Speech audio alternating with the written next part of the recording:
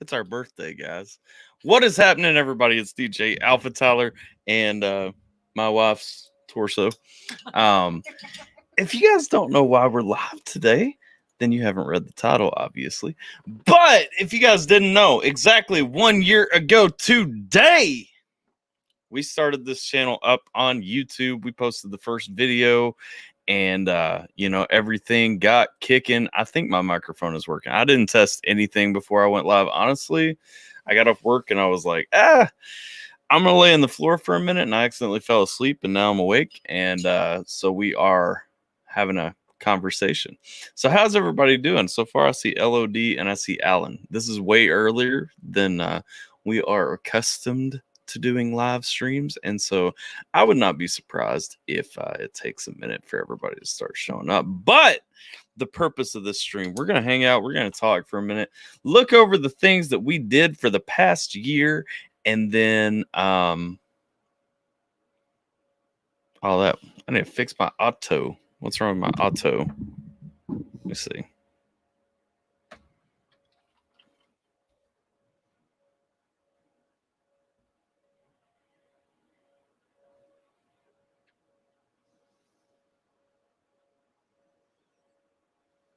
What's wrong with my audio? Oh. I hear you just fine. I can hear him. It's just loud. Just loud. Wow. Wow. I mean. Let's see. Did you used to face the wall with the yeah, my desk used to be sitting right there, actually, like where my thumb is touching.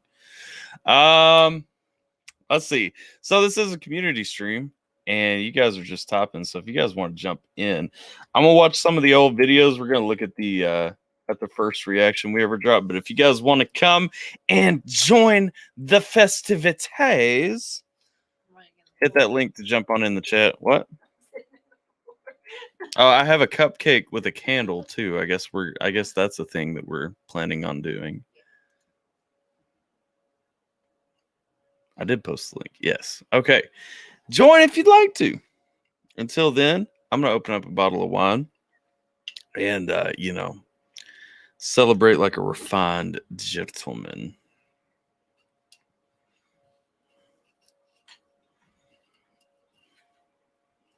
All the conversation stopped and we actually doubled viewers.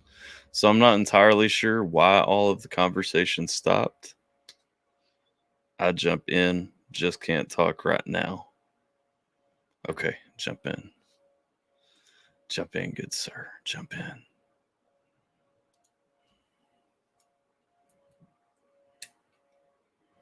Alan used to jump in all the time. I don't know why Alan won't jump in my conversation. Look at that. Speak of the devil. How you doing, Alan G?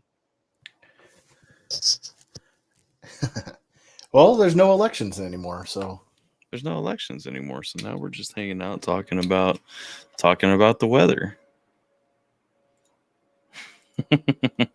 Oh, there's some delay. Okay.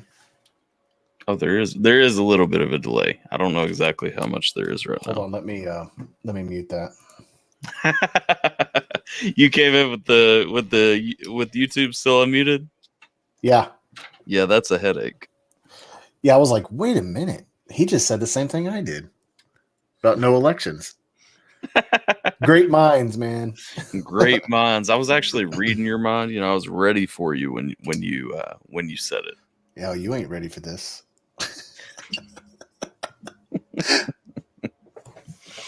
Oh, hey, I like what Sierra did with your room. What Sierra did with my room? What are you talking about? You said she tidied it up. Yeah, she tidied up over there. But you moved it around? You can't see what she tidied up. No, I did all of this. Don't get that piece twisted. Well, it sucks. No, I'm just She's just the maid around here, okay? She came in. She's the hired help. That's nice. Yeah. Yeah, she's the hired help, I feed her and so she cleans my things. Hey, that's symbiotic. Feed her these nuts. She's like, well, not tonight. No. Let's see. What up, Jason? You gonna jump in, Jason? Let's see. I was literally just asking Amy and Hatter on IG why nobody goes live. I go live every Monday. What are you talking about, Holly? Well, I don't go live every Monday, but supposedly I go live every Monday. What up, LOD? What's Does up? she clean things like Coming to America? What? You remember Coming to America, the original? Yeah, yeah. At the beginning, the royal penis is clean. The three girls underwater, they all pop up. I haven't watched that movie in so long. My heart was broken back in the day when my mom explained to me that was Darth Vader's voice, and I'm like, no, no, please. No. This guy joined chat here. This Jason guy. Look at God. that. What up, Jason? Man, everybody's got the drawing, the artistic rendering. My wife did that one. Did she do yours? No. Mm-mm. Yeah.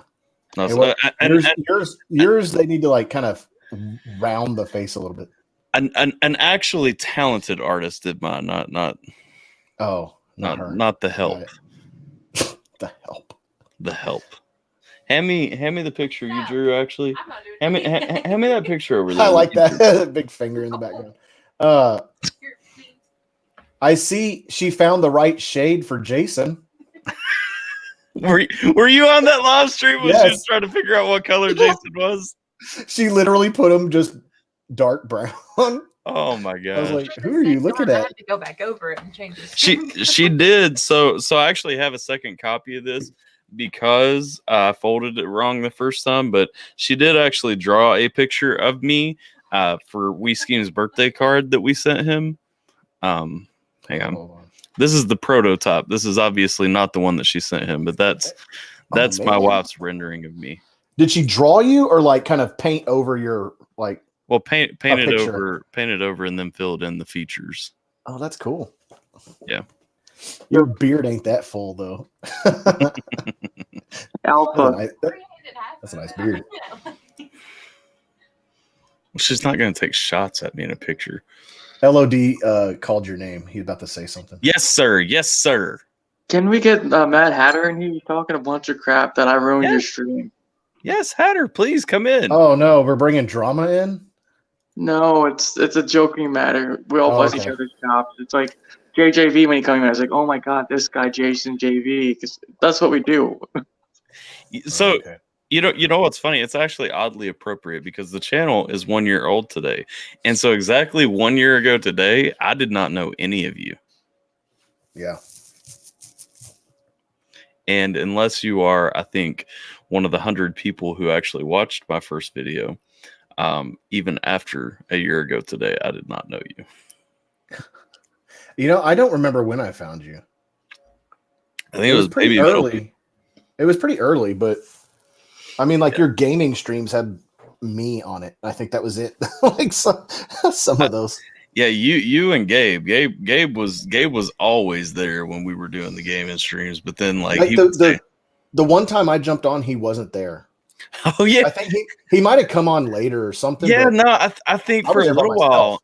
I think for a little while you guys were like trading off. Like you would Okay. be there for like half of it, and then he would be there for the other half. Yeah. Because that was when I was still playing Pokemon, right? No, I haven't seen you play Pokemon. Oh, I you- watched you. I watched you play that first day that you played that Escape from the Prison. The first run through with your friend. Before we actually played the whole game through in one stream. Yeah, and like Yeah. you spent like 30 minutes laying on the hospital bed, like trying to roll out and like get out of that situation. We were like, "What the hell?" That was the stream where I accidentally showed a big dong on my stream. Thankfully, I missed that one. No, not mine. That video game doesn't warn you at the beginning, like you are in prison and you are literally in prison in the game. Like Oh. yeah, so when you go through the showers and everything, it just shows everybody's meat swinging. Are you And kidding? No. Well, I panned the camera around because I was like, there's got to be like a lock on how far the camera can pan or something like that. Not thinking like I'm doing this on a live stream. And so I just hold the stick over to go around. And then right there it is, Big Meat swinging. Holding the stick, huh? Yeah. And then I start Poor walking. Yeah. Poor choice of words. But I start walking and you start going up these stairs because there's a lot of other inmates that are walking around too. And you can see all of their dongs just going around the spiral staircase, and I'm like, dang, like, and they're all like exceptionally large, of course. Yeah. Like, what world is this? Yeah. And so it was the day that I was like, okay. Well, we tried to get started on YouTube and thought we were gonna do a thing. Yeah. I went and made the stream for adults only really fast. Was it on, I thought it was on Twitch. Maybe I saw it on Twitch. Well, I was doing it on both. Okay, I think I was on Twitch that day. But I came in after the dongs. I was post dong. Yeah, you came in because I remember that day. You came in, I want to say after we had actually, like, as we were leaving the prison. Like before everything else started popping off? No. I saw you. Yeah, I saw you in prison. And then I watched the one where you actually escaped. I watched that one. Because you played it twice. Mm-hmm. Yeah. I don't know. That was a long time ago. Made it all the way through the second time. I don't know where Jason went. What up, Hatter, though? You're new Jason now. There's old Jason. Hey, what's up? Hey, we just living life. How you doing? I'm doing okay. Had a little bit of a scare earlier as I was getting off work. Found out the fire department was responding like probably 1,000 yards behind my house for a large outdoor fire, probably 6 acres involved. And they were able to put a quick stop to it, though, so the house is safe and everything. So, man, I'd say that was a scare. Everything's all right, though? yeah, everything's all good. Family's safe. House is safe. They got the fire put out. Yeah. Man, you look tired as That's hell. good to hear. Jason, are you hoarse? I just got off work. I was. What? Are you hoarse? No, I don't ride horses. What are you talking about? He's been laying down tracks. He's kind of hoarse. It sounds hoarse. I'm not a horse, man. I think you're hearing things. May have been. I was looking around. I'm like, good God, this is why we don't do these on Monday. I'm like, Hatter looks like he's half asleep. Jason sounds like he done yelled at somebody for 5 hours. I'm like, good God. Well, I kind of was yelling at somebody for 5 hours. If you caught my premiere, I didn't get a chance. I was so pissed off, man. I was planning on catching the premiere, and then like I ended up working, so I commented as soon as I got done, and then I was gonna record a reaction. Yeah, I saw that. I got off work, and I fell asleep on the floor. So then I got up and did this, and I'm like, okay, yeah, I'm gonna record it tomorrow. So I haven't actually watched it yet, so no spoilers. But I'm gonna record a reaction to it tomorrow. Oh my God. No, I'm not worried about that. I'm concerned about this whole you falling asleep on the floor. What's that all about? On my teddy bear back here, man. Like it's comfy. It straightens my back out. Lay down on the floor for a little while because it's that hard surface. I lay down on it every now and then, put my head on the teddy bear. I was watching American Dad and I just stripped it off. Oh, someone was getting all snuggly with their teddy bear. That's cute. I was spooning my chihuahua and laying on my teddy bear. Okay, don't make fun of me. Okay. When he's with a That's a chihuahua, bit he much was right still there, the my little. guy. Now, you're starting to tread into bestiality territory there, man. Might want to take it easy with that. Oh Yeah. man. Yeah, man. Let me look at some of the chats right here because I see a lot of things happening. I saw Gabe, I saw Tater, Delinquent. What up, all y'all? I said it a little bit earlier. I'm gonna say it again. The crazy thing to me to think is that exactly 1 year ago today, I did not know any of you, and now like I can't remember a time without all of your presence. Just like Holly says, can't remember how he found me, but it had something to do with him being magnetically attracted to my beard. She's questioned you and big dongs. Appreciate you, Phil, with the 20, almost at 400 subs, man. That's awesome. Congratulations. Let's see, Phil, Gabe missing Phil. Hey, Holly. Let's see what. Hang on, PL. What up, Pete? How you doing? Welcome. Gearing up your area. Exactly where that is. And then wait, Silverwood. By the way, Holly, I was at Silverwood Lake in San Bernardino. Where? I think the Sav bots are aware of my new song. Are they coming? Have they been dinging?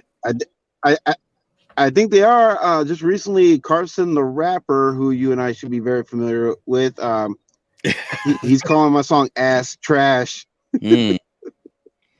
Well, if you guys haven't heard his diss track against Jason, then you might not know that his opinion on such things doesn't really matter very much. How does this happen? No. So I'm not worried about him so much as that. I'm not really worried at all. I'm looking forward to see these Sav bots come through and give their opinion. Yeah.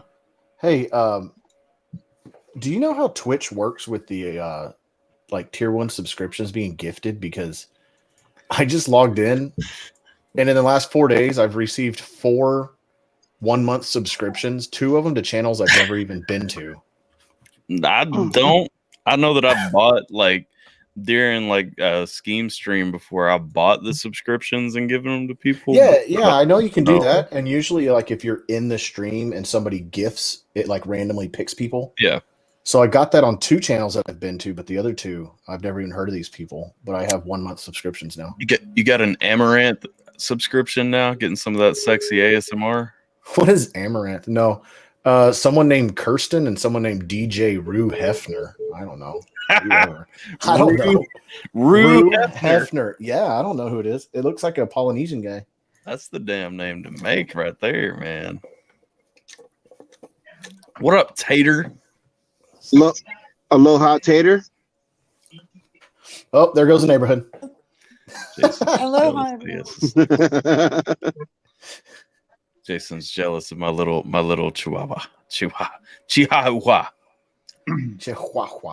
Chihuahua. Okay, just get it right. Chihuahua. And unless that dog is able to say "Yo quiero Taco Bell," I can give 2 shits. Yeah. Yo quiero Taco Bell. So I figured, one of the things that I said a while back that I was going to do once this day came around, I wanted to go back and rewatch my very first reaction just to kind of get that gauge. And I just pulled it up, and the first thing that popped up to me, because I'm using TubeBuddy now, the first thing that stood out to me, who left? TubeBuddy. Hatter left. Left. TubeBuddy. It's a YouTube tool that lets you kind of look at analytics and suggestions and stuff like that. And the funny thing is, I was thinking like it was a year ago, so like it shouldn't look much different, right? You know what I mean? Like it shouldn't be that crazy. Right. I'm almost positive it is. I still haven't watched it all the way through back again, but I did watch like the first 30 seconds of it, and it was enough to make me really want to change my mind about doing this. But I'm gonna put on my first reaction and watch it again. And actually, now that I think about it, for some reason I have this stream going on Twitch too. I'm gonna kill it on Twitch. Yeah, it's gonna slow it down. Well, not necessarily worried. Welcome about back, that, Hatter. but Twitch will flip about playing YouTube. Yeah, well, music specifically that I may or may not have a license to. Oh, I didn't know Twitch. I thought Twitch was the one that I know a lot of people do live streams on Twitch just because they're not as they are better about a lot of things, but if it's something that they don't like, then they won't like it at all. Okay.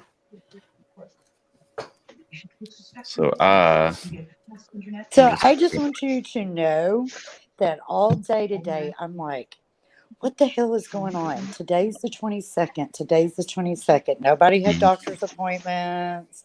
Nobody had hair appointments. And I finally checked YouTube and I see your thing and I'm like, that's what's going on the 22nd. You've been trying to remember why this day was important all day. I have no shit. I was literally going, what do I got to do something for somebody on the 22nd, I think, and I don't remember. his name. Funny, I'm still searching for why this day is special. Oh, Well, for me, not only is this stream is what's making this day so special, but another reason why for me this day is special is that it's one of my nephew's birthdays today. yeah. I remember you saying that the other day. Did you make it over to see him? Nah, they're well, it's a Monday. Though. It's a Monday. They're like about 2 hours out from us. Yeah. Yeah, Hey, Alpha. So yeah, if it was a weekend, I mean, I'd definitely be out there. There's probably not a birthday party happening on a Monday anyway for anybody right now. You know what I mean? That's more of a weekend. No, especially here in Cali, where we're still, under the guidelines of our governor, who doesn't seem to be following these guidelines himself. Correct. I have a cupcake. Like Austin's mayor. Are you gonna sing to me? No. Sing to me. Of heaven, sing us. I have a cupcake. What kind of song would you sing for your channel's 1 year anniversary? Hang on. Happy birthday. That's copyrighted now. Yeah, that was crazy. Who was it that told me that? Because I was ready to sing Happy Birthday one day. I think I told you that. I think I brought it up like a couple of streams ago that it was copyrighted because they're like, I think UMG or someone owns the rights. Mm-hmm. You brought it up on that one stream where I noticed you and Scheme there together, and it got real wild. Well, I'm surprised he hasn't shown up today, because like last stream with the racism shit that it was going. What do you mean last stream? Last streams. I think that every time Scheme is on one of my streams, it just ends up crazy. Hey, how much do you pay for that cupcake? I have no idea. I'm sure that I did pay. Look at this, though. I mean, like, you don't buy the cupcake. You're buying icing. I don't know. I don't know if you guys see the ratio right here. It's like they were like, we can't go 50-50 because that just seems like too much. 60-40 icing. Yeah, it's like we're not far off. You know what I'm saying? Is the cake any good? I have no idea. I can't get to it. So this is what looked like what it would look like if Tyler went down on a Smurf. Yes. The cake's pretty dry, actually. What's that called? Tater, is it a lanai? What is that? The covered porch area. Good job, Al. Yeah, all right. Mm-hmm. I've never been there, but I watched Hawaii Five-0. Not a lanai. This is my garage, but we do have a. Oh my God! It looks like a covered porch. They have to get their house tinted in like 2 days, and so she's dropping the grandbabies off so she can go get ready to have her house tinted for termites. In case y'all didn't know anything, I mean, I know Tyler probably knows it, but here they tint houses and they look like the big circus tents because you'll be driving by and all of a sudden you just see like big tent cover, and you're like, is the circus in town? I thought you meant tent like windows of a car. I was like, termites don't like it dark? What? I don't get it. With this, they actually put a tent over it. To fumigate. They get super anal about anything getting into the environment or into the air that doesn't belong there in Hawaii. Mm-hmm. And so I guess it's just to kind of keep it all in. You know what I mean? Like I don't know if that's the reason. Yeah, as the lifeblood of their economy is people flying in on jumbo jets and spewing, fossil fuels into the air. That's smart. Yeah. That's good. Yeah. But it also has to do with I don't know if it's just that, but I also think that's just how they kill the wet. Is it wetwood termites? It's not dry wood. I know, like Texas, they put the stakes in the ground for your termites. They don't do that here. They actually tent, which I've never seen it in Texas. Mm-mm. as far as Hey, getting how are you? or How is they everyone? do. I don't know if it's done come on or not. Hello, Peter. How are you, Dr. Sure, right? What's up? So, how am you, cunt? Sure, right? I don't know what he's saying. He says he can't hear right. I think it's Shane Labs acting up. No, it's probably my accent. No, it's when you. I'll slow it down a bit. How are you, all my daft cunts? He's coming I think in. it's because it takes his mic a second, so he starts talking, but then the first of his words cut off. Because then I understand the rest. Oh, that's Probably, just his but accent. sometimes I speak a bit fast as well. Well, he definitely just called us Daft Punk with the No, with I the, didn't hear punk.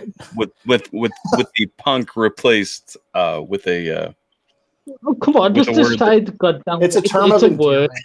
It's a term of It's endearment. term of endearment. With a It's see good. you You next just say the word. Tuesday I mean, we're reference all adults. instead. We're all men and ladies. The cunt is just a cunt. That's it. No, hey, Peter, we get our stream clapped because we're in America. That's different. I like daft though. We need to use that more here. we should. I like that word. I mean, Al- you got daft cunt. What about daft twat? Daft twat is a bit. I like that daft one. That's twat. good. It kind of Twat's a works good little one. bit as well. What did you say, Peter? Daft twat. Alpha, what were you about to say? I was gonna ask if you've been introduced to Pete before. No, I have not. I can't quite tell if he's Irish or Scottish yet. But I'm He's- fucking neither.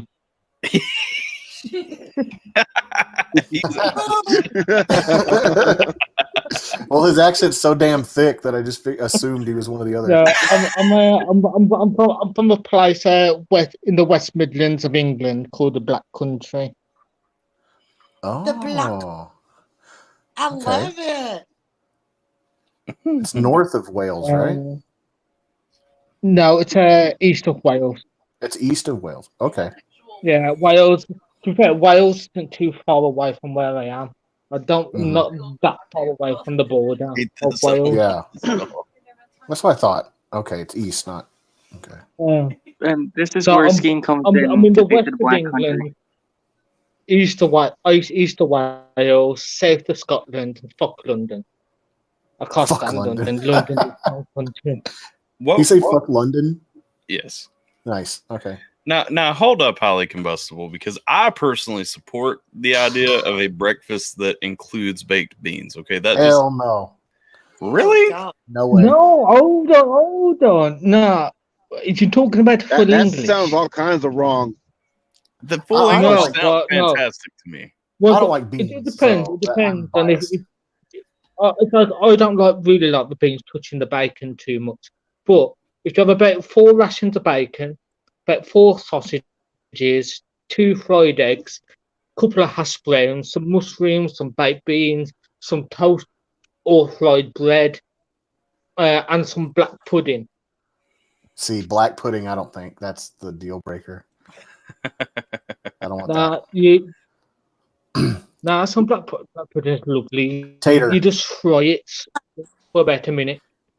We need to bring him to Texas and get him with a chicken fried steak with eggs, bacon, and sausage, everything else. You know, get some biscuits and gravy. Now we're talking chicken fried Biscuit. steak for breakfast, baby. Holly also I says it's don't- not bacon; it's ham. You just call it bacon. That's right. What, biscuits. Well, I'm too. Biscuits Forget with you bacon. fly me to Texas because I would kill for a chicken fried. Oh, I could really go for a full English. Like, the full English Also, you breakfast can't really forget- sounds good to me. Also, you can't forget with that as well, a good cup of Yorkshire tea. I think I'd be running to the bathroom within an hour of eating a full English breakfast. I get maybe that's what it's for. You know, Americans drink their coffee to go to the bathroom. Maybe they eat a full English breakfast and it makes them take a shit. I mean, that thing looks Crazy. Getting some baked beans up there. You're up at 7 a.m. Nothing sounds better than baked beans right now. Nope. I agree, though. Like, I seriously, I can make a joke about it, but it sounds good as hell to me. Like, that is what I want for breakfast. Even the black pudding. Yes. Blood sausage, basically. Yes. I mean, Hell no. yeah. I mean, my nan. It's like I like it different to my nan. It's like My blood nan and is oatmeal. between- Blah. Blood sausage. Blood I sausage. mean, I like it slightly fried. Isn't Like, it kind of so oats? You got like a It's like crispy oats and outside blood. and a soft inside. But my nan just eats it out the packet. Ugh. You what? I'd rather have a donut. Without my nan doesn't cook it. My nan just eats it out the packet. They have blood Oh, it's not pudding. sausage. They have a thing called loco, and I'm not really for sure.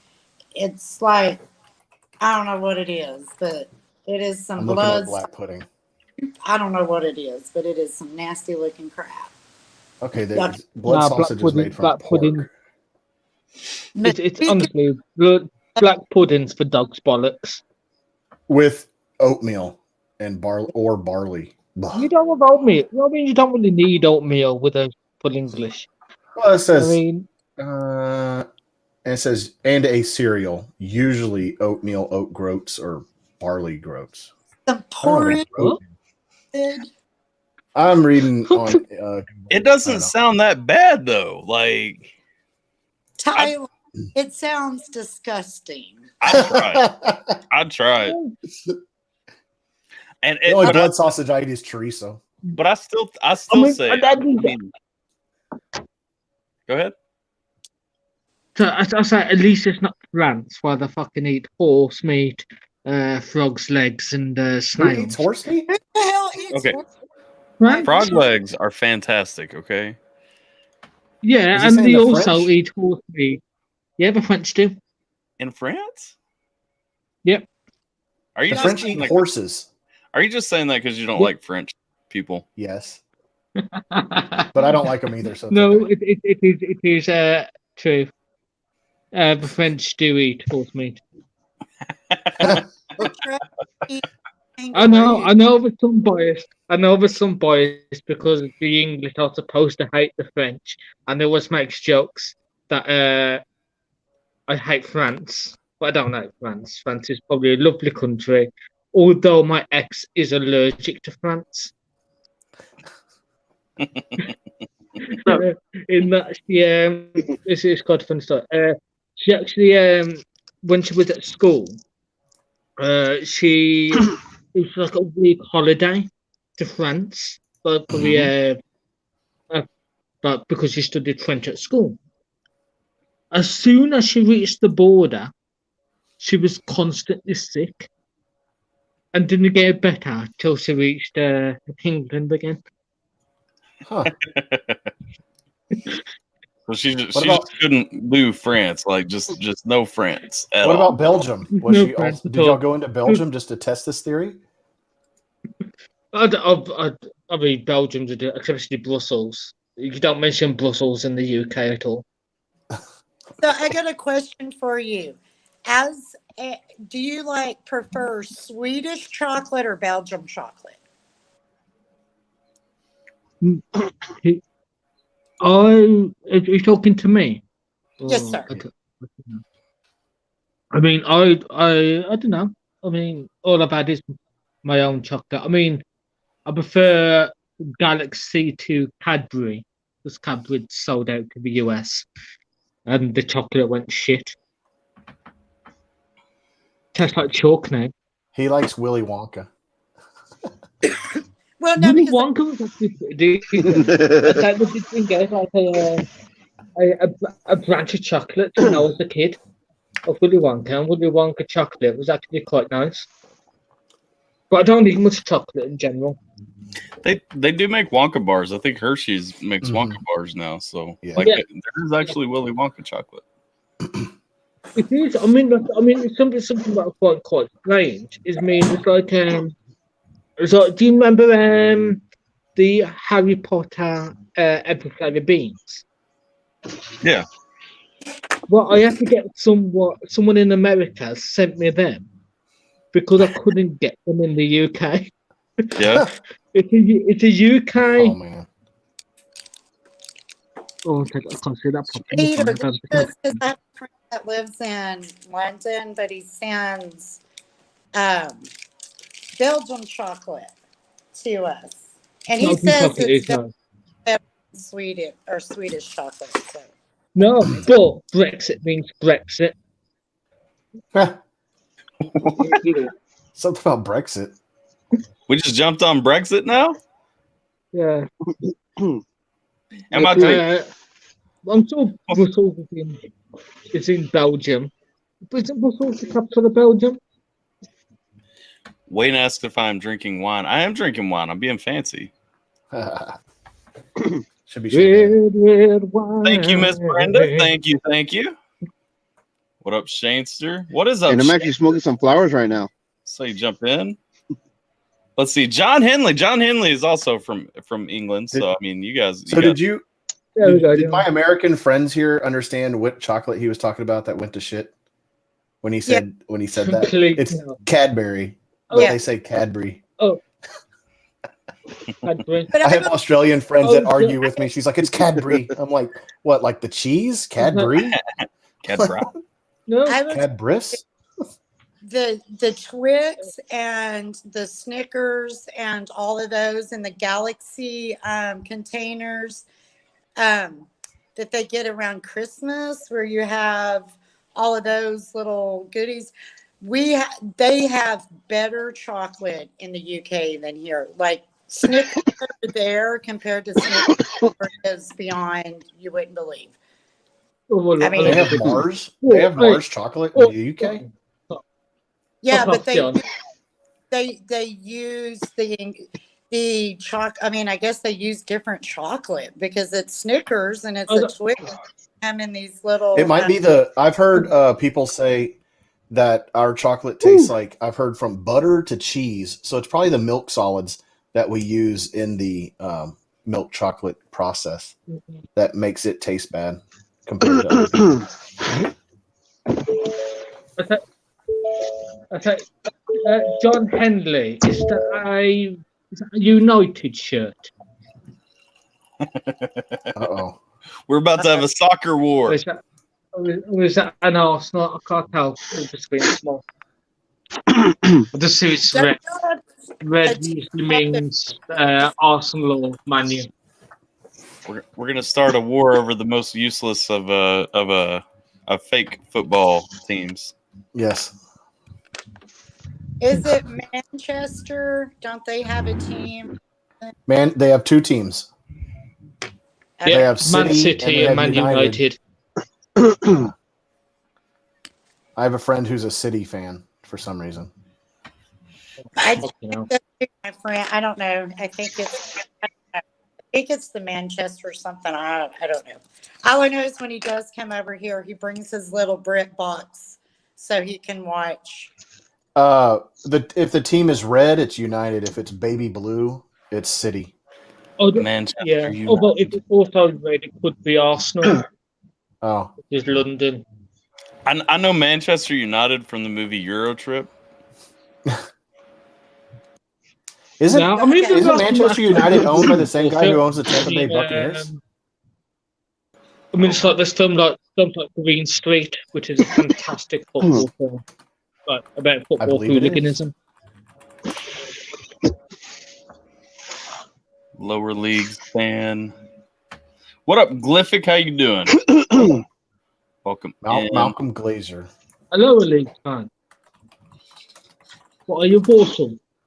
Am I what? So I was thinking to responded to John on the chat. Yeah, that I'm a lower league fan. Hey, what's that, Walsall? Oh, you and John are still talking about fake football. I got you. Oh, yeah. No, it's probably. He died. He died in 2014, but the same guy owned Manchester United and Tampa Bay. One fake football. I mean, you used to clap it So, as Manchester football, United is soccer. owned by an American the best soccer team It's in foosball. the UK is owned by an American. The Telegraph and the Telegraph newspaper is owned in Korea.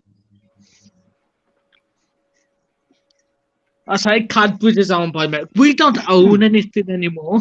Literally. I think all we own is fucking Jaguar. That's it. Does it still leak oil like crazy? Probably. I don't drive. That's what my dad always said. He goes, English cars, they're going to leak oil eventually. Really bad.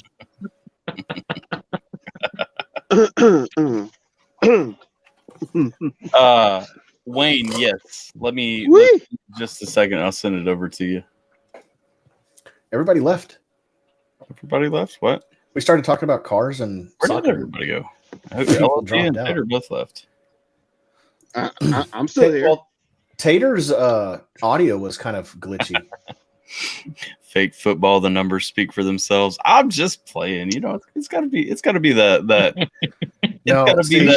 that beef between American football and soccer. Tyler, right? Tyler. But the way they fake injuries and stuff has infiltrated the NBA, and now the NBA is unwatchable. I don't even watch basketball anymore because of all the bullshit Euros that are over here, like faking injuries and flopping all over the court like fish. I can't stand it. That's the Premier League. Oh, okay. Well, I don't know the difference. No, I mean, I was agreeing with you. It's a case of with European football, what I call the Premiership is like our main bit in England, like our top teams. And they just need to be poked. My hometown in Texas just got a team. Ouch, ouch, my arm! When I was like fucking a mile away from actually touching you. Yeah. It's like, give up, you daft prick. Because like soccer has real injuries, like brutal ones. So they don't need to fake it. I mean, they don't need to fake it.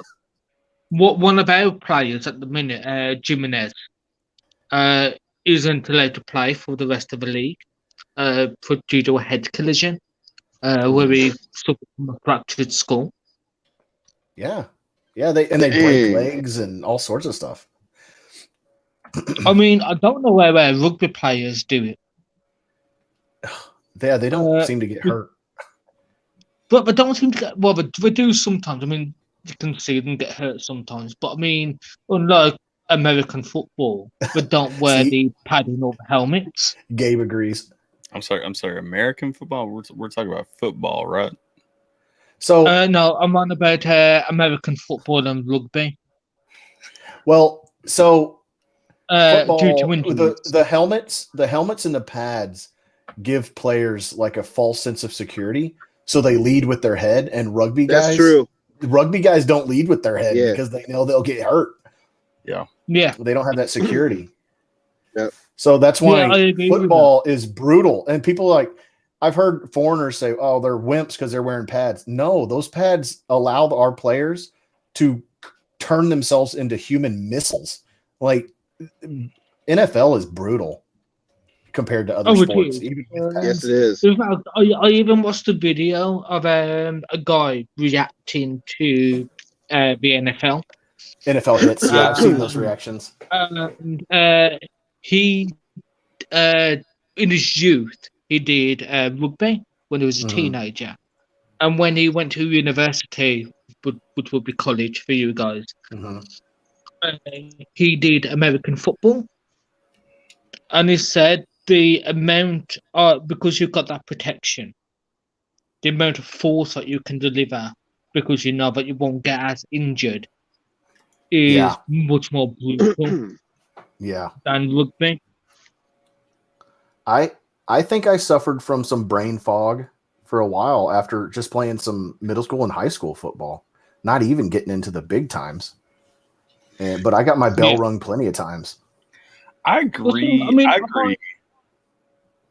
What? I find that college football, from the people I've spoken to in America, is often bigger than the NFL. It's more what? college football is bigger than the NFL. Oh, Yeah. there's just more. I mean, there's more teams. There's hundreds of more teams than. Well, also, if you look college sports in America anyway, most actual sports fans actually appreciate college sports a little bit better because the NBA and the NFL, to John Henley's point, are both kind of trash when you look at, I mean, professional athletes getting paid millions of dollars can't take a hit or they cry and flop around versus college athletes actually have to take those hits and they're not getting paid. Well, they have to take those hits. They have to play through that shit so they get the millions later. Yeah. Like they're actually, and if you get down to it, high school football where they're playing for the love of the game because like most of them don't even get to go to college to play. You know, I watch high school football. That's something vastly different between American football and soccer. Yeah. Is that it's like we have like 16, 17-year-olds play in major teams.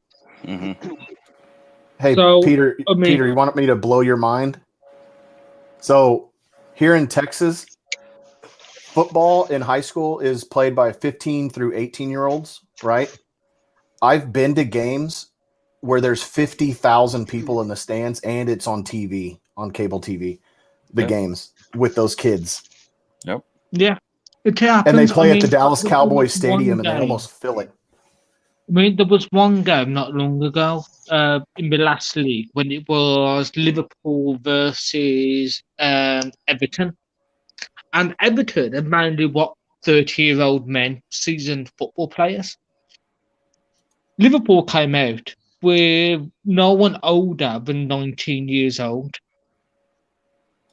They had a squad between 16 and 19. And they demolished the 30-year-olds. You know what that sounds like? The Miracle on Ice, where America had all the young kids from college, and then the Russians had all the NHL players. Remember that? Yeah. I mean, we weren't old enough to see it live, but we know about it. No, but I mean, Liverpool last season was absolutely fantastic. Even though I don't support Liverpool, they went around 3 months without losing a game. For that, you have to say, well done.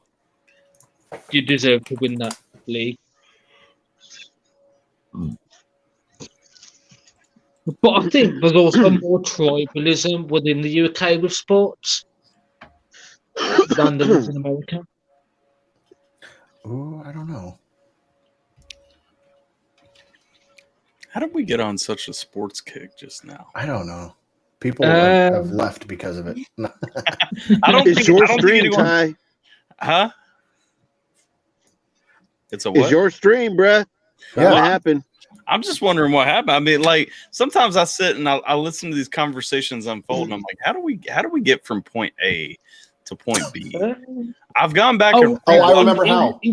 I remember how it worked. It's because of John Henley. No, John it's Henley Peter because he was asked him if his jersey was a United jersey. Or That's what Arsenal. But when they said it's like a lower team, and when they said it's a lower team, when you tell you a lower team, it generally doesn't matter.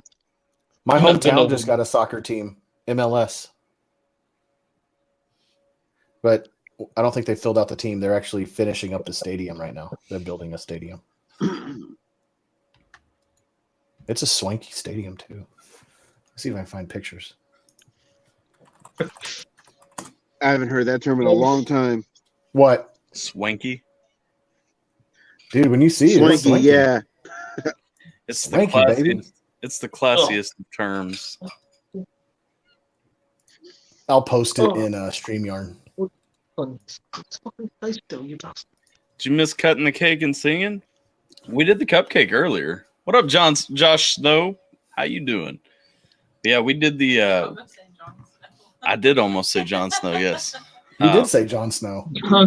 You know nothing, Jon did say Snow. What up, Shakester? Go from point A to point B by stopping at point Z in between. That is true. That is the path that we take. It's not always John's fault, Gabe. John's just here to be our reality check. John is like the Simon Cowell of this channel. Always ready to tell us that what the music that everyone else likes sucks.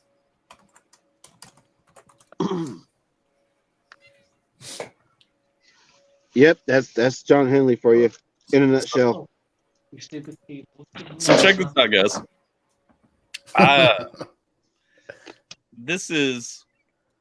We're talking the purpose of the stream. I do want to share at least one or two things between the football and rugby talk.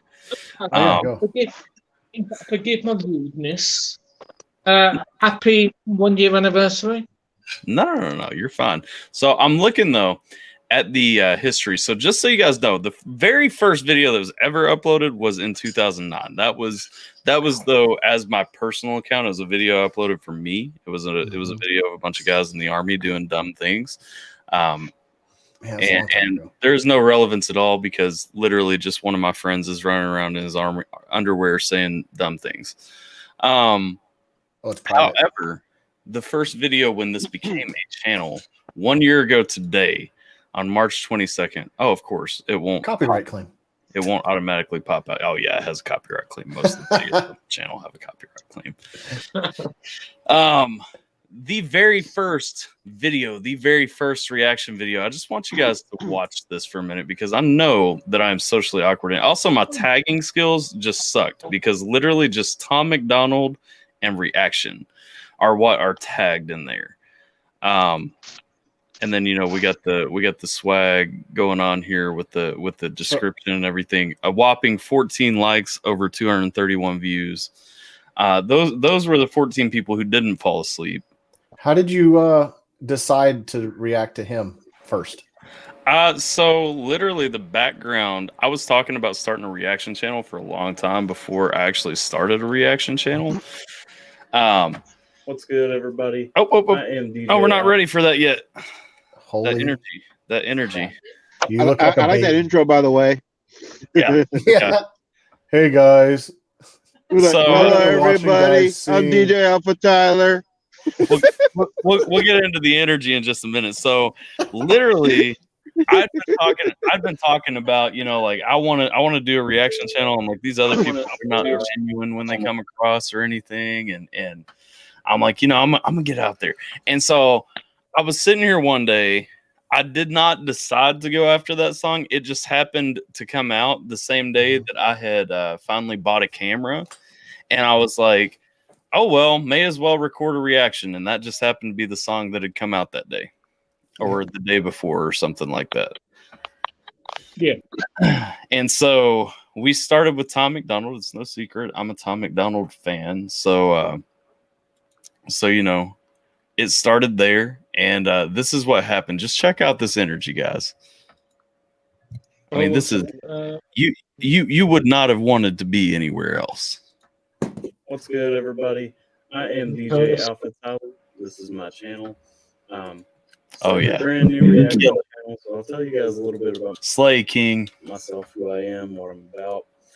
Go check me out on Facebook and Twitter. Those are where I'm the most active. But you can hit me up on Instagram too. Those are at the beginning of the video. Boom, son. I mean, we going 100 miles per hour, slaying on through this right now.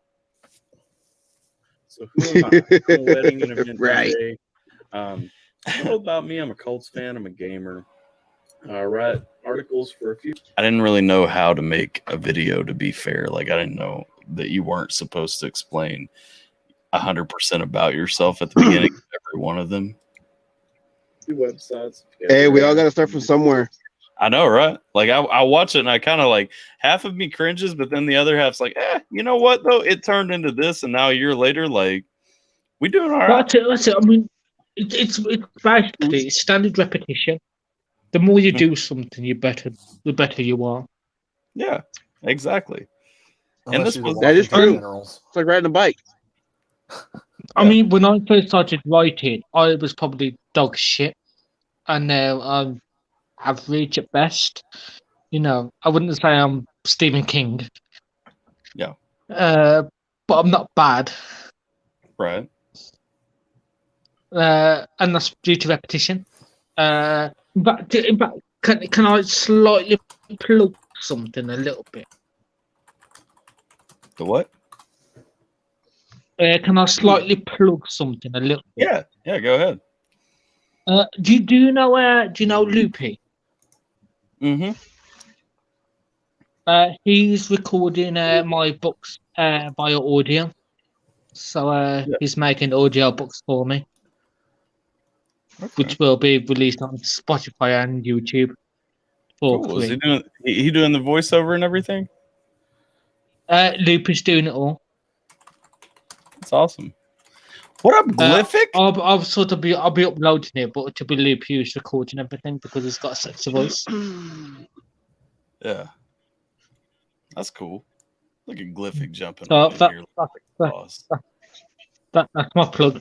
So yeah, it will all be free as well, so you don't have to pay. Looking forward to that. I want to hear Loopy read your books. Oh, he's recorded one at the moment, and it's good. I think it's good anyway. I'm excited. So yeah, that's a plug anyway. Thank you. Yeah, no worries. PL reminds me of the teacher in Willy Wonka. No offense. Alan misses the Colts hat. The Colts hat. I mean, it's well, not that one, but I mean, I have several Colts hats. I mean, they're everywhere. So I mean, you know. Glyphic's like, wait. I was going to ask too, Tyler. What did happen to that Colts cap you used to wear? It's right there across the room from me right now. I've got at least 10 Colts hats. Cool. I have a cap somewhere. Oh, something. Glyphic, you've never jumped onto one of my community streams before. How you doing, brother? I'm doing good. How you doing? Doing fantastic. How you doing? You cunt? You're right. What? Doing freaking great.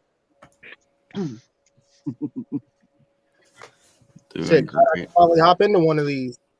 Yeah. It's about time, man. You need to more often, you know? Yeah, I pop through in the chats and everything, and you know, when you on live, I pop in there. Yeah. It's good to see you. It's my first time being able to get in here. This shit's dope. Yeah. I was trying to get in on my phone when you went live the other night, but my phone for whatever reason was blocking the audio and the camera. Yeah. So now I'm on my computer in my studio, and I was able to get in and everything. So yeah, I saw it pop up down there the other day, and it said device is not connected, so I couldn't actually like add you into. And I was trying my ass off to get in that bitch. I could not get that bitch to work for the life of me, man. Yeah. Yeah, it was a good time. Which really like our Thursday last week, like Thursday, Friday, and Saturday, like all three of them streams were good times. You know what I mean? Like it was definitely dope. Definitely dope. Oh yeah, been popping hard lately. Like that's what I was telling Sierra. I'm like, honestly, like the 1 year don't even feel like that big of a deal compared to like the other stuff that's been going on lately, just because everything's like been so much of a vibe lately. Like we've been live streaming a lot more, hanging out, chilling a lot more. And it's like I'm shocked my phone's not being a complete wank stain. You know what? I'm shocked my phone's not being a complete wank stain. Usually it's a fucking arsehole. Your phone's not being a wank stain. I know you love that saying. I do. I love that phrase, man. That's my favorite one. Oh shit! There's Tater. It is hilarious. Tater back showing us that view. Look at that. Dang, son. We've got to get that done, but looks like a beautiful day. Yeah. Finally! Oh my God! Hallelujah! It all went to Texas, from what I understand. Hallelujah! Hallelujah! Hallelujah! I wish that right there was. Hallelujah! Hallelujah!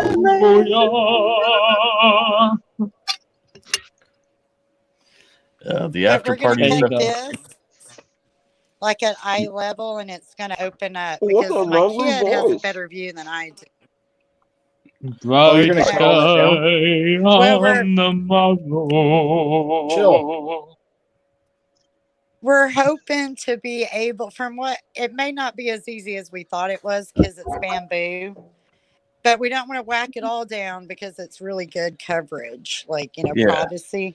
But we want to go like at the roof edge, and then it opens up the view, because from that lanai you can see Dude. parts of North Shore.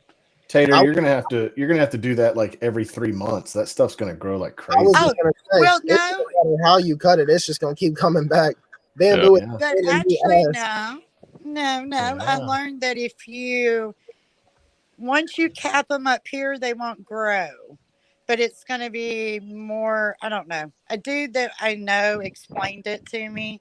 And unfortunately, when we bought it, all of this, here's our backyard. There's my recycles. Anyway, our little backyard. I'm Which is surprised big y'all. by Hawaii standards. That goes all the way to that. And there's a big avocado tree. That's our Hell avocado yeah. tree. And, but it's in the easement because there's a gulch that goes all the way down that way. And that 16th of an acre was only $4.3 million. No, actually, it is a third of an acre. Thank Oh, you okay. very much. And it wasn't a million. It wasn't a million. I can't. Oh, that's it. Rub it in. There I am in a council flat with no garden. No garden. I don't know. No, Getting a garden. I don't have a garden. I live in a council flat. I live on the top floor of what I live on the top floor of what you would call apartments, I think. I'm the flat? definition of a Kentucky boy. I can't imagine having less than an acre to live on. Like, Well, one of these days where I moved from is like it was like 2-acre plots. So we had a really big yard, and everybody on that street has like a 2-acre plot. And there's only 5 people on that street. So or I guess 10 houses, both sides, not even 10 houses. And then you move, and then here, and we're literally like, bam, bam, bam. yeah. The uppercut. Yeah, that's I mean for Hawaii, you got a good chunk of land. Like that's a Yeah. better chunk than most people have in Hawaii for sure. Right. No, we are blessed and grateful and fortunate, and it just really sucks because I know most of our folks were not that lucky during the pandemic, and the pandemic was good to us, unfortunately, or fortunately, but unfortunately, You what I'm moved there or bought there during the pandemic? saying.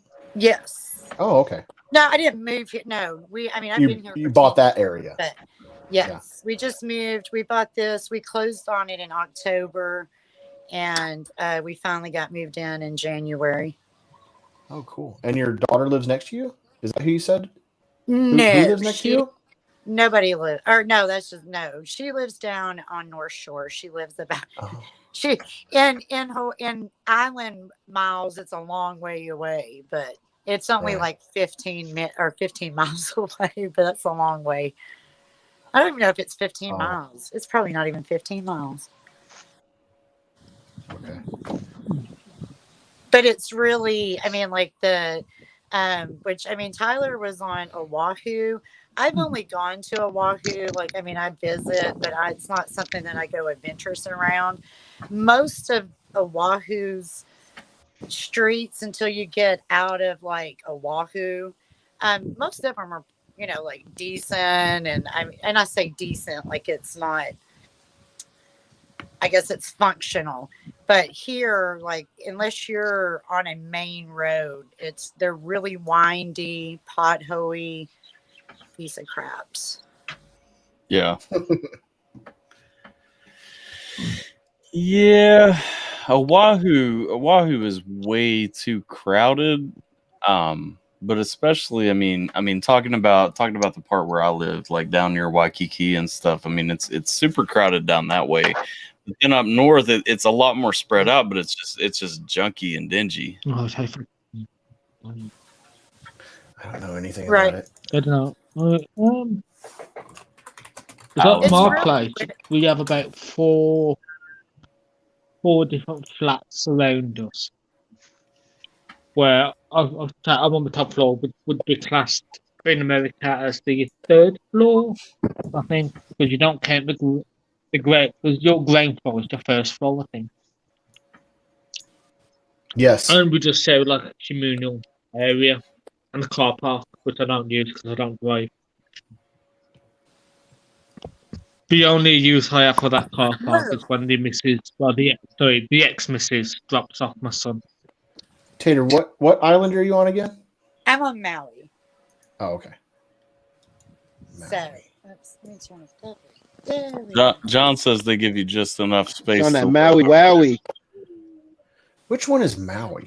Oh, there it is. Okay. Maui's the actual pretty one where people should go on vacation. Unfortunately, they waste all their money going to Oahu instead. Yeah. So she said she could John see is the on that. North Shore Just from gives you Maui? enough room to move. So, like, Big Island is like Texas in a way. Right. Like, it's big. I mean, it's not as big as Texas, of course, Yeah. but it's very, it is very, it's got a lot of well, even Maui has some Texas climate. We have kiawe trees, and which is basically a second cousin to the mesquite. They have thorns and everything.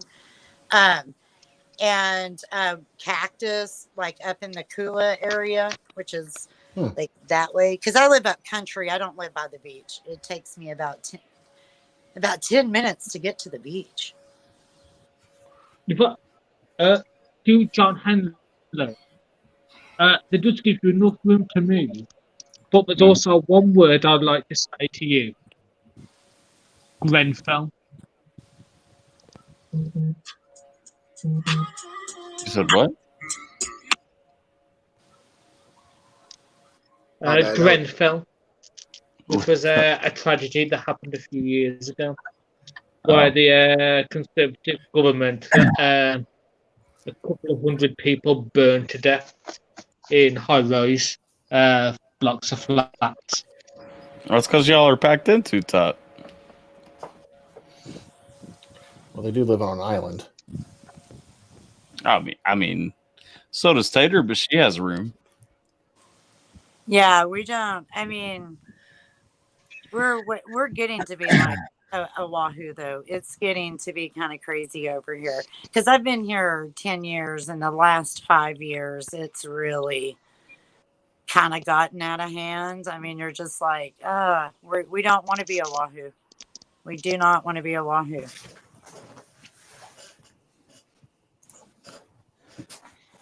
But I think Maui's the second Big Island, and then Maui, and then Oahu. And Oahu has the most people. Okay. Does anybody go to that other island? Molokai? Or is that like just Yeah, no, there's barren? Molokai. That's part of Maui County.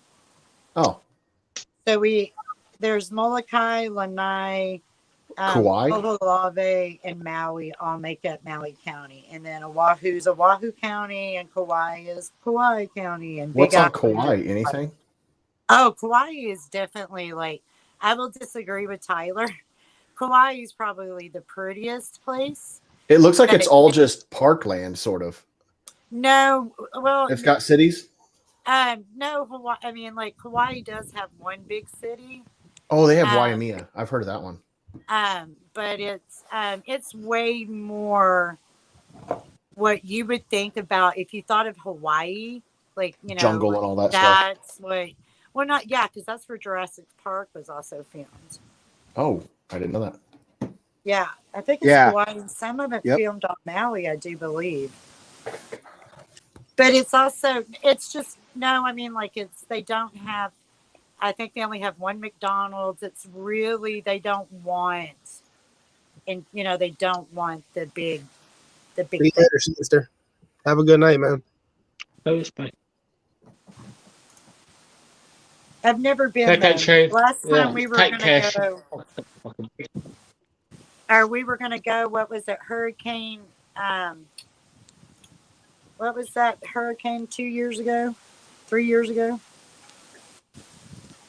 I can't even remember the name of it. Anyway, it actually was supposed to hit, and so we didn't go. So, anyway. So, Tyler, you said people should not go to Oahu. Is it more expensive or what? I can't hear you. You're muted. Yeah, Tyler, we can't hear you, bro. My bad. I muted myself when I yawned, and so that y'all didn't have to hear that. But I was wondering why we weren't hearing you. I wouldn't personally go to Oahu if I was going on vacation. Not because it's more expensive. I think Hawaii in general is expensive, but I mean, Shit, yeah. me, If Oahu. anything, Oahu would be the most cheapest place. Is it just the tourist trap kind of thing? Yeah, it is, and I mean, it's where you get like everything that's made for tourists, which looks like Hawaii in the brochures, but there's like a mile and a half that looks like the brochures, and then everything else on Oahu is pretty much just poverty and like people stabbing each other and stuff. So. It's the Hawaii 5-0. It's where all the crime is. Yeah. Damn. Well, I will have to say and honestly, you're basically talking about London. Central London is basically a tourist spot. Yeah. The rest of it's to me though, everybody goes to Honolulu. Sorry, carry on. Oahu is in Honolulu County. Everybody wants to go to Oahu. They're really going to Waikiki. They're going to the Waikiki Strip is what they're doing. It's about a mile and a half with a bunch of everything that's prettied up for tourists. And then literally outside of that mile and a half, I mean, you have people who cannot afford to live. You have a huge homeless population. You have a huge just poverty, like houses that are falling apart, that are just stacked together. I mean, and to me, there is nothing about Oahu. There's no part of Oahu, even the prettiest parts up on the North Shore and stuff, that are as pretty as the other islands. Plus, there's a friggin' volcano on the Big Island. Why not go see that? Yeah. Well, don't go right now. I mean, that's kind of like the rest of London. That is pretty much the definition of London. You know. Since Thatcherism. I mean, I would say if you do go to Hawaii, I mean, like idealistically, it would be great if when you came to Hawaii, you could experience every island, because every island's different. Just like every part of every island on the island is different from the other part. But like with Oahu, it does have Pearl Harbor. It has the palace. It has Diamond Head. And that stuff is pretty. I mean, like, unfortunately, it's surrounded by bullshit, but at least there are those. To be fair, Pearl Harbor is not pretty. Ford Island is pretty. Well, I know that Pearl Harbor's not pretty. I'm just saying that you have Pearl Harbor. With Pearl Harbor. What? With Pearl Harbor, it's a massive historical event. Yeah. A massive tourist attraction because of what happened when Japan attacked. Although I disagree with the end of the war when the US dropped bombs on Nagasaki and Hiroshima, because those bombs weren't necessary. But that's the only way it would end. Highly. You disagreed with it? No, it didn't. It didn't end. No, Japan was gone. Japan was already defeated. Even Churchill, they wouldn't have given up. Most of the Allied forces lost millions of men. I'm glad we bombed them. I mean, I wouldn't say that I'm glad that we bombed. Well, it's better than our men having to invade and dying. In my mind, Japan was already pretty much defeated. It was only the main reason why they dropped the bomb was because of Russia, and they wanted to prove to Russia of their military might and their capabilities. I think Russia at that point was pretty well out of the fight too. No, but no, they weren't. The reason being is because throughout the Second World War, since 1917, Russia was never really considered an ally. Although they're classed as the Allied forces, Russia was always because of their because of the conflict between communism and capitalism. They've always been seen as an enemy between the UK and the United States. Yeah. so they were never trusted as an ally. I mean, it's not like communism had been around that long when World War II broke out. It wasn't that old of a thing. Oh, it was. It's when we started communism splitting up was Germany and invented by Berlin and everything Marx. is when it all came to a head. Well, you have to think. Well, Marxism was invented by Karl Marx back in the 19th century. Lenin created Marxism back in Yeah, but 1917. I mean, you can invent it, but it wasn't in practice. Well, when? Marxism was since 1917. It was in practice in Russia. Okay, 1917, not the 19th century. No, I mean, 20 years, 20, 25 years is still not that long in the grand scheme of things to get something off the ground. For us to even consider them. But let's take this into consideration. You say that, but 1933 was when Hitler came to power. Yeah. And by 1938, I'm still waiting on pretty something. much the start of the Holocaust. John says he's shocked to see an English guy who knows history. With Kirknacht. I do disagree. Yeah, I studied history and warfare at university. I do disagree with your reasoning behind the bombings, though, because I will say, it's pretty well ingrained in Japanese culture. They would not have stopped fighting if there was not some massive display to kind of dissuade them. The only reason why they didn't want to stop because they didn't want to give up the title of empire. But Japan was pretty much already defeated. There was no way they were going to win against the Allied forces because eventually they would have been flanked. I mean, no doubt they were defeated. I'm not denying that at all.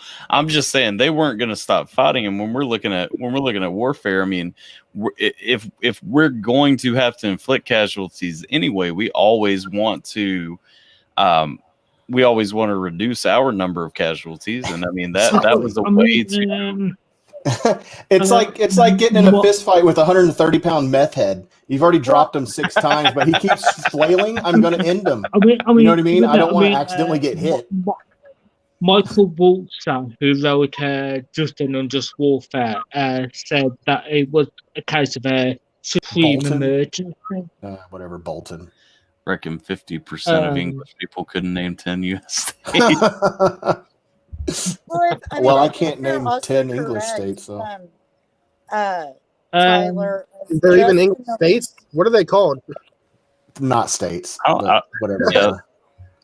They don't have states. I don't know. What we have to take into consideration, how many civilians died as well during the Nagasaki and Hiroshima bombings who weren't part of the war. They would have died anyways when we put a blockade on the entire Japan.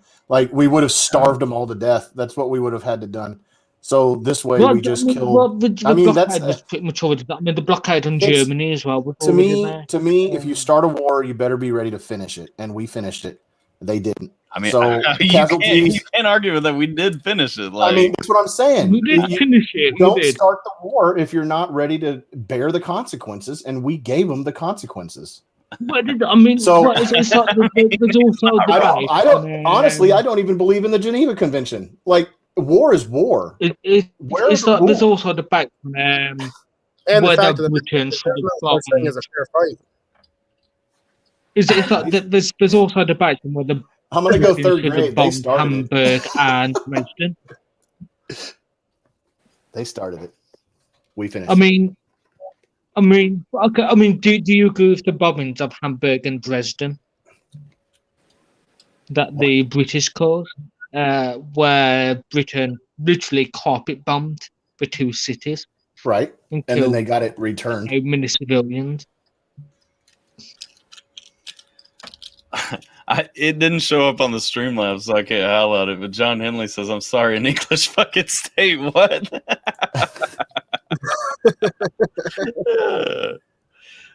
John's coming out. He's like, "Learn your terminology, you Yankee fuck."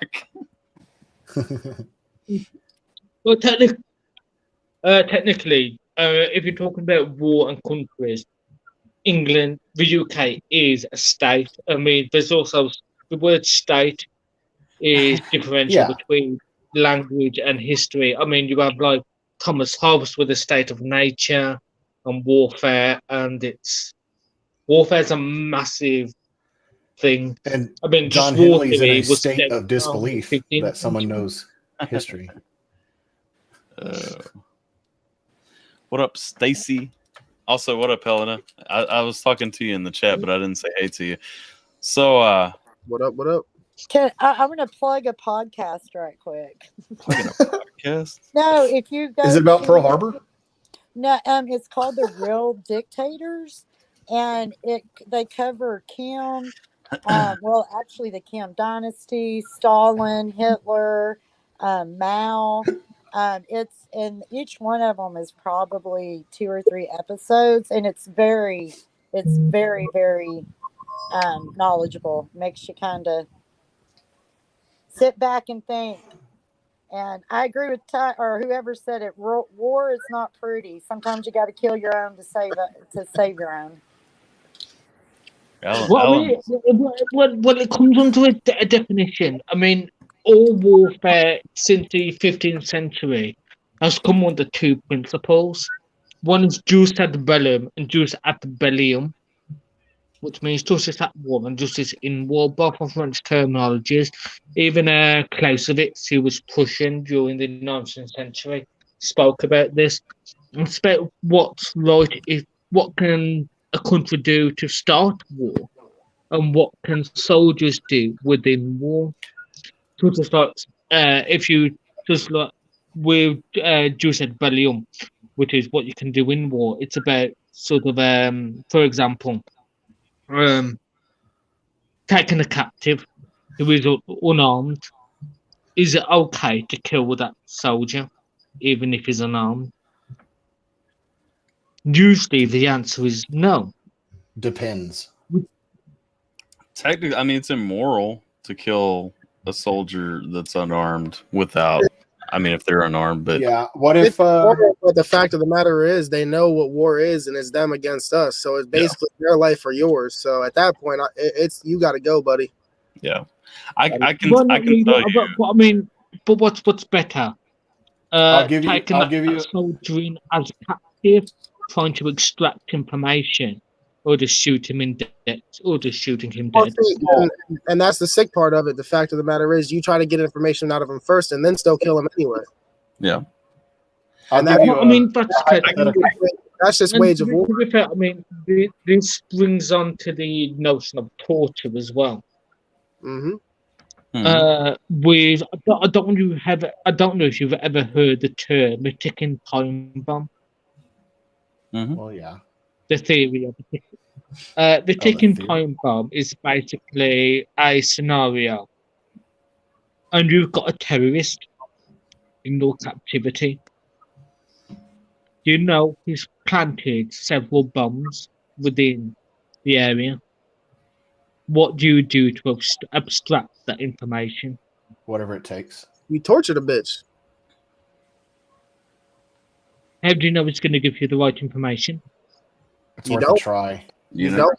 That's the thing. You don't. I'm not going to play patty cakes with them. Well, there are several answers I could give to that as somebody who's actually worked in the intel community. I mean, I can tell you we have ways that we vet, at least in the American Army, we have ways that we vet and kind of corroborate with other sources of information. So, I mean, there are different aspects that we look to kind of corroborate before we actually act on something. But that is also, I mean, when you get into like the standards that the U.S. Army, well, the U.S. military holds itself to, you get into standards that, you know, the UK's military holds itself to, you know, sometimes, in fact, sometimes the U.S. standards don't live up to it. I mean, I don't know if Abu Ghraib means anything to you. I might pronounce it wrong. Abu Ghraib. He's talking about Abu Ghraib. Was like, Yeah, where we stacked them up naked and took a picture of them. Abu Ghraib was an outlier, though, up. and everybody who was involved in Abu Ghraib got pretty severely reprimanded. I mean, that's the thing. Not We really. do, as a whole. The one woman who was pictured, was pictured with a corpse. Do you know how many years she got in prison? How many? 6 months. I don't know about that, because I know, like I said, I mean, my unit, when I was in Afghanistan, my unit's sister unit was the one who had been in charge of Abu Ghraib, so it was a pretty bitter kind of wound. So I mean that scenario isn't abnormal. I mean, you can take Operation Demetrius, which was a case with Northern Ireland. With I don't know if you've ever what would they called now? The name's slipping my mind. But basically, the UK took people into captivity, which weren't actually a part of the IRA. And they basically took anybody on the streets within the scenario and put them into prison. And one man reported that his testicles were kicked so much they swelled up like footballs. Yeah. I mean, the IRA took the troops off the streets because the IRA had intel that their troops wouldn't be on the front line. So number one, I mean, there are questionable things that are going to happen here and there, period. Yes, but those are outliers. I mean, those aren't reflective of kind of how those militaries necessarily conduct themselves. But going further too, I mean, I wouldn't include, discussion of interrogation, stuff like that in the actual warfare situation with what goes on with the IRA, because I mean, the whole situation with Ireland, I mean, both sides of that are much more bitter and much more motivated by other factors that cause them to break rules, step outside of lines. I mean, to be fair, with the IRA, you have got, I think it was 1168 or 1169 when it first started, the conflict, till 19. In fact, I'll say about till 1990-ish. We had about like 900 years of conflict, which is a bit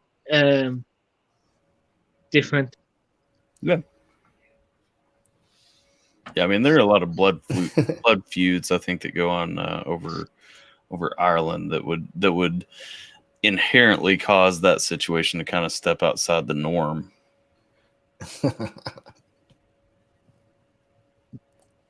Helen's giggling. Yeah. Glyphic's like, man, I'm done talking about this shit. Like, let's look at something else. I'm not big into all that. I mean, in fact, I've done enough. I passed my degree. That's enough. I was gonna say, man, it's an anniversary stream. Right. Yeah.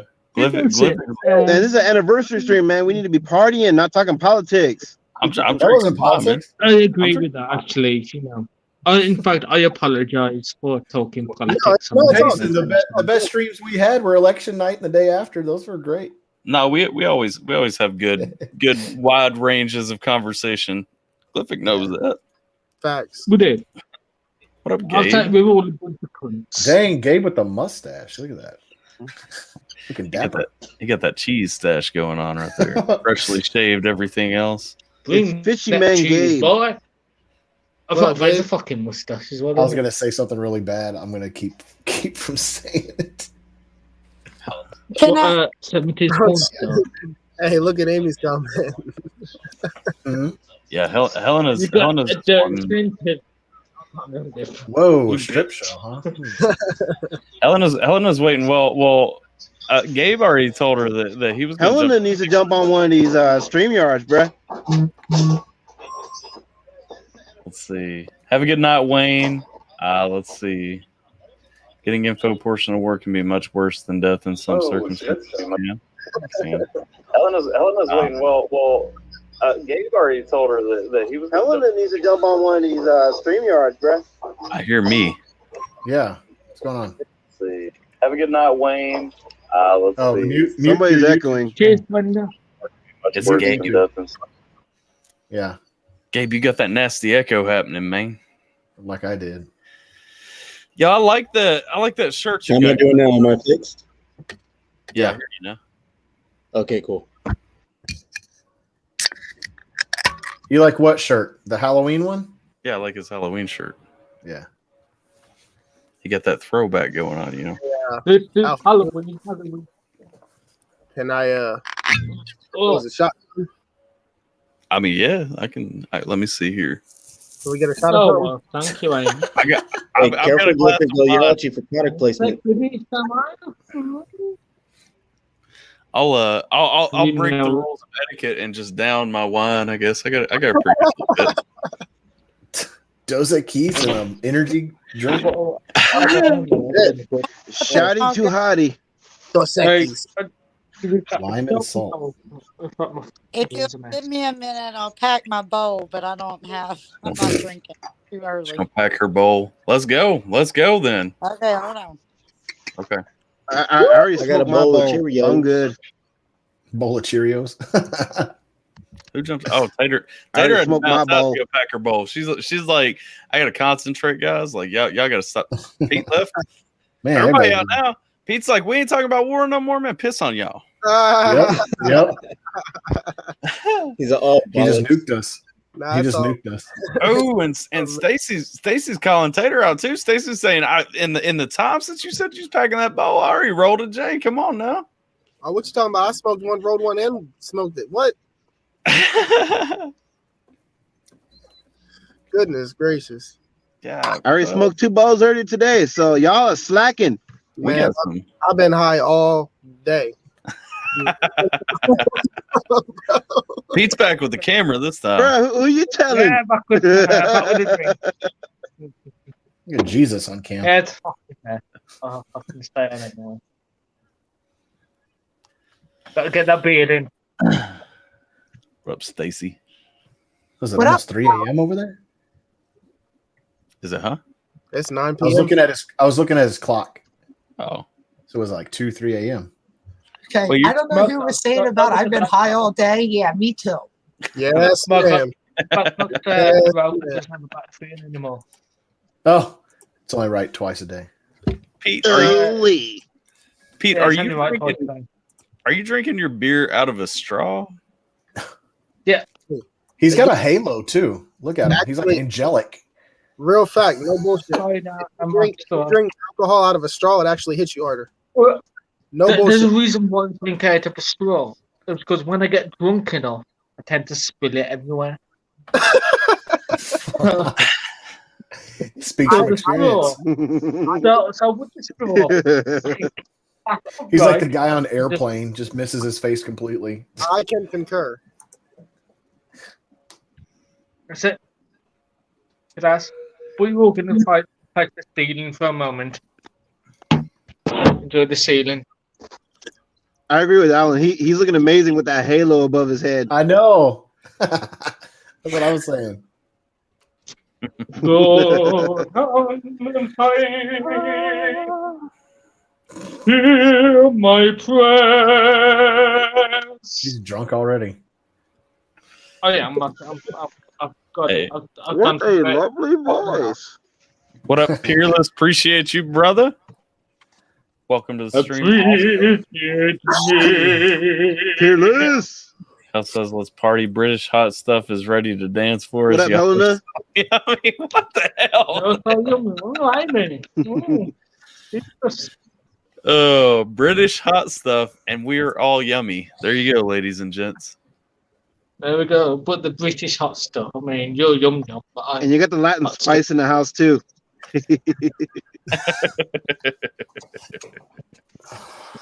Oh man, going to be vodka for me tonight. Good guy, Brenda. Well, y'all about to cause me to like go find some liquor or something. I was trying to be nice.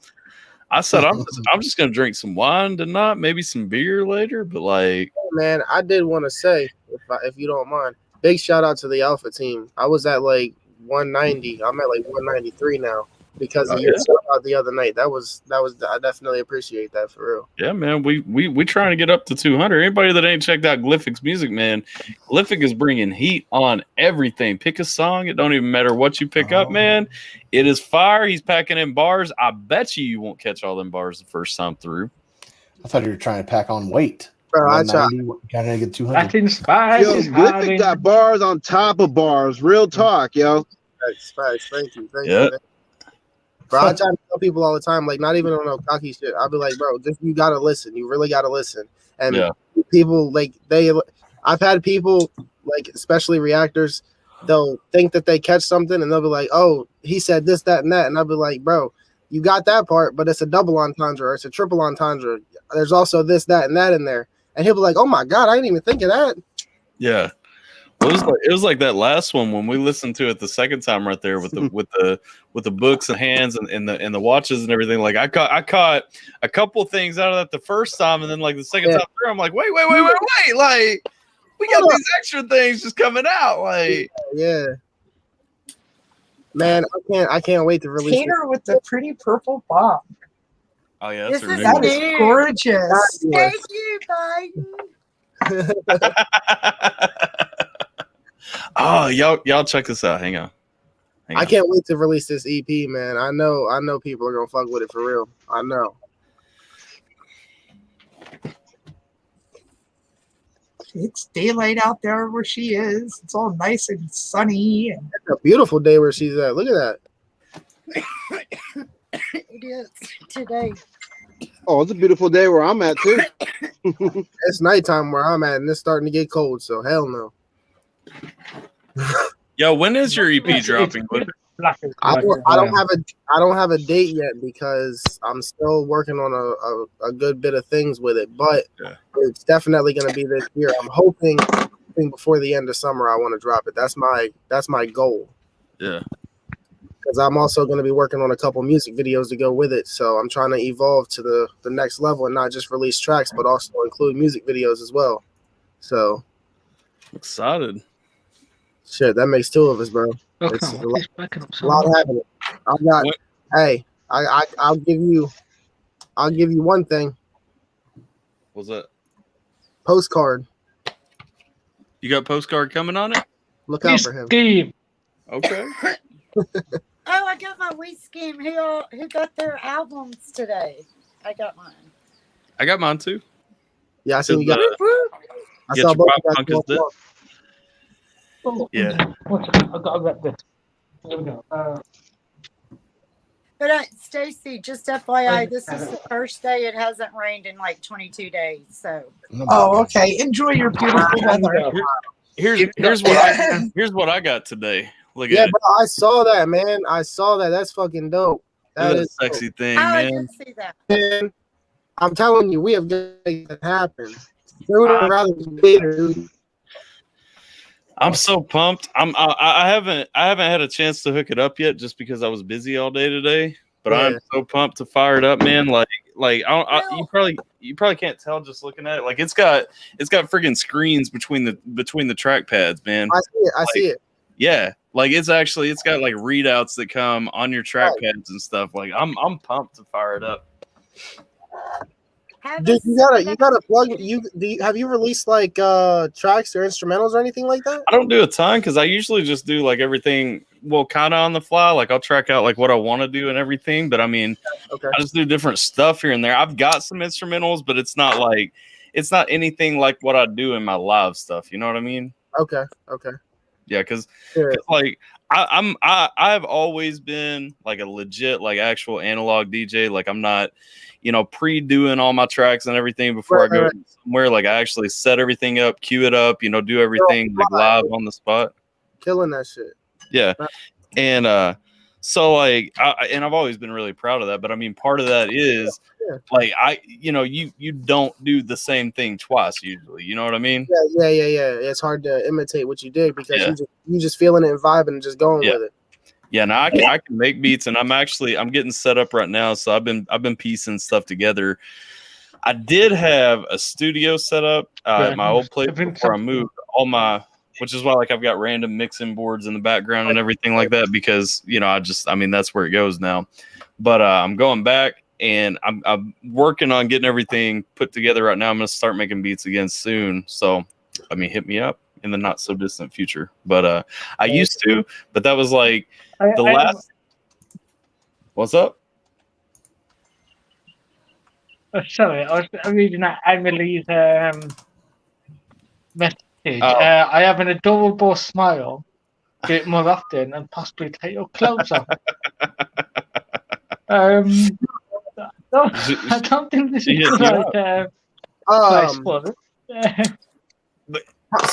Do you do lyrics? Do you rap or anything like that? Bro? Yeah. You gotta plug me to your stuff, bro. I haven't heard anything. Okay, yeah, I will.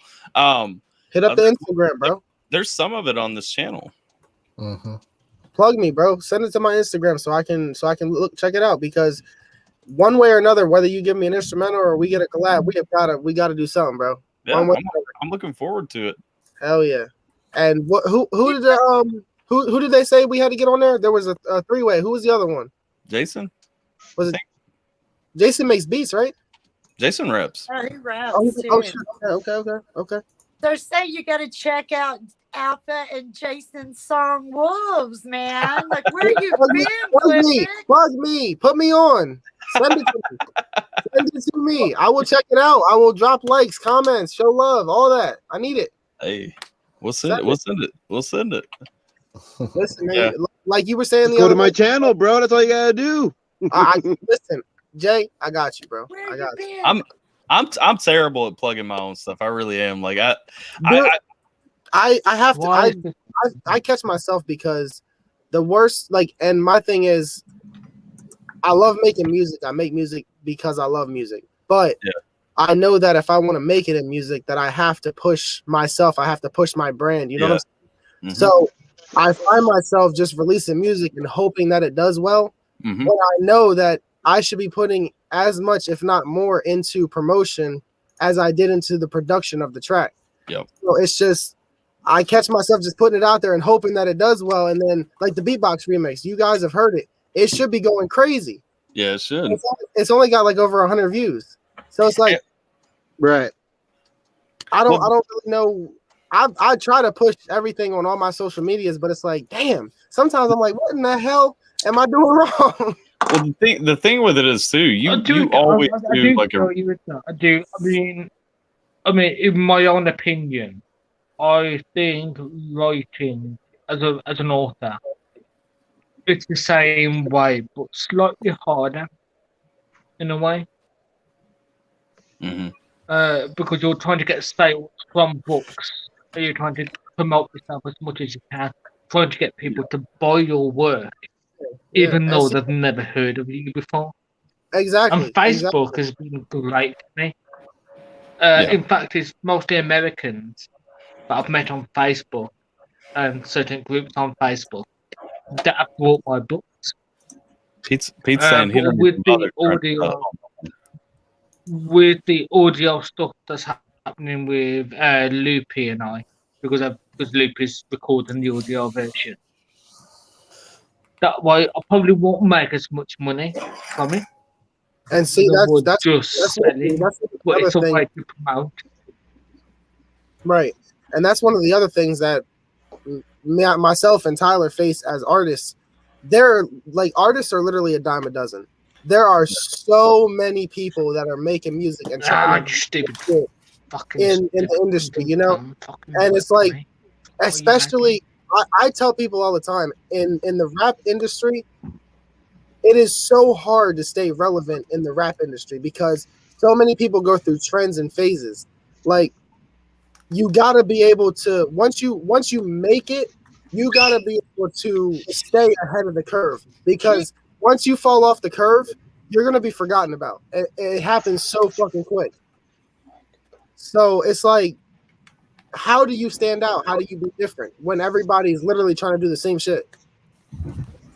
And that's why I lean towards the more lyrical deliveries, because mumble rap took over the game for so long, and I'm like, mumble is fucking bullshit. I hate it so much. I can't stand it. Yeah. I hate mumble rap. What? I think that's the thing. Like if I Join were the to club. talk, I think with my Join the music, club.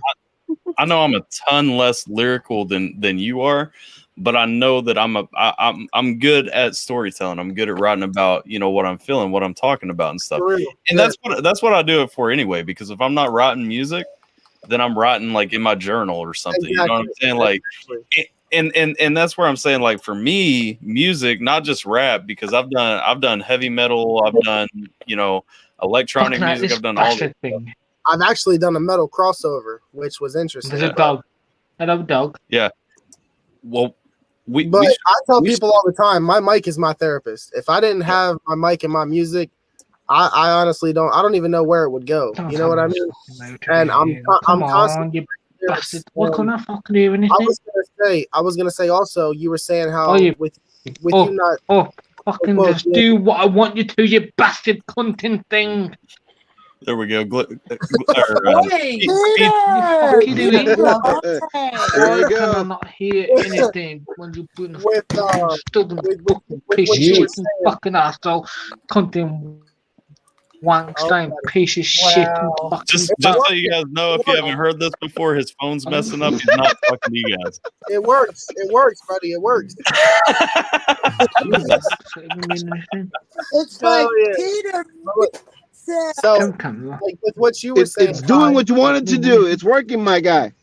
Hey, Taylor, I'd imagine this is an English No, version because of. it's nothing's fucking working. My phone's fucking slow, bastard. So, I'll stop being a fucking cunt for once. Tyler, I swear to God, this is his phone or he has Tourette's. I mean, that is just. You report technical abuse. So Tyler, Something's going on there. So Tyler, so needed this entertainment. Thank you. So Glyphic, as you were saying. So Ty, with what you were saying, with you quote unquote not being go ahead, Glyphic. Yeah, so with you quote unquote not being as lyrical as me, but the thing with that is, right, even if you're not, if you feel as though you're not like lyrical, yeah, I'm a big believer in, even if you're not lyrical, your delivery can make a track. If you're like, if there's so many songs that were hits that have the basicest fucking lyrics ever, but it's the way that you deliver them that makes the song. You know what I'm saying? So yeah, and I agree, and I mean, but that's why too. Like, I don't even just confine myself to rap. Like, you know, I will make the kind of music that I want to make, that I enjoy making and stuff like that. Glyphic, can I rebuttal that real quick, just with a minor rebuttal? What's up? Because I agree with you 100%, but I also feel like the lyrics come into play too, because for some people, mumble rap sounds good when they mumble if they do it the right way. You know, no, I hate mumble rap. Trust me. But I'm just saying, for some people, they would argue, hey, the way they mumble millions of good. people, it sounds fucking fantastic. I can't stand that shit. Yeah, that's what I'm saying. Like, lyrics would have to come down to it, because even on top of sound, you got to have that substance to be able to keep you drawn in. For sure. And I'm not saying that you can get on the mic and just spit some random bullshit and people are gonna feel it. But what I'm saying is, because I can't shit. With what Tyler's saying with storytelling, if you can stick to a topic and pour your heart into that song, you don't need to be lyrical. Like, you can literally just make a song towards a topic and just pour your heart into it, and people are gonna feel it no matter how basic the words are. Like, no, I agree with that. Yeah. If you look at my song, "You Told Me," my tribute to my brother Ty. That's true. I was not lyrical at all. I put no entendres, no metaphors, no similes. It's 100% heart. And people rock with that. It's just my heart on that track, talking to my brother. You feel what I'm saying? Well, that a lot of times when people are looking to hear like that story, when they're looking to hear that sensitive topic too, they don't want bars. Like, bars get in the way. I understand where you come from. Yeah, and a ton of people kill their music by trying to pack bars into a good storytelling song, because it's like, you're coming across with a message. You don't need to be, you know, I mean, it's cool that you can, and if you can flow with it and do both at the same time, cool. But don't sacrifice the message in a storytelling song. Bro, if you listen to my first album that I put out, Stitched with Good Intentions, you guys haven't heard that because we haven't dug that far back into my discography. But If you listen to that album, I literally sacrificed that whole album to that effect. Yeah. I was trying, I poured my heart into that album, but at the same time, I was trying to bring that presence so people realized that I was a lyrical person. And I literally murdered that album trying to be lyrical. And don't get me wrong, I got the point across as far as the heartfelt message, but it could have been delivered in a better way if I wasn't trying to be so lyrical. Right. No, I get that because Tyler was one of the first guys I introduced to Atmosphere, and he's very much not lyrical in that sense. Like he can really paint a picture, but the lyrics aren't like in depth. There's no doubles, no nothing. It's just straight telling me that story. And a lot of his music is like that. And I love that. Yeah. Fucking sick of this piece of shit and phone. All I want to do is fucking talk and fucking be a fucking cunt. Oh, weak, bro. It works, Oh man. Yo. I don't think it's coming back through for him. This has happened before. Yo, got me weak. It just makes Americans' days when you hear an Englishman going off. I'm telling you, man, he going to town on that bitch. It's so funny that you say that. 'Cause my friend in London called me yesterday. He finna smash that phone. I tell you what. They freaking use that word, the CUNT word, all the time. I'm like, I love y'all. It's so freaking, it's so refreshing. Really? No. Oh. Hey, by the way, Glyphic, I typed in, but You you doing? truly are king. Swigging on some Hennessy with a Natty Light shooter. You're taking a Natty Light chaser. That's my go-to. It's smooth. That's crazy. And a lot of people like Henny cold. I don't like it cold. I like it warm. I don't like any liquor cold except Jaeger. Like Jaeger. I don't know why his fucking phone won't fucking work. Buddy, you stepping on the devil's nut. Fucking worked 10 minutes ago, you stupid piece of shit. I can't do Jaeger, man. It's working. It's working. Someone mute that. It works. It's working, bro. We see you. We hear you. We see and we hear see you and we hear you. You're good. Thumbs up. Hey, give this man a thumbs up. Hey, Give Helena a smile. you're good. Okay, Hey, now we Tyler, I can. just wanted to say congratulations on the 1 year, man. Hey, appreciate you, Jiminator. How you doing today, man? I've been meaning to say hi, but you know, Pete's fighting with his phone. It's hard to greet people when they get it. Yeah. What up, Terminator? What's up, Jim? That's episode. Hey, I don't mean to crack on you, but I don't fuck with PlayStation, Xbox, man. PC, baby. Hey, Glyph, we gotta work together, man. Good move right there. Good move. Hey. Oh yeah, that was Yo, the Glyph, we collab. gotta work sometime. We gotta collab on something, man. Who said that, Jiminator? Yeah. I'm Yeah. definitely down, bro. I'm down. Just send me. What do you do? Instrumentals? Or are you a lyricist? What's up? Come on. Well, I'm a producer, can like I hear make the bits and beats, yeah. pieces. Just That's what's up, bro. Let's get it in. Send me some shit. I'm always Because I'm always creating. I could send you something. Maybe we could work on something in the future, man. Stop being a cunt, man. anytime. Send me anything, bro. I'm one of those people. Like Work. So many people are I selective. order you to work. God damn it! It works, buddy. It works. I love how we have two people trying to network here, and then we got a British guy going to town on his phone. Only on Alpha Stream, I'm telling you. Come on, this is a happening right here, bro. So look, Facts. At least let's take off the hat. I mean, like, all right. Dude, I don't get why it's fighting in and out. There's nothing wrong. Just work. Come on. Come on. Phone. Just There's nothing wrong with your phone. You know We what to do. see you and we hear you. So look. Oh man, bro, there's so many people who pick and choose who they deal with or who they collab with. And listen, I'm not one of those people. You want to get down, let's get down. It's that simple. Like I'm a firm believer that everybody has a voice, everybody's got a message, everybody's got a story. Okay, Yeah. Who am I to hold you back I from agree. pushing out that message? right? To hold you back from making that happen. If you want to get right with me, let's make it happen. You know what I'm saying? Let's do it. If you feel as though Hennessy talking. you know what I'm saying? You heard me. Look, if you you feel as though we could put out some shit that's gonna help you get heard, I'm all about it. Let's promote it. Let's do it. I'm down. I'll fucking collab with everybody in this bitch. I want. What's up, Tater? Talk. I want. I mean, I want Nader I to make I heard part of to that, that moon. God damn it, PL. but I'm rather the pessimist. I'm rather the pessimist. So the vast I majority gotta hit of the us re here. up, man. I gotta hit the re up. She looking scarce. What up, Jay? Hey, Oh, Tater. Jay, Go ahead, There's three reasons why. There's mainly three reasons why I run. One is because I enjoy it and I want other people to enjoy it.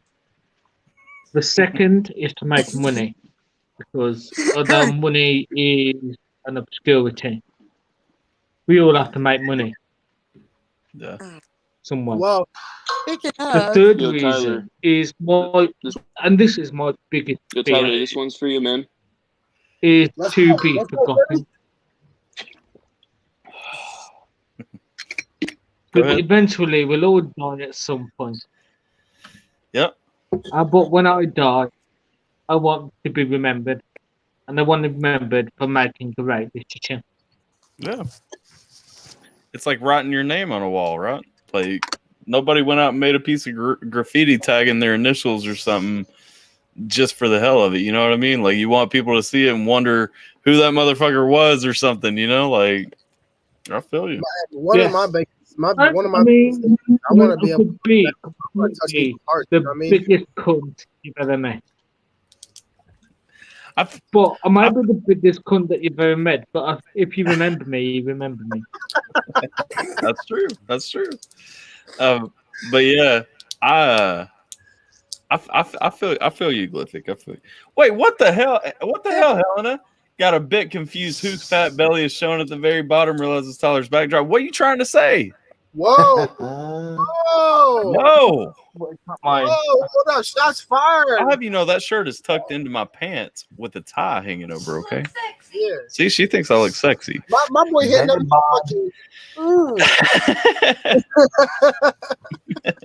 What were you gonna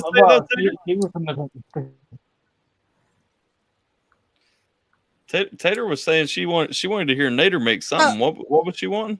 Oh, I'm sorry. Okay, I didn't know if he said she said or he. Hey, anyway, I'm go ahead, stoned as a Tater. Go ahead, motherfucker. Tater. Go ahead. Don't leave me alone.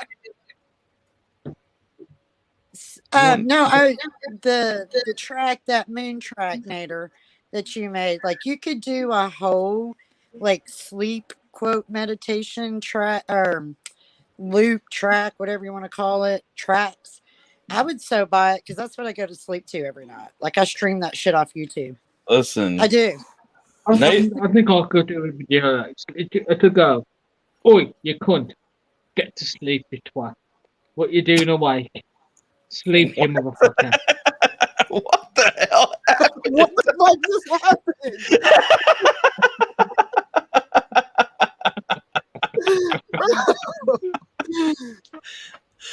Anyway, hey, Ty, are we throwing any music on, or what are we? I mean, what's up? That's my sleep track. That's my. If you want to go to sleep. Oh, that's his lullaby. Okay. That's my lullaby. It's oi. Get to sleep, you twat.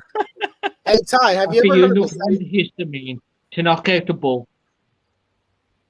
Just stop fucking screaming. Get to sleep, you little bastard. What the hell is happening? I'm just gonna say, no, don't. Bro, I don't know what the fuck's going on.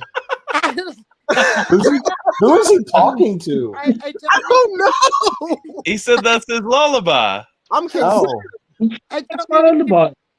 But I don't you have such a thick accent. I can't like every other word. What the hell are you saying? Okay, let me repeat. Okay, I'll repeat it slowly. I'm gonna repeat this slowly. No, don't fucking do that, stupid phone. What are you doing? Fuck off, go, you stupid pig. Okay, sorry. Okay, here's the lullaby. Repeat. That's not. Oi. Okay, this is the lullaby. Oi, you little bastard. Get to fucking sleep now, you little cunt. I've knocked you out with another antihistamine. Knock out the ball. So shut the fuck up and pass out, you little twat. That is so Hey, aggressive. do you know that? No. Hey, Tyler, go to, I don't think, see if it's copyrighted, but go to Morgan Freeman's Shut the Fuck Up and Go to Sleep. He actually narrates. Yes, I shit you not, it's a book and he reads it. Yes, search it on YouTube. I am not lying. Samuel L. Jackson, not Morgan Freeman. Okay, Samuel L. Jackson. I think I've heard that one. I'm like, Morgan Freeman? Yes. Hey, Ty. Tater thinks they all look the same. Yeah, so. Oh, no, I do. Oh, God. Lawrence Fishburne, whatever. I don't know. Tyler, they're saying you should belly dance. Hey, Ty. I won't be belly. She's like, no. Quick I question. don't even know how you do that. Go the fuck to sleep. He doesn't belly dance unless the money's right. The money will never be right for me to be belly dancing. Y'all don't even want to see this hairy belly, okay? Like, Okay, I mean, hold up, Jake. You in the background, y'all. I literally was going to buy some grass skirts. Yeah. For little one and Mafusa. Yeah. What is it? Masusa. There we go. I could potentially do like a hula dance, but I ain't gonna belly dance with it. Like I can do the whatever and the Still belly. You got to use your hips and your stomach. Yeah, I can use the hips, man. I'm good with that. Like, man, these hips go for days. So I just want to let you know that I did look at them. They didn't. I think junior might be the biggest size, so it may Sierra might have to make it work because I don't know if they make adult. I'm just like a junior XL or something like that.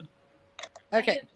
Hey, Ty. I'm just kidding. I haven't been that small for years. Like, I know that you're that short, but I don't know about that. I'm sorry. What's up?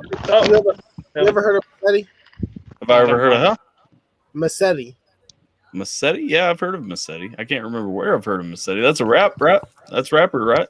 He's actually, I don't really know where to classify him. He is an amazing singer, though.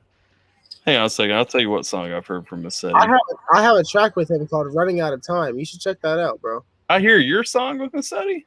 I have a song with Massetti. Are you sure "Running Out of Time" is not a song that I've checked out before? No, it is not. It's brand new to you, brother. Believe you. I need to check that out for sure. It is amazing. I'm not even boosting myself, but his hook is fucking godly.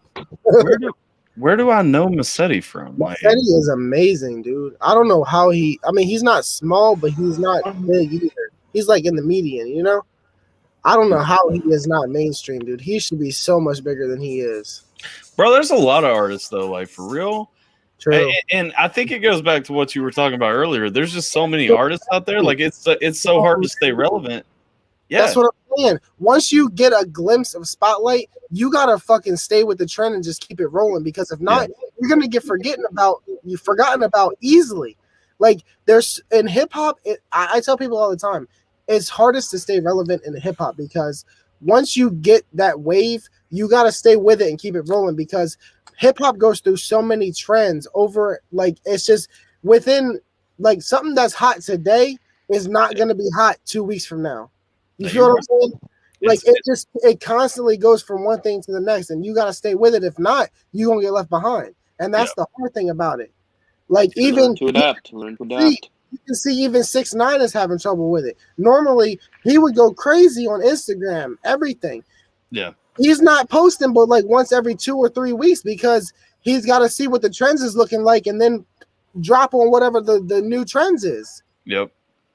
Well, that's the thing. I mean, and it's the biggest problem. Like YouTube is a curse and a blessing because YouTube is a blessing if you grew up like I did in the MySpace music age. Because most of my music when I was rapping was on MySpace music. You know what I mean?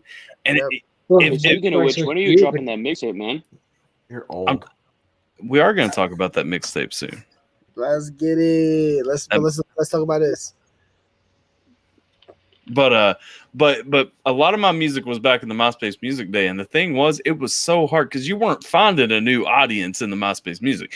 You were finding who you connected with, and then they were pushing your stuff to who they connected with, and then you were going to the record store in your area, and trying to stand outside looking for people listening to similar stuff that wanted to buy like your stuff or check out your vibe. You know what I mean? Right. Like there wasn't like, I mean, YouTube was there, but YouTube wasn't what it is now. Like you ain't. Oh, and some you can say what not you, but people in general can say what they want. Soulja Boy made social media and YouTube what it is. Yeah. If it wasn't for Soulja Boy, artists wouldn't know how to plug their stuff to social media. He started that. He's the motherfucking plug of that. Well, and that's what I'm saying. I mean, and I have no problem giving credit to somebody that I'm not personally a fan of. I'm not saying I'm not personally a fan of. I'm not saying I'm. Yeah, echo, Jason. I give flowers when you know what I'm saying. Yeah, echo, Jason. I give flowers when you know what I'm saying. So what now? You did flowers. Oh, you still got to echo, Jason.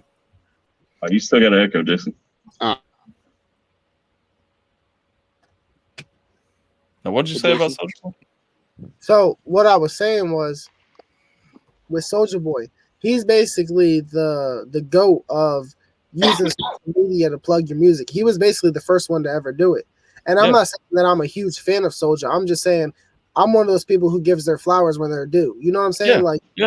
I have no problem giving people their respect or their credit. Well, and that's what I'm saying. Like, I don't have to rock with you to give you props when you do something prop-worthy. Exactly. And that's the thing. I mean, a lot of these dudes so I think like before 2020, the last song that I made was in 2007. And between the last rap song that I made was in 2007. The last song that I made was like 2013, something like that. Well, no. Dude, come on. We got to get something out, man. But like, my thing is this, like, so much changed between 2007 and 2020 because I mean, you look at YouTube, and YouTube is a blessing in the sense that if we had that back then, I'm telling you, man, I never see. And my thing is, I started out doing like poetry, like little poems, because I don't want to get too much into it because you and I want to do an interview, so I want to save that for that.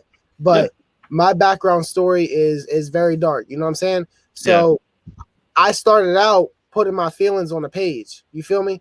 Right. So it translated from poems and just doing like a journal style sense to rhymes, putting what I feel into a track. Once I found, because I grew up listening to like Mobb Deep, Andre 3000, Eminem, you know what I'm saying? Pop, Notorious Big, all them. So it was like once I discovered them, I was like, damn, they're putting their heart, their feelings onto a track.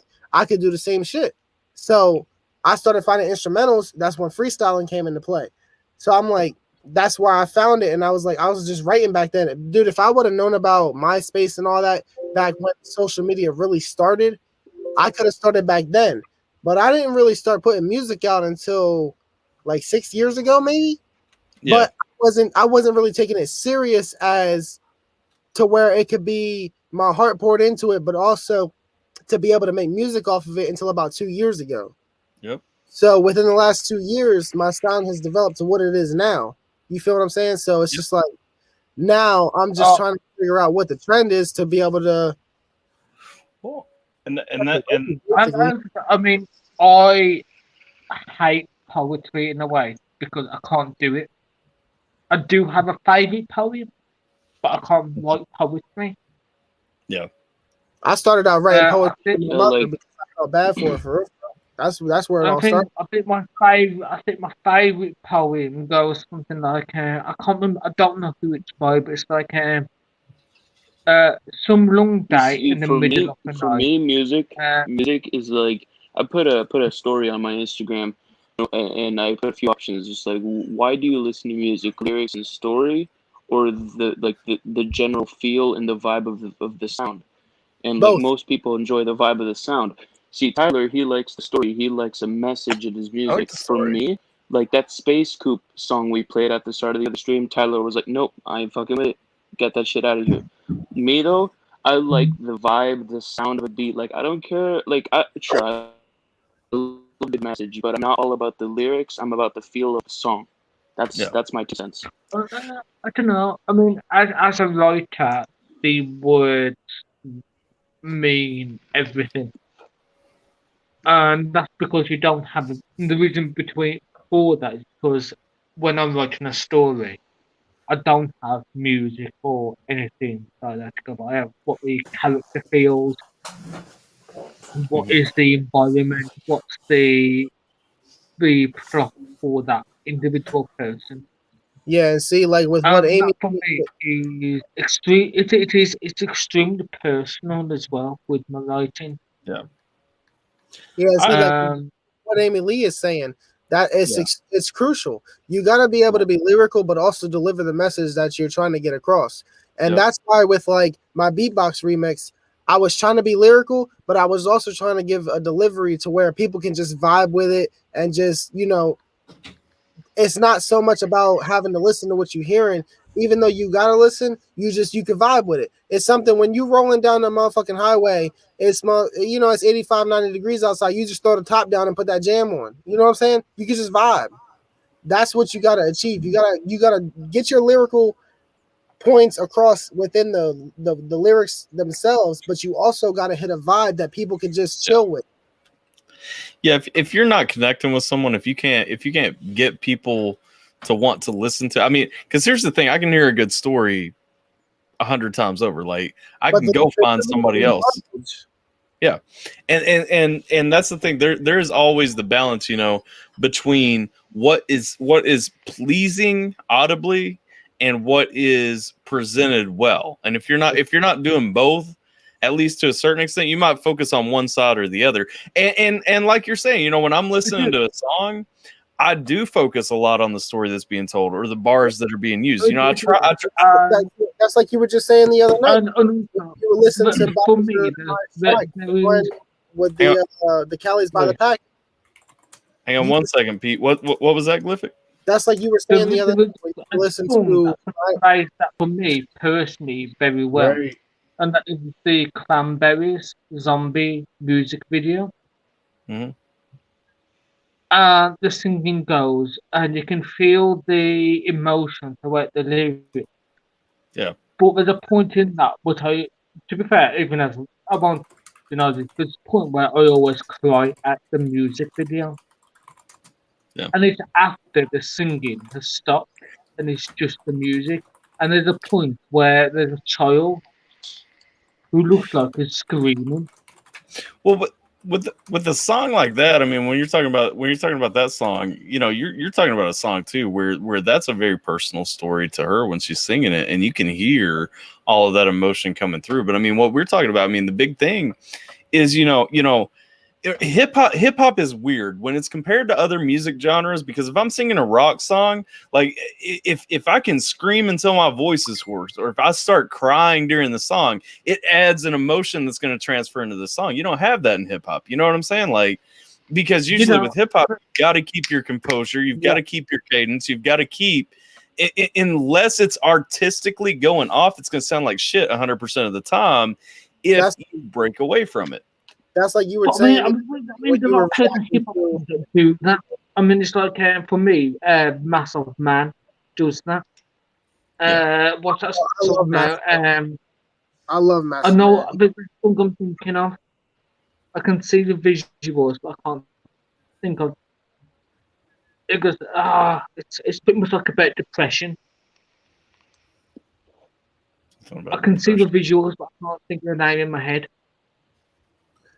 Hey Ty, that's like the other night when you were reacting to my song with Bowser, Cali's by the Pocket. Even though that shit is overall a dope vibe, like you could just tell the chemistry's off. Like there's just something, there's a disconnect. Like it translates when you put out the final product. If everything is not 100% on point, if the vibe's not there, the song could be dope, but people aren't gonna grab that. They're not gonna grasp grasp that love. You know what I'm saying? Like, I agree with that. I mean, for the vast majority of songs, it's like, oh, it's a good song. They will want to listen to it again. Nah, not really. So that's like I was telling you when Bowser, because I sent my lyrics to Bowser raw, and I was telling you I always do an overlay on my vocals because some people don't. They do a single lay of their verse, but I feel like when you do an overlay, it adds like a certain like depth to the body of a sound. I'll be real. I've not used a single vocal track alone, like just one vocal track since I was recording on like a RCA tape recorder. You know what I mean?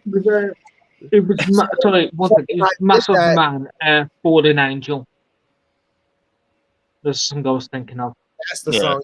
That's a good track. You gotta listen to Toxic Lovers. That's a going too with Massetti. But Toxic Lovers is up as well. It's a good song. Hey, sorry, I got a video request for you. What's up? I got a request for you to do a recorded reaction.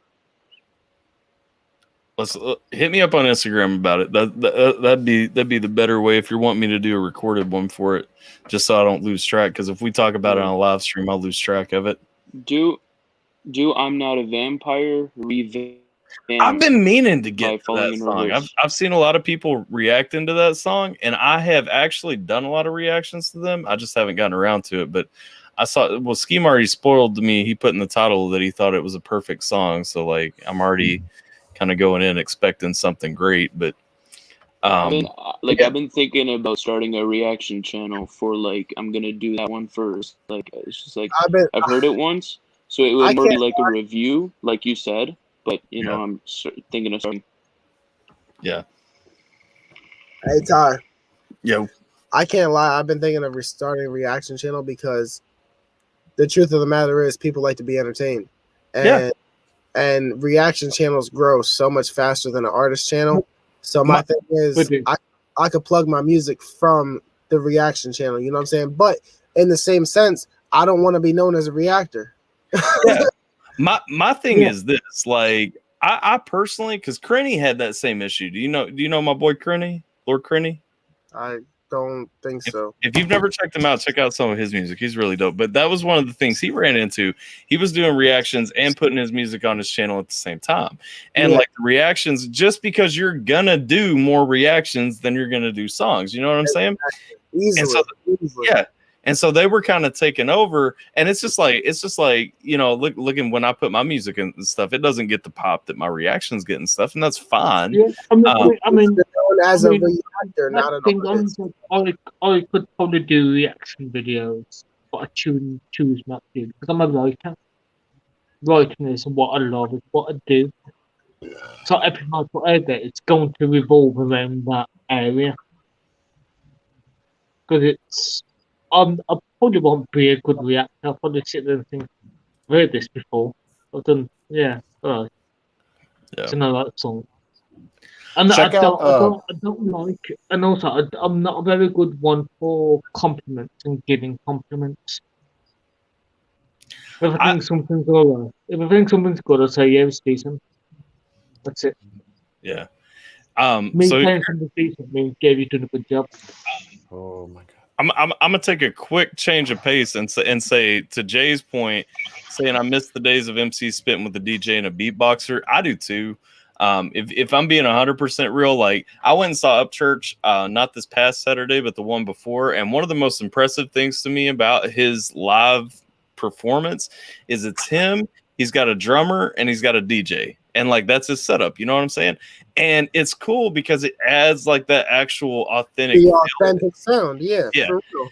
And I really miss because like everybody just does like the backtracks that just play over the PA, you know, and they rap over it. And half of them, what really pisses me off about a lot of rappers these days is half of them have a vocal track mixed in there just a little bit lower than what it should be. And they're going, and it's like y'all ain't even really spitting your track. Yeah, you ain't even doing anything. Your song is playing, and you're throwing ad libs on it for real. Because it used to be you had to have the rapper, you had the DJ, and then you had the hot man, and the hot man's coming up. That's it. Yep. And but now it's just dude up on a stage rapping a song, singing a song, whatever he's doing, like in this pop blend of things. Yeah. And I miss them days too. As far as when I'm going to do a track, so I got a lot of requests on Instagram that I got to hit up. Yeah, I'm definitely going to do it. I just I ran a sale on Indie Amplify last month, and so like I had a ton of requests come through that I got backlogged on. I always give preference to my Patreon patrons because they're always, sending money, even if whatever I'm checking on and stuff. So like I done dropped some money in this motherfucking channel, bro, for real. Yeah, and that's what I'm saying. Like, I will never say like you gotta drop money for me to rock with your stuff, but I am going to if you're gonna drop some money, like I'm gonna check out what you're sending first, just because like that's what I gotta do. For me personally, that goes into the whole putting the money into when you put money into the production of a song, you gotta put as much, if not more, into the promotion of that song. So in my opinion, when I'm in here, even though I definitely vibe with the family, I'm down with all of y'all. In my opinion, I'm putting money towards the promotion of my music. You know what I'm saying?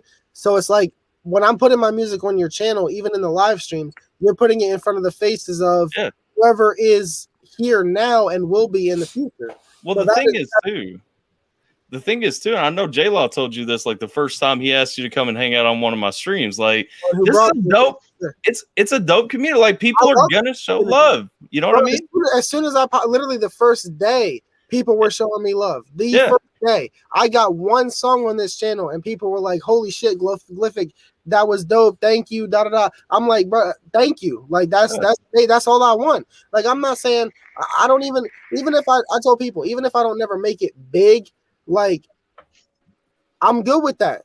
Yeah, I want to make music because I have a passion for it. I want to get my story and my vision and my message heard. That's all it's really about. And if people vibe with me along the way, that's all I really care about. If I can help somebody else along the way get through whatever they're going through, or put words to whatever their thoughts are, if they can't necessarily speak for themselves, I'm good. Yep. What the issue is your song as good as running down a hill after a bit of cheese?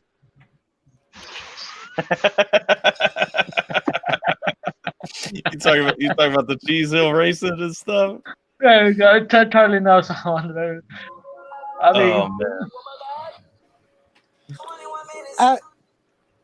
mean, cheese rolling is an art. Yeah, cheese rolling. Oh God! Look, if you've never looked up cheese rolling Glyphic or anybody else, y'all need to watch that sometime because like I've seen that. Easily the dumbest sport I've ever seen in my life. It is hilarious. Dumber than curling? Yes. It's dumber than curling, but it's hilarious. It is. And dangerous. I love cheese, man. I chase one down the hill. Yeah, they are going down the hill trying to catch the rolling piece of cheese. It's a wheel of cheese. They're running after it, like literally rolling themselves, tripping each other, kicking each other, like killing themselves to catch this wheel of cheese. How much is it worth? Like nothing. Like it's cheese. I don't know. It's like to say that you survived the most dumbest idiotic thing a human can do. The reward is that wheel of cheese. That's it. You know what? They should change it. They should have one person running down the hill with like a million wheels of cheese chasing after them. It'd be like the running of the bulls, except it's the running of the cheese, and you just get pummeled by them as they roll over you. Yeah, I'll do that. I love watching Jackass. They do a thing where they're running down a fucking hill and there's shit chasing them, like big hay bales and shit. Oh my god, that'll kill you. A hay bale will kill you. I love it. Oh no. Okay, Dan Bowen said he actually subscribed for that video. when I said about that piece of cheese. I'm gonna say this because Dan brought up a point. He was talking about record scratching needs to come back, and I agree. But here's what people need to understand on why it hasn't come back. Most of y'all DJs have no actual talent. Like facts. Listen, the thing is, people right now will throw DJ in front of their name just because they play a song or something like that, that don't make you a DJ. The actual DJ talent, actual DJ skills. Most of them have no idea how to use faders. Most of them have no idea how to use the actual wheels on their keyboard or friggin' tape. God bless. They can't stretch. Anyway, like breathe, Tyler, breathe. They're literally throwing a song on, and then they've got like preloaded sound effects, and they're just fucking hitting these little buttons to throw in sound effects on a preloaded instrumental. That's not a fucking DJ. Here's the thing, like for the longest time, like when I was marketing myself, until I realized people have no idea what it means, I was marketing myself as an analog DJ because people actually understand that I'm an analog DJ means like I'm doing it all legit. You're a legit DJ. You're doing this shit. Yeah. And so like people weren't getting that. So, you know, I just stopped and just started saying I'm a DJ. But here's what pisses me off. And this is where it gets personal to me is like there are people that are charging, you know, twice what I charge to do an event, do a wedding, do something like that for a booking. And literally you watch what they're doing. Yeah, they're going into Ableton and they're tracking everything before they go in. I could do that. Like it's not that I couldn't do it. It's that I don't want to. Like if you're going to pay me to come and be at your event, then I'm gonna give you a show. You know what I mean? Like, bro, I swear to God, that's how I feel about hip hop artists. No bullshit. And I'll take it. Go ahead, Tater. I'll take it even one step further. Is a lot of DJs don't even have that. They have the amp, the speakers, and Apple iPhone, and literally have everything, and they have the mic, and then they're like, or a laptop with a preloaded that. And they charge a lot of money for that shit, especially over here. Well, I told Sierra when I bought my new turntable, like the biggest fear that I had, I've never even taken a laptop to a set because I just load the music on, you know, and like it's a digital turntable that I've always used, but like I'm either going through a USB or through a CD or something, you know, like I'll burn all my stuff over or load all my stuff over onto the table deck, and then like I'll move around and do all my stuff between that. But I switched to this one where it is a higher dollar one. I mean, it's a Pioneer. And honestly, all DJs are moving toward Pioneers now. So, like, if you're not using a Pioneer, you just don't look as serious as other people at this point. You know what's funny, bro? And I've told people for at least the last 5 or 6 years, everything is literally going back to what it used to be in the old days. Yeah. Cell phones are getting bigger. Yeah. Communications are getting older but newer at the same time. Like you just said, people are reverting back to brands that were technically outdated, like you know what I'm saying? Like, Pioneer was a failed electronics company, and now they're the biggest name in DJ instrumentals. You know what I'm saying? Like, yeah, it's hilarious.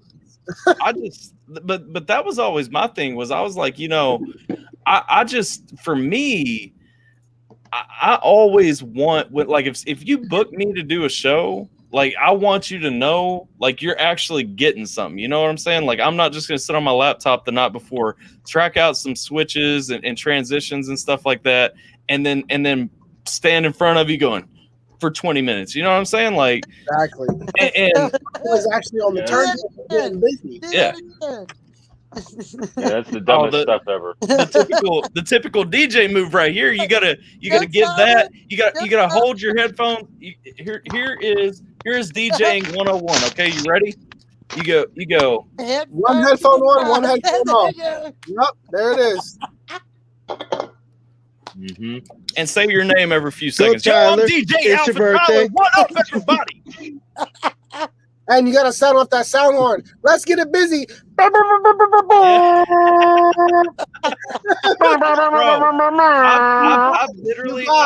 I've done sets before where I haven't said a word into the microphone for like 30 minutes. I'm just going and like riffing and going off stuff. Dude, just going crazy. Yeah.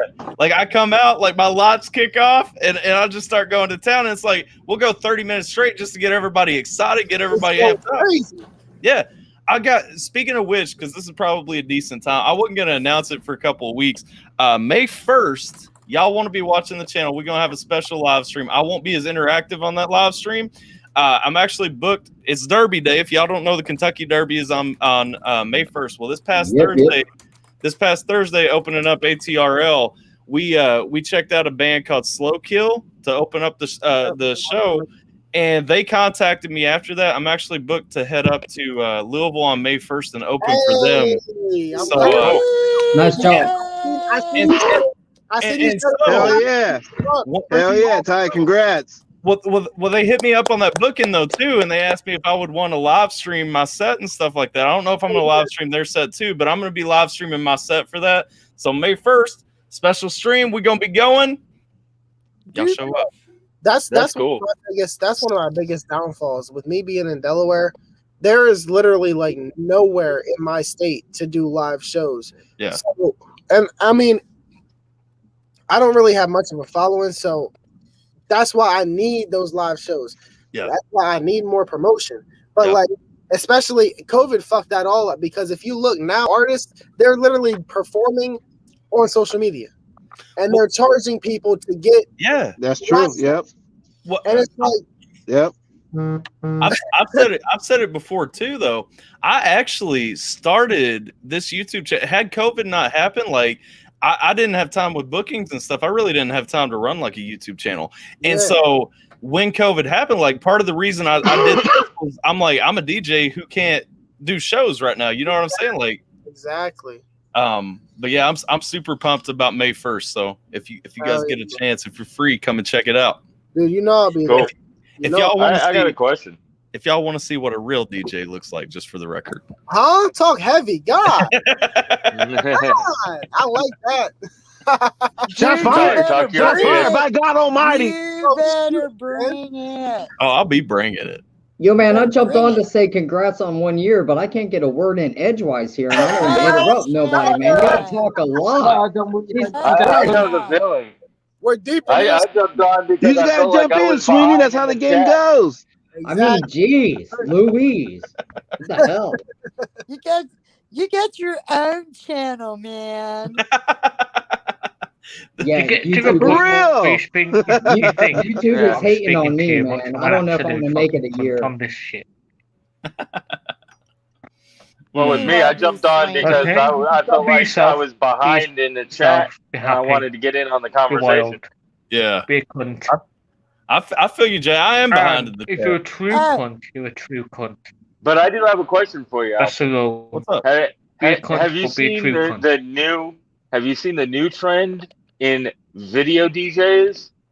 Oh, the ones on Twitch and stuff? Is that what you're talking No, about? no. There's a couple of clubs down here that they have what they call VJs instead of DJs, and what they do is they come with like their laptop and everything. Oh, that's an MTV term.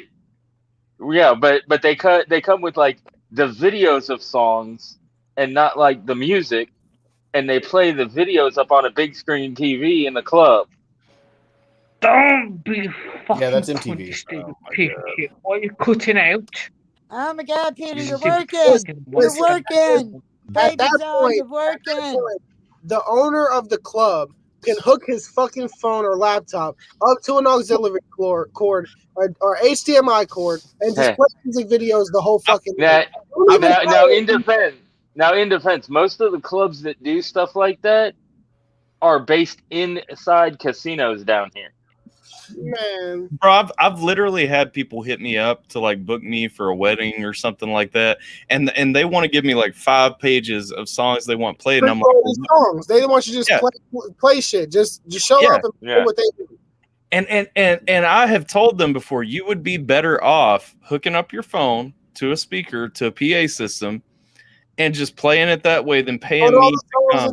Just let it run. Yeah, and I'm like, also you got to understand, like, I'm gonna charge you extra anyway because I got to get a license to publicly perform this stuff. If it's not, thankfully I could do it instead. I mean, it would probably sound like mad, they call me, but no way, I'm not mad. Now, domination. I interrupted his thought process for what? I want what he's on. Don't. The dude, Peter, you've got that's not my book. Dude. You've got to have Tourette's. Because I'm not mad. No, I'm not bipolarness or something. The other popular thing that a lot of Hey, Alpha, another popular thing that a lot of DJs have gone to now is they've become karaoke DJs. Yeah. Oh, no, last wedding I did. That is I had the somebody hit me up. starting monologue of Do Expect a Guest, which is a book of mine. The last wedding I did, I had somebody come up to me at the end and they're like, Can you do karaoke tracks and stuff like that? I'm like, no. I'm like, I can give you a beat or something. They're like, no, but I want to sing a specific song. I'm like, no, like I'm up here getting busy. Leave me alone. yeah, I'm like, you know, I mean, we were winding down, and usually, like, I'll have fun with people, you know, play like a couple of requests and stuff like that while I start like taking my equipment apart and everything when the lights come back on and everything. And so, like, dude comes up to me and he's like, do you do karaoke? I'm like, no, man, like, I like that's not my thing, like, you know, I mean. You can buy a karaoke machine for what you book me for. Like, you don't want to be right. You don't want to be like starting that game. You know what I'm saying? Like, and but some of the karaoke DJs though, they go all out. They got like spotlights and everything, so people feel like they're actually a performer and shit, and it's hilarious. And that's cool, but like that's not what I'm selling. You know what I mean? Like, oh yeah, I get you. I mean, I'm so the beautiful thing, and I liked it. I was reading ahead. I hadn't highlighted it yet, but I saw you said in reality artists and reactors should work hand in hand. And I agree. Like one of my favorite things about having a reaction channel is being able to connect with artists and stuff like that. And also as a DJ, like it's a unique thing because it gives me extra stuff that, like, you know, if I want to hit up like an artist that I know through YouTube that we've made that connection because of this and stuff like that. Like if I want to reach out and be like, hey, you care if I throw this on? Like Peerless made a song a while back. He said he hopes it becomes a wedding song. Well, like now when somebody books me for a wedding, I'm like, hey, if you're looking for a first dance, like think about this. You know what I'm saying? Like, and kind of plug in those things. But also it's like, if I want to do like a mix or something, if I want to throw in like part of Glyphic's song or something like that, you know, as an example, like I can hit up Glyphic and be like, hey, I want to throw you in like to my set somewhere. Like, you know, I want to use part of this, whatever I'm doing. And, you know, it's really cool to kind of have that connection, instead of just being somebody out there floating, because if you've never tried to get licensed to publicly perform a song, then you won't know what a pain in the ass it is. But if you have, then you'll understand, like, you know, going through and actually reaching out to somebody and being able to say, hey man, like I like this, I want to throw this in somewhere, or I want to use this, you know, I want to mix it up with this, whatever. Like that's a whole different thing. And you know, that's a unique place for me because I don't know a whole lot of DJs that are doing reactions. Like, I know a lot of people who say that they're DJs that are doing reactions, but there's not people that are actually. And I can honestly say, I would love to see you do a mix and have you make the beat and mix and scratch and everything, and have somebody else perform on it. Yeah, I would love to. That, like, that's low key. That's my goal. Is like, you know, let's link up. Like, I would never leave this channel. Like, I'm not saying my goal is in like I want to move away from this, but I'm saying I would love to link up with somebody. Like, I have a really good relationship with Mises. You know what I'm saying? Like, bro, dream situation. Like, if he ever needed a live DJ or something like that, like, hit me up. You know what I'm saying? Like, I hear you. Or Glyphic. Like, Glyphic's in here right now. Like, if Glyphic ever got to that point, talking about wanting to be like, you know, like old school hip hop with the DJ and the rapper and everything, like I in a heartbeat, like I would start touring with somebody I've linked up through this community with. You know what I mean?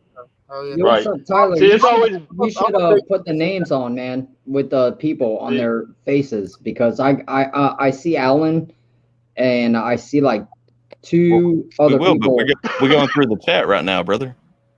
I mean, I don't know who the guy in the middle when I do that. P.I. Bird. PL. PL. Glyphic, that's you, bro? Pete. What's good, bro? What's happening, man? I just subbed to your channel the other day. Yeah, I know. I appreciate that. On, Chris. And then for those that don't know, I'm Jay from the Redneck Riviera down here. Okay, yeah. See, I don't know.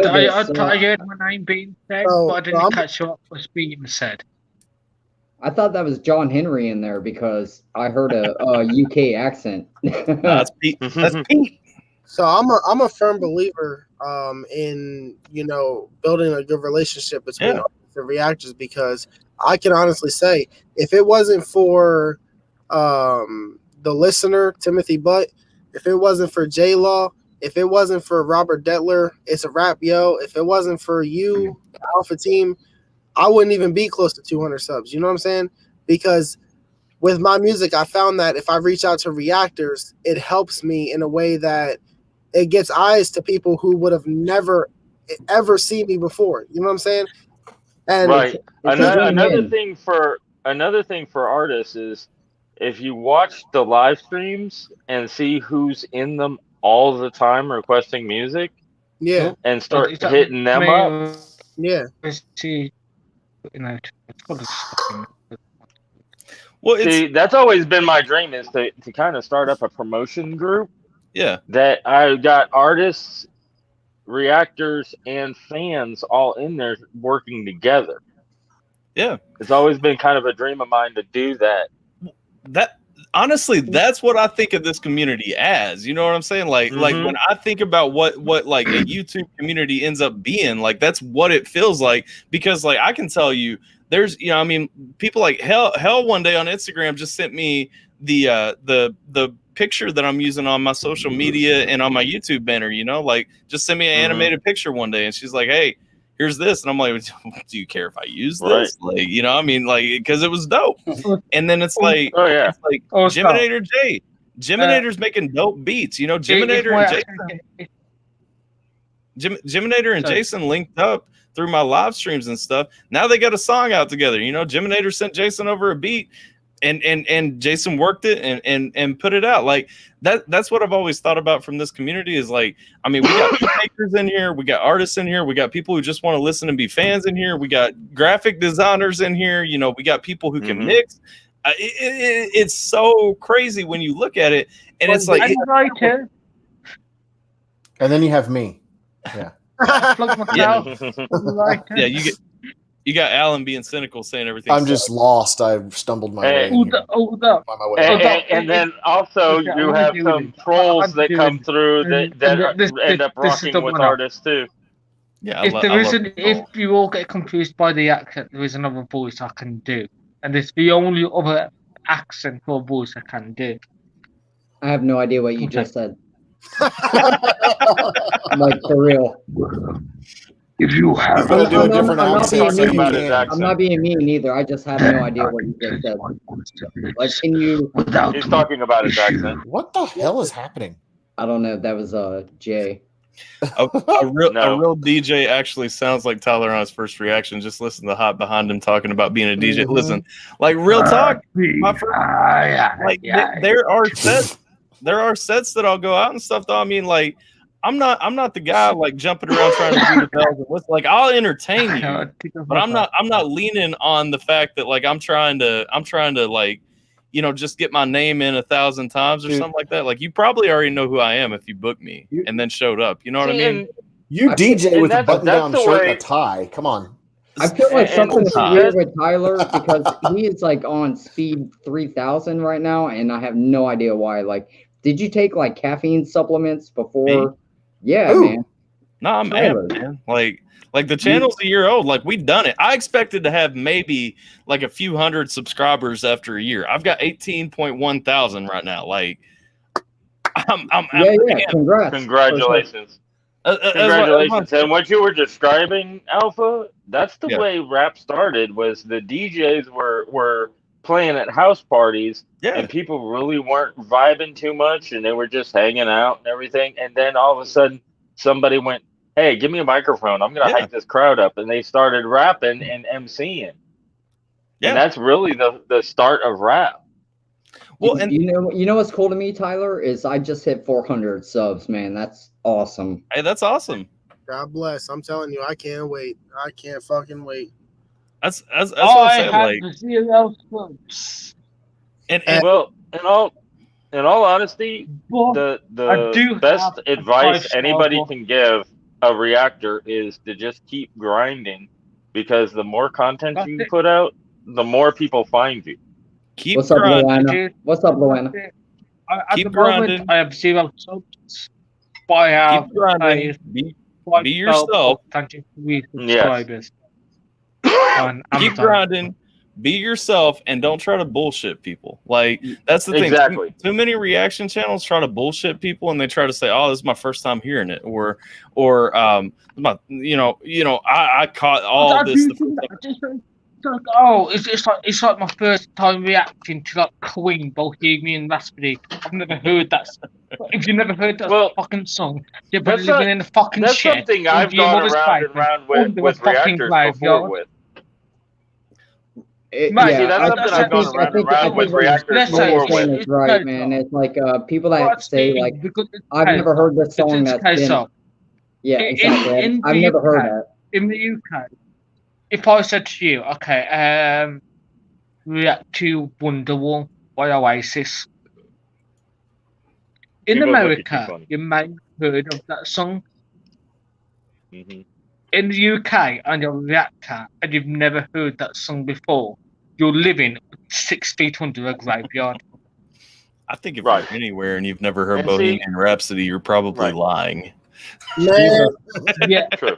But see, and that goes to a point that I've been going around and around. Hold on a minute. It's not, no, mate, that's something I've been going. Shut the fuck up, man. If you're not heard Bohemian Rhapsody, you're basically dead. Look, y'all can't keep talking over each other. Like, let somebody talk. We need a conch. We need a conch to pass around. Well, we need to see what's up with everybody. I agree. Like, if you haven't heard Bohemian Rhapsody or Phil Collins in the Air Tonight, guys, I don't believe you. You know, right?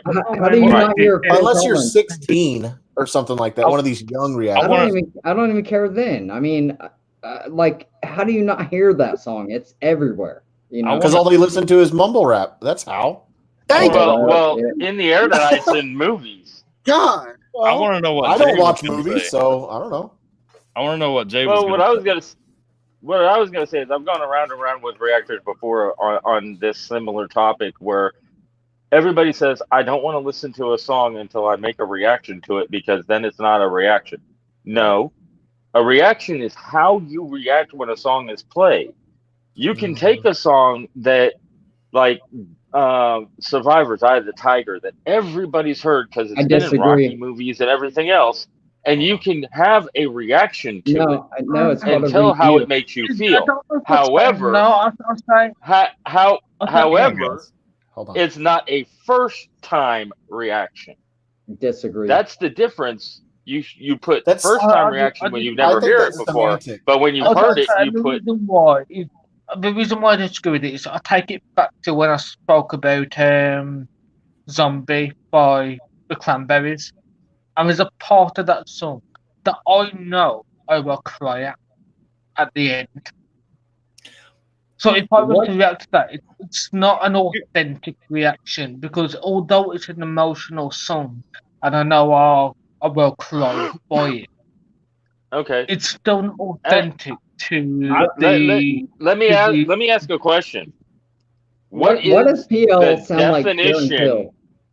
Like? What is the dictionary definition of a reaction? We're talking about the YouTube definition. So. But here's what I would say. Well, I mean, most people even say on their video, like they can say like, "Oh, Bohemian Rhapsody first reaction." Rap. Here's what I would say.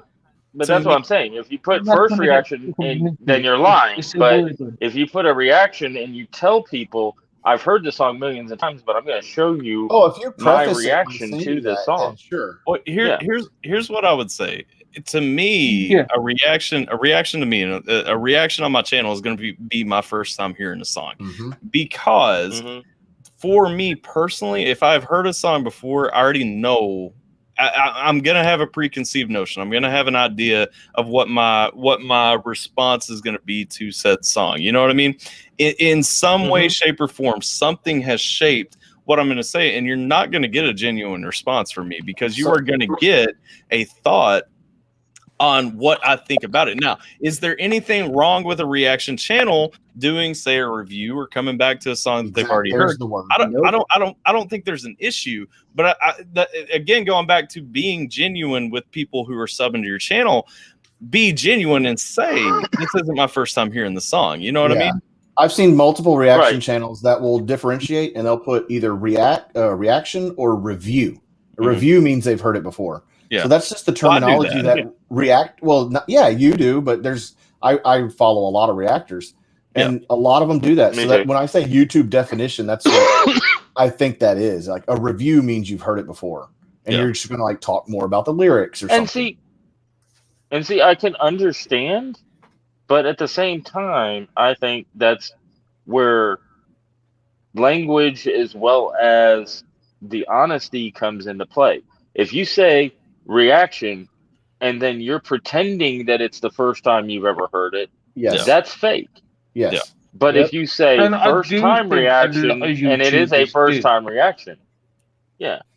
But if you Yeah. say first time reaction and it's a genuine first time reaction, that's fine. But you can also say it's a reaction and then in the video preference it with, I've heard this song a million times. I want to show people this song and how I react to it. Then Yep. call it a review. Like simple. In that regard, Everybody, I okay, just in want that regard, I want to shout a couple out.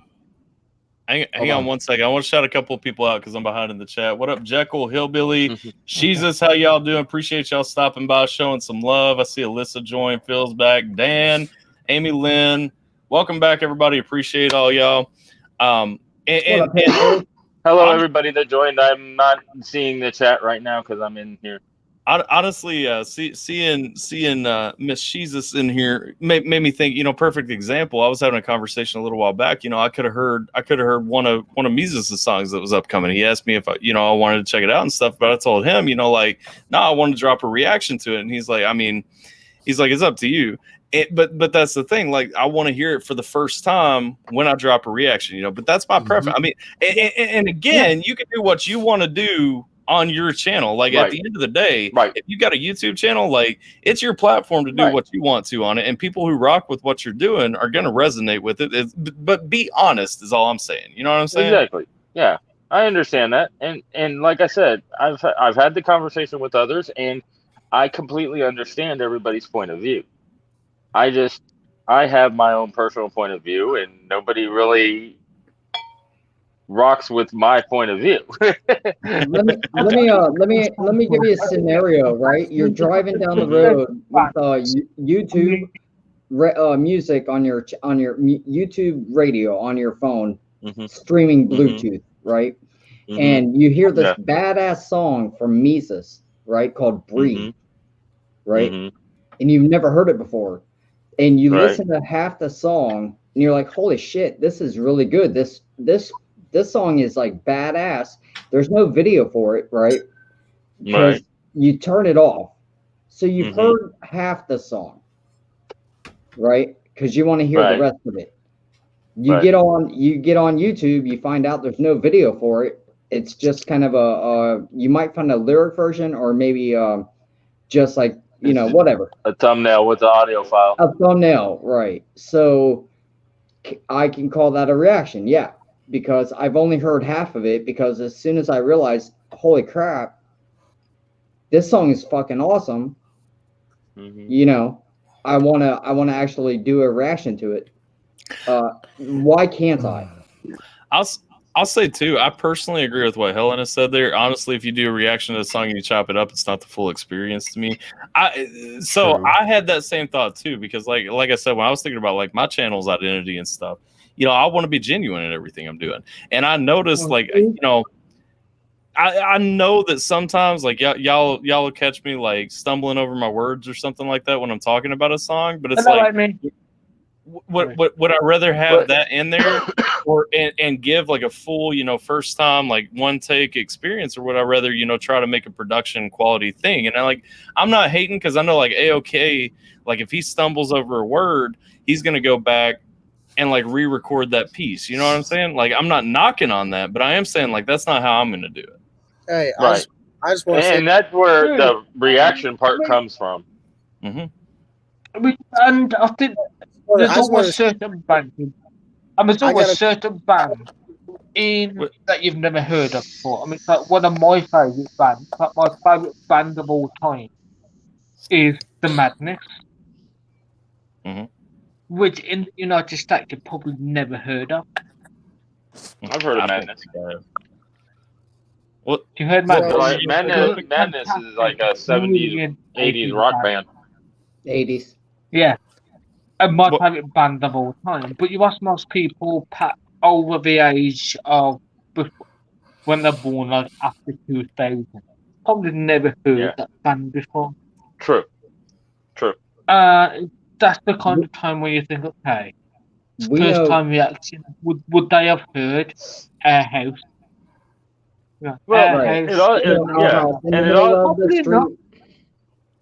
also goes to what genre of music people listen to. Yeah. Because if somebody only listens to rap and you play them a rock song, it's going to be a reaction to them that they've never heard it because they don't listen to that kind of music. Yeah. Well, I don't know. I mean, it's like when I can only describe when I was growing up, and I was born in '92. So when I was 10 years old, our primary music was we had Eminem, who was always on the television. We had Queen, who was always playing. We had a bit of Nirvana. We had a bit of like the Rolling Stones. Dr. Dre. We didn't have much of the Rolling Stones, shockingly. I only knew the Rolling Stones when I was about 18. It wasn't some, Oasis was something we grew up with. Pulp we grew up with because that's Britpop we grew up with massively.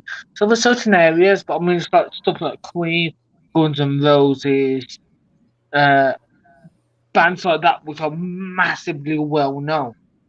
And rap artists which were rapidly well known, like Eminem and Dr. Dre, we knew because they were constantly played on the radio or we had CDs. Even like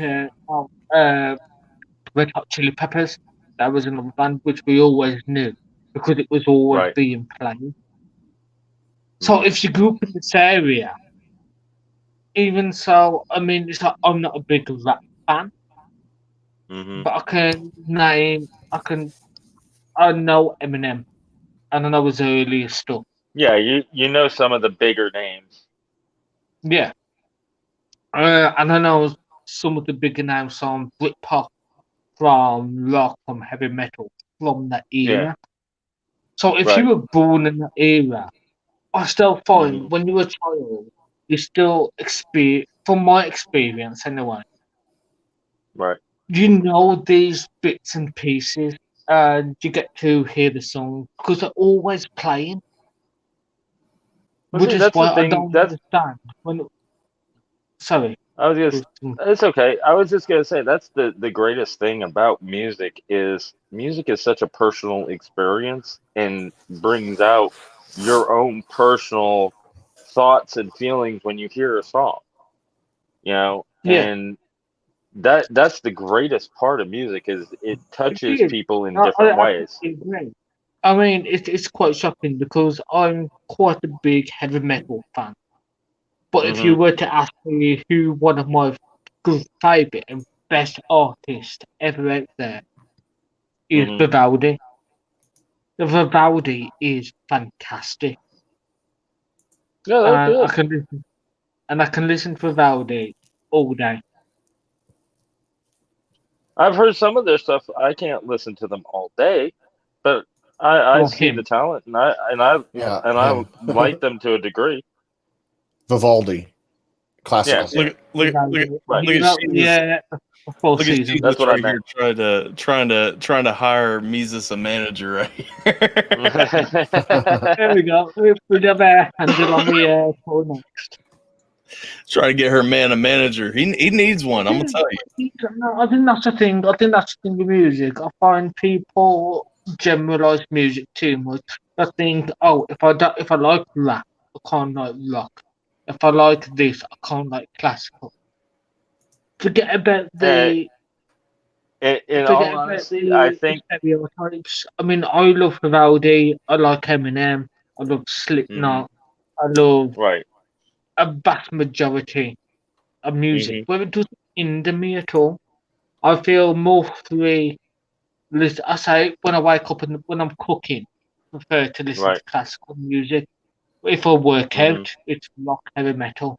If I go to Right. sleep, it's primarily like Asian Buddhist music, which is a band called Gokking Bumai, who are brilliant in what they do.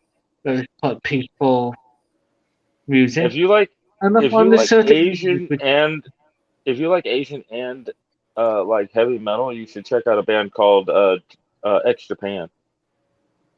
say Oh, that from once the more. 80s. X Japan. X Japan. Yeah. Yeah, you should check them out. They the drummer plays classical piano and they mix it in with heavy metal.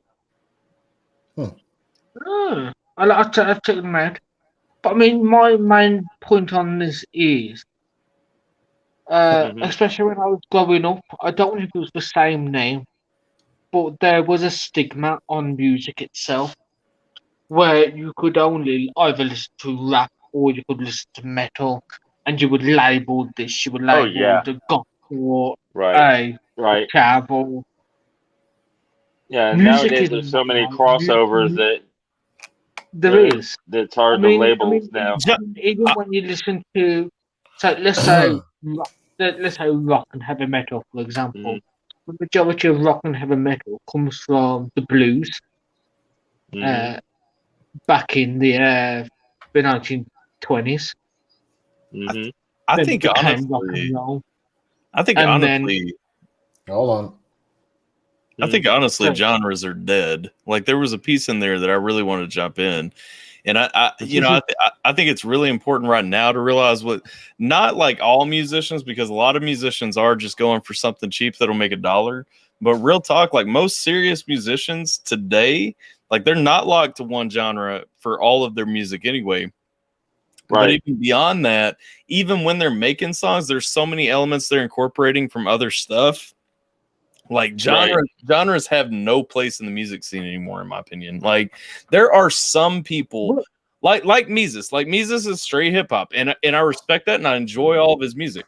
But I'm saying he is the exception rather than the rule. You know what I mean? Right. And when you're saying Mises is looking for a manager, I think he should get Dan for a manager. Oh, he absolutely should. And this is kind of a reason why I prefer underrated music artists like Whiskey, Knox, Dwayne, England. Oh, Scheme's cover of Mad World was beautiful. Like I don't know if you guys have checked that out yet, but it was I've heard fantastic cover.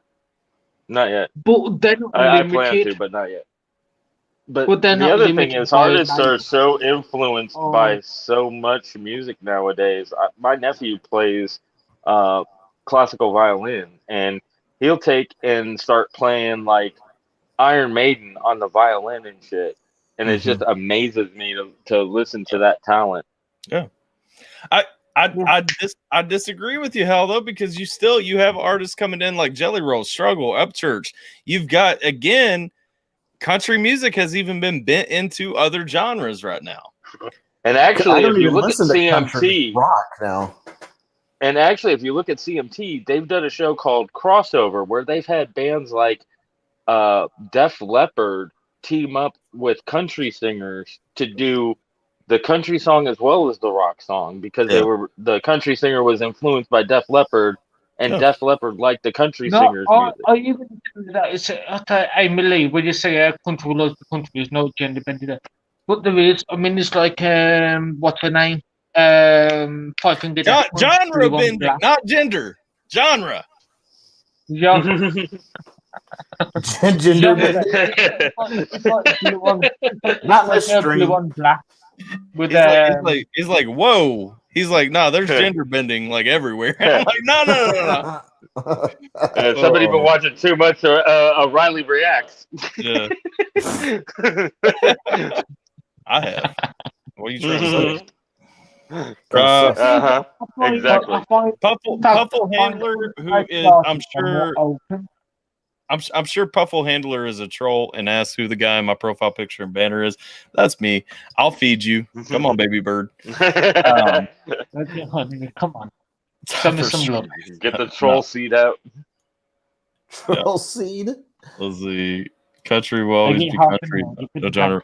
But again, I mean, even country, like real country died when bro country took over anyway. Yes. And then you ended up with this stupid bro country hybrid into like pop and everything else, which bro country is already a country pop hybrid. What exactly is Actually- bro country? I've never heard that before. I might be wrong. Give me some examples of bro country. Brantley Gilbert, Luke, Brian. Actually, Oh, country was dead actually- long before that crap. I was gonna say, Hank Williams Jr. kind of killed traditional country because he went against what the music his dad did.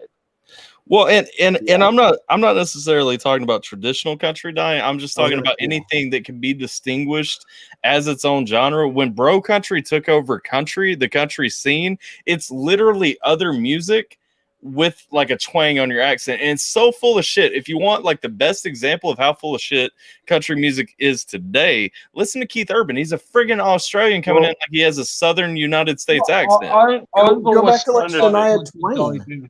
Alan, you know, that's not country. It's more pop rock with a girl in boots. Shania Twain and stuff like that in the 90s. Exactly. It's not country. And she's hot. I always felt like country died with Johnny Cash. Yeah. Now, the other thing is, there have been some country songs that felt like they were like flipping genres that still sounded country. Like Copperhead Road sounded more like a country Kit Moore, rap. I think it's like that as well. Kit Moore's alright. I don't mind Kit Moore. Who? Yeah, Tyler's probably a big and rich fan. Kip Moore. Oh, Kip Moore? No, I hate Kip Moore. He's alright. I don't mind him. What's that? What's that? Something about a truck. Something about a truck. Oh my And god! after will be. Listen, it disgusts me It's being from a alright. place. I mean, it's not bad. It's not awful. My issue is you come out with this accent and people assume that you love all that bullshit. And so it's like I have to listen to people talk about that music all the time. And it's like I don't enjoy any of it. Like my favorite country music right now has got to be Upchurch. Yeah. Because he too. does he does I- traditional country, but then he takes shots at the industry like with Upchurch said, fuck them. My thing Give about me Oasis. What's Just that? give me Oasis. Every give time, him just Oasis. give me Oasis. You just want Oasis? You don't even want to mess with the country scene. That's it. I mean, that's it. I mean, Oasis is the country for Britain. I enjoy Upchurch a lot, but a lot of why I resonated with Upchurch when I found him was because like his songs sound the way that I want songs to sound. This goes back to what me and Glyphic were talking about when you're talking about the lyrical depth with the overall sound of the song. His songs sound the way I want a song to sound because I started listening to his rap stuff. Like I was a little bit slower to get into his country stuff. But when I listen to his rap stuff, it sounds like what I like already. The difference is the message that's coming literally sounds like somebody from my hometown would have written it. You know what I mean? Right. Exactly. I often wonder this with Oasis as well. I mean, their lyrics is generally 2 days going to be the day that we're going to throw it back to you. Somehow we found love before. Oh, we're back on Oasis now. I got you. Yeah. Have a good night. Make no sense. Appreciate you stopping by and showing some love. Have a good night. Honestly, the lyrics of about Oasis make 0 sense half the time. Oh yeah, I know. Well, the lyrics of Wonderwall. It does. It's just that weird, flowery, lame, poetic stuff that like anybody could write, about any experience. And with what you were talking about with Upchurch, the thing that I love is he doesn't just stick to one lane. He doesn't do just rap. He does country and he does rock, and he knows the basics for each genre and how to make it sound. Like to me, his covers are almost better than the original. I literally, I don't know if you watched my reaction to Rooster, like his Rooster cover. I literally stopped it at one point. And I'm like, is this the original? Like, are you like, did he just go over the original here? Like Rooster? Yeah, Rooster. Yeah. Like Alice in Chains? Yes. Yeah. Yes. So- he did a cover of Rooster and Nutshell. Nutshell, yeah. Actually, Nutshell was the one that I stopped and said, "Oh, is this the original?" But I mean, Rooster was fantastic. I showed Sierra Rooster the other. Did Sierra leave?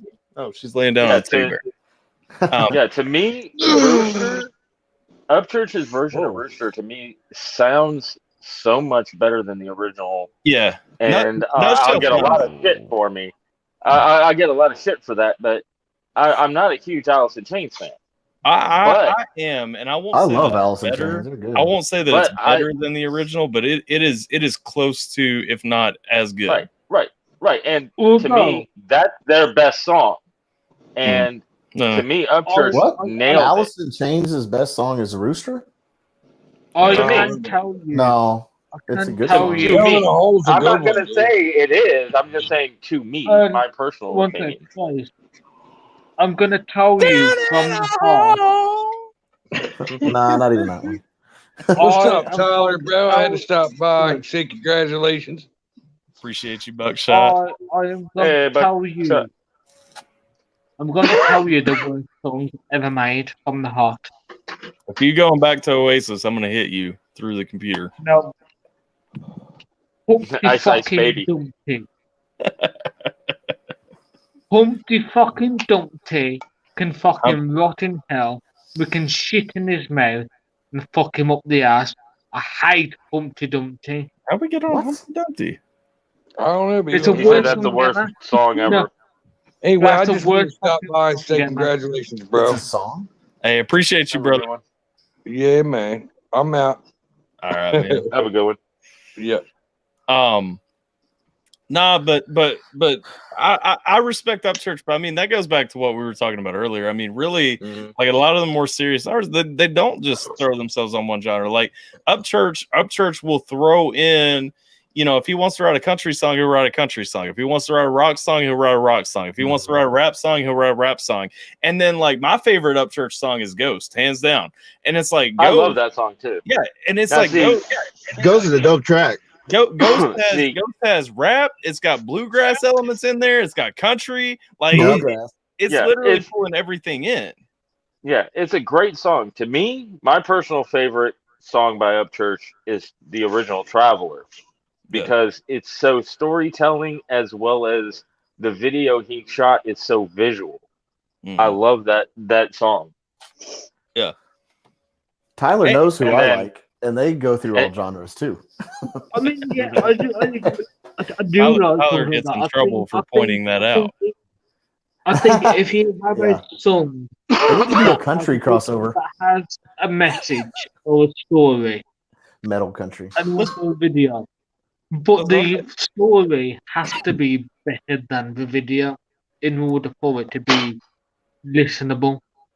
Well, So if you're going to put it like on Spotify, first of all, in You country should- music, if you're not telling a story, then you're not really doing country music. Like Yeah. in all I mean, honesty, Your dog I mean, has I to don't run away mean and your wife has to music, cheat I on mean you or music. something. no, I'm Yeah, not well- talking about that. I'm talking about like genuinely. like- Truck breaks down, son of a bitch. That's like the old problem. joke: if you play a country song backwards, what do you do? What happens? But that's Your It's like wife a comes dream back, life. your dog doesn't die, and you get your truck running. that's the biggest problem. Time. That's the biggest problem with country music now. Why people like Kip Moore suck? Why people like Brantley Gilbert suck? Because it's all about driving your truck, raising hell, partying in the cornfield. Every friggin' song, and it's like you're not telling stories anymore. You're just telling me different ways that you're raising hell. And it's like, when did that become such a popular phrase? Anyway? But stories sometimes don't matter. ZZ Top, Beer Drinkers, Hell Raisers, And 1973. for example, is I have a problem with the occasional. do you know ZZ Top's badass, so they do what they want. Raining Pool? See, when it comes to country music, I miss the songs like A Country Boy Can Survive and songs like that tell a story. Need some Alabama. But I mean, there's certain songs like Clint Black, Drowning George Poor Strait. Bodies.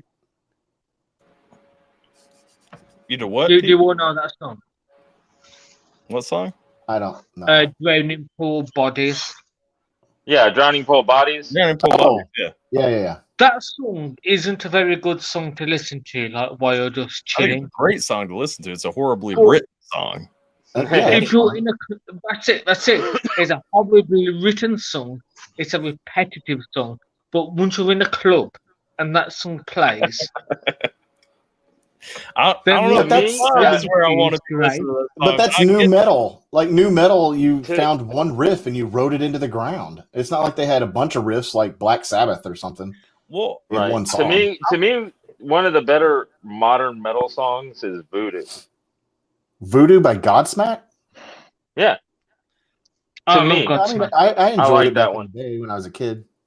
I just don't like Godsmack as a whole. I mean, Voodoo's not. Oh, I bad. mean, I'm not a huge Godsmack fan. I like some of their stuff, but to me, that's one of their better songs. I still though with metal songs, like I don't give them a pass any more than I give rap songs. Like Periphery is one of the best metal groups that I've found in a long time. And I mean, if you're not into like screaming and stuff like that, you should still at least give them a chance. I mean, Right. because I find bands like Godsmack and Drowning Poor aren't good to listen to on an individual basis, but they're good in a club. I don't know. Yeah. I don't know. Now, one of my favorite rock bands.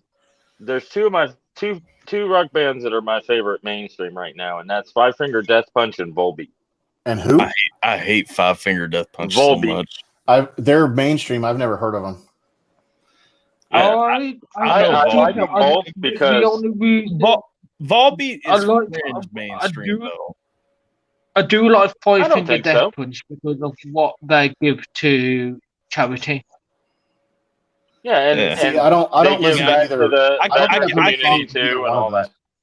I can respect a person without liking their music. True. Yeah. True. Yeah. But to me, So I do that makes respect them them in even that better regard. to me. I mean, I'm here, aren't I? Oh. Same, Alan. That's fair. That's fair. Hey, all right, fine, y'all. I won't Hey, send you but guys. want I to won't say send I you don't guys like a copy of the Alan's music mixtape. either. Lies. Yes, you will. Some people Okay. just got written off the But Christmas he's like, card Alan, just mailing read list. Oh man. Some people just got written off the Christmas card mailing list. 1 year anniversary. You got to bust his balls a little bit. Come on. I hear I you. don't think. I We don't haven't even think talked about that it's a much. I worse know. band I was waiting than on another Cannibal video. Corpse. Well, but I had a plan. I was going to go through I all the know. mainstreams, and then Pete started cussing at his phone. And we'll stop talking about. Pete I started mean, cussing in Klingon. I Pete don't know can't what he's leave that speaking phone over there. alone, even though it's working properly. Hey, just because I swear a little bit. A little bit. I do swear as well. You make Swear Satan Andy look can't blush. stop talking about Oasis. Tell it to fucking wax thing. Let that Oasis. computer know that you're the boss. Pistol Annie's taking pills. I've not heard that song, but I'm not going to play it either. Pistol Not I tonight. haven't heard that one either. Oh, it's not with the Sex Pistols too much. God save the Queen. You ain't no human being.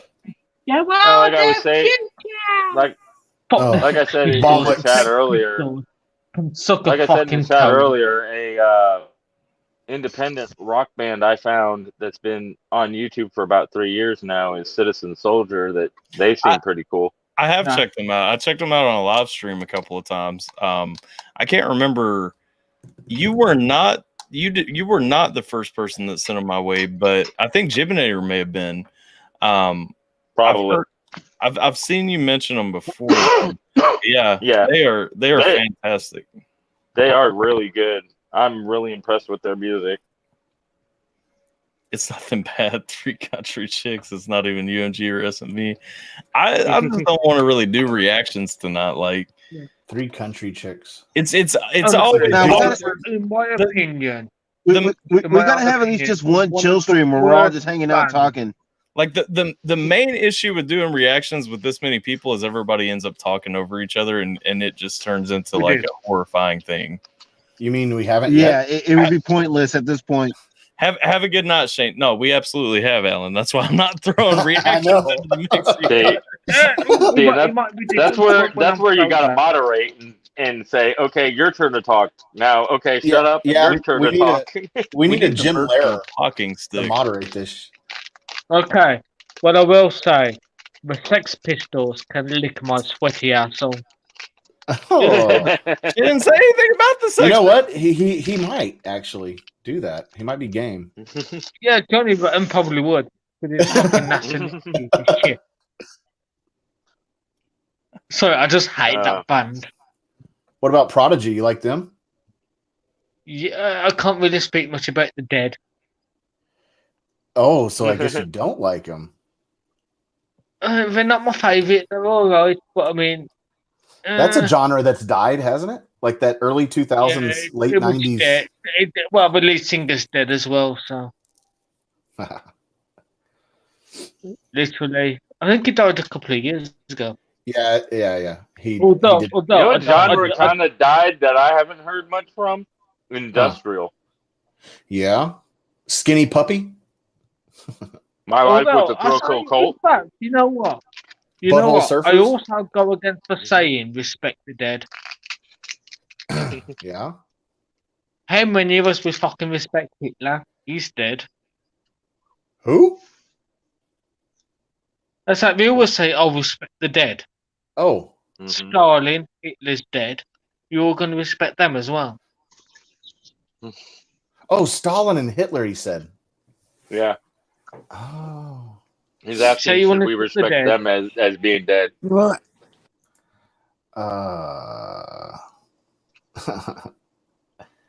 Well, I guess respect the dead is conditional. So it's conditional. Of course. Some people Most things are. Most things are conditional. Some people are cunts, and you should always piss on their graves. True. You're gonna get a public. I am very drunk, so I apologize for my offensive. Maybe a lewd behavior.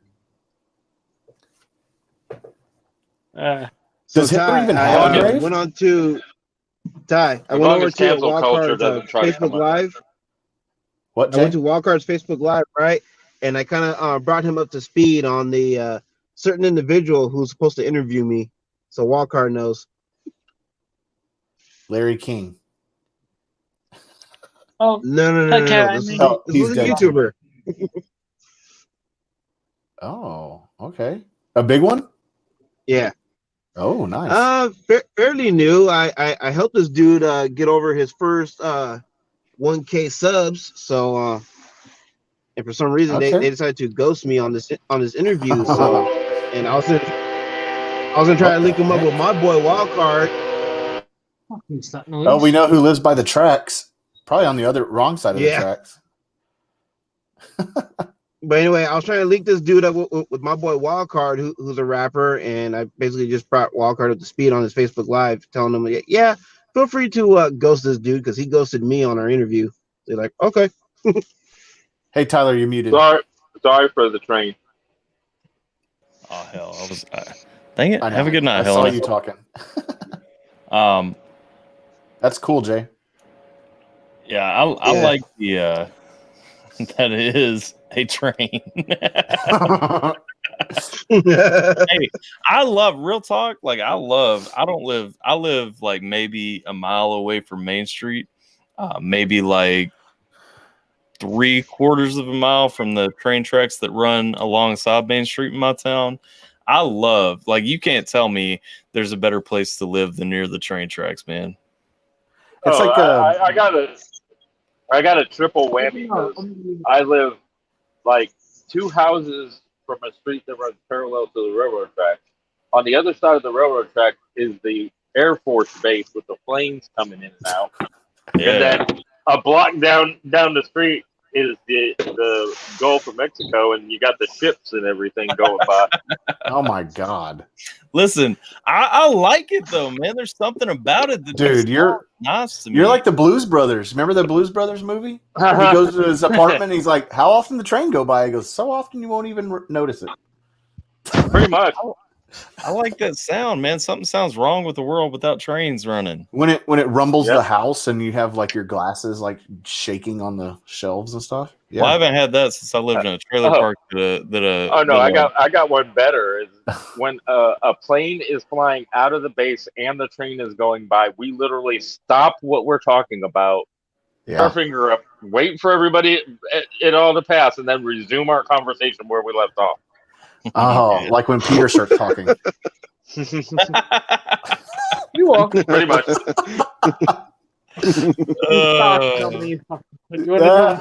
Now I'm busting your balls. That's okay.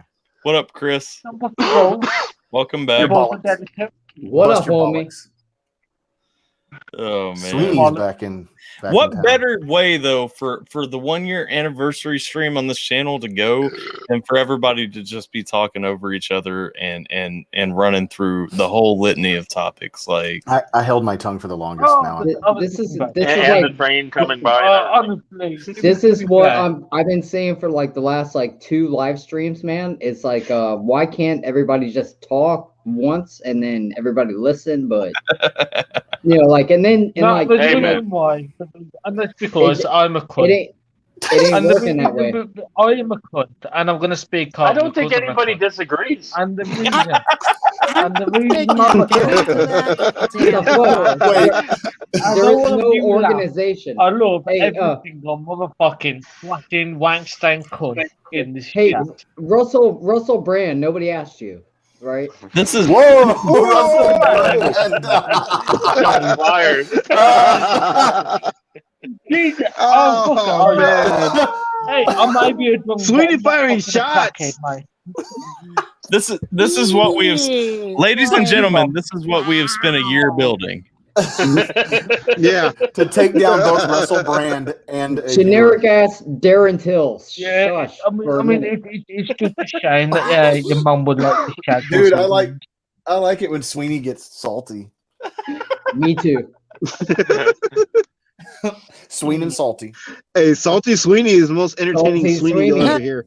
Yeah, that might be the new channel name. You I know. think- That's what I was like. Salty and Sweeney. Hey, Salty Sweeney. That's where you just like watch videos you don't like and you just like Hey. fucking bag on them. Real quick, Yeah, y'all with watch them. this. Y'all watch this. Like y'all think I'm alone right now?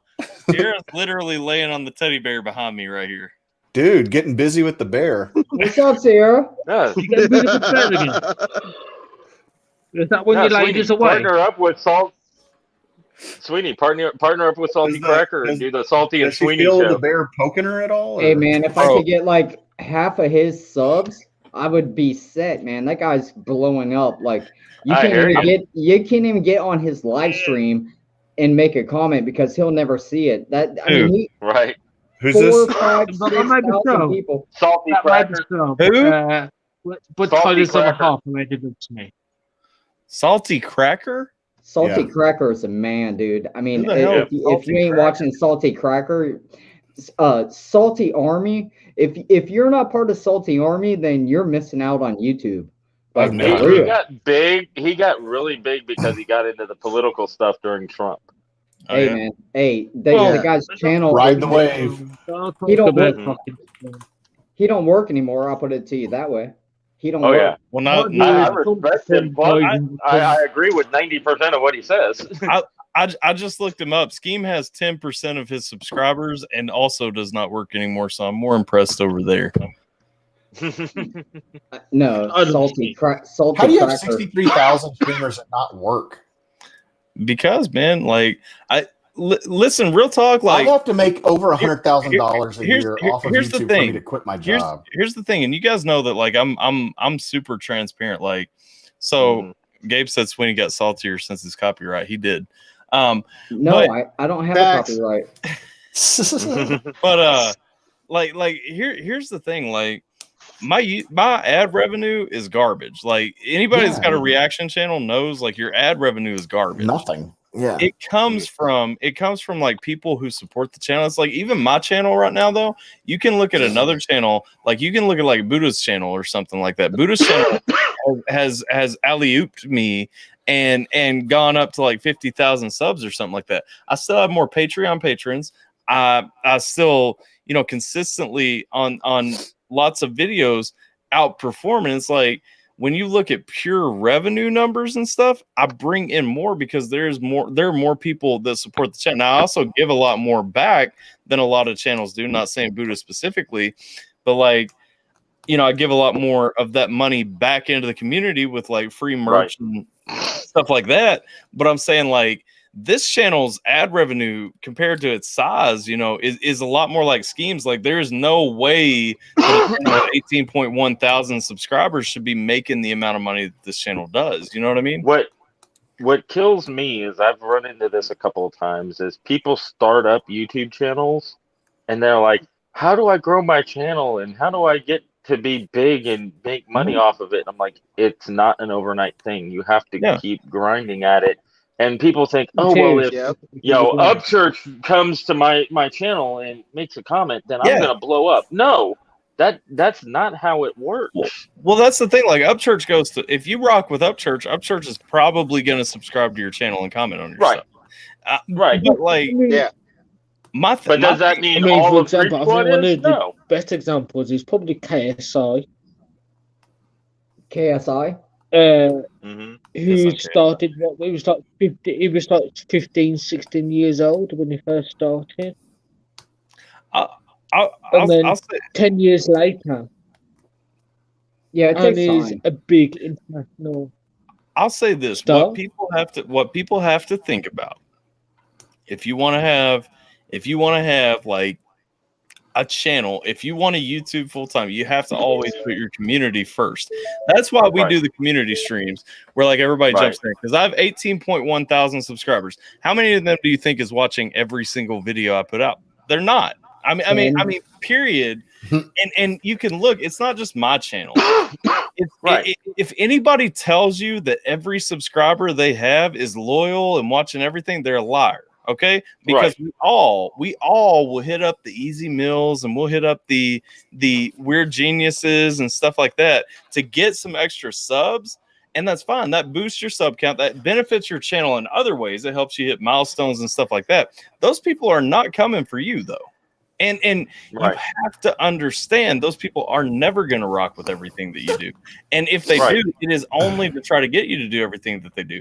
But you pick up one or two people here and there, like Alan. Alan doesn't give a fuck about most of my reactions. Alan doesn't give a fuck about most of the content I put on my channel. I consider Alan a core member of my community because Alan came on a Baby Metal reaction and was like, you know what? I like you enough to talk to you every now and then. I'm fine with that. Like that's a part of my community. You know what I mean? Dude, I think it's really interaction. I think interaction really with your fan base is what grows your channel. Yeah, and I think it's really cool because now I have at least like 400 subs now off of Easy Mill. Yeah, 400. I mean, if you want to grow your channel, hitting all the popular independent artists and stuff like that have lots of following, you're gonna get views and people showing up to see those. But you have to keep doing all sorts of other ones too to grow your community. And the easiest way to keep everybody involved and engaged is to have the conversations with your fans to make them feel like they're part of something. Perfect example. In other words, you can't bite the hand of every supporter, regardless of what they show up for. You cannot bite the hands of every supporter that shows up to your channel. Yeah, no, but that's what I'm saying. Like, unless you're Scheme. MGK is my favorite example, and that's right. Scheme gets by with it, but MGK is my favorite example personally. I don't understand. Scheme appeals to like a specific kind of masochist that just wants to be shit on all the time. But that's his thing. And that's what people know and go for it. Yeah, I'm also a member of his channel. I'm a patron, and I drop money in his live stream. So like, what does that say about me? I guess. I mean, you're one of those masochists. Scheme. That's the Scheme. But I it's, feel that Scheme expects it. but it's also, I mean, like Scheme shows me plenty of love. Like Scheme is a genuine dude. Like, and so like I'm not gonna knock like his grind or anything like that. Like, I genuinely No. I respect him. Yeah, he's like the Dick's But last he's made a resort thing of out YouTube. of like being mean to his fans and stuff, and it's funny. Sorry. You know what I'm talking about, Tyler? Yes. You go to Dick's to be talked shit to. It's not like a nice dining experience. I agree. I think with Scheme himself, he doesn't know how to handle praise very well. Right. Well, I have a lot he's of not love. used to it. I have a lot of love for Scheme. I mean, I really do, just because, like I said, I mean, genuinely, like the guy behind the mask is a good dude. You know what I mean? And he's a knowledgeable dude. Daniel I LaRusso. mean, he said himself before he did YouTube, all he was doing, all that happened, he was just shit on constantly until he did YouTube, and then people started commenting on how good he was on YouTube. And he's always, from what he said, he's always found that strange. Yeah.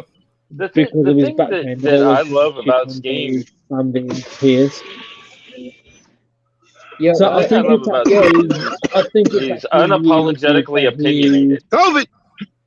Yo, I P.O. think it's really Bridge, good that he surpassed P.O. that Bridgewood, as I really like your takes on the Great Reset lately. The Great what? The Great Reset. Hang on.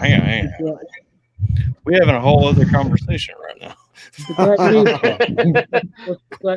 And Jay's coughing up a lung. I always am. Yeah, I'm old. I just packed another bowl. And a smoker. Wait, there's two J's. Two J's. Here's Yes. my thing. Hold on, wait. Was that Sweeney? What? Hello. Hello. What's the Great Reset? I'm digging your take on the Great Reset, man. I think you're a very smart man. Where'd you find this take on the Great Reset? Look it up. Yeah. Did he just go from telling Russell Brand to shut up? This is not I love your TV mindset. Live. This is AlphaTyler Live. I don't know what that means. Take the reins. I'll take it. Here we go. Take the reins. Can I share my screen? Hold on, is that actual Guinness? Or is that fake Guinness? Yeah, I drink actual Guinness. Actual Guinness. Oh, not the real. No, it's not the real Irish. There's Gabe again. All he's showing is this Dos Equis can all night. Okay. The way to tell if it's real Guinness or not is it served at room temperature or chilled? COVID. Room temperature, because I've actually been to Ireland. Aha! There we go. Gross. Then it's real Guinness. Whew. Can you stand a spoon up? Last time I drank Guinness, I vomited in the toilet. Probably. Fuck. Jesus, Jay. What? Dying over there. Hey, it's some good ass shit. Yes, it is. Shout out to COVID. Hawaii. For his glaucoma. If you guys are looking for all of your CBD needs to be filled, get down to of this video, head over there, and then use promo code AlphaTyler to get 25% off of your entire order. And speaking of which, Tyler, I just joined the Kula Hawaii team, so I got my own discount code too. Yeah, now. good for you. No way. Plug it on my channel or I'll punch you. Hell to the year. You got those peach rings happening and flowers and all that. All kinds of things. They sell flowers, they sell peach rings, they sell chocolate bars, Delta 8 gummies, all kinds of things. Whatever. Delta 8? That's chocolate rings are a totally different thing. I have a stupid question. Am I like the only person on YouTube that's involved in the rap community, so to speak, that doesn't do weed? No. I don't do weed. I live in Kentucky. It's not legal here. I don't smoke weed. I I'm don't. a badass rapper. I don't partake. But I'm also not in the rap game, so. No. Well, it just seems like every reactor I look at, is always going, "Oh, excuse me, I'm stoned," and I'm like, I'm not okay. stoned. I showed you peach rings. No. Yeah, the only thing in is I'm not saying you, Alpha. I'm saying others. There is only one time in my channel's history that I've been questionably altered by anything besides alcohol. Yeah, and that I was can understand methamphetamine. that. That was And I do know, and I do know, thinking about it, at least one or two that don't do anything besides you, Alpha. Now I will drink on these streams all day, but I will say there's one time where maybe something besides alcohol was going on with me, and some sort of edible. For sure.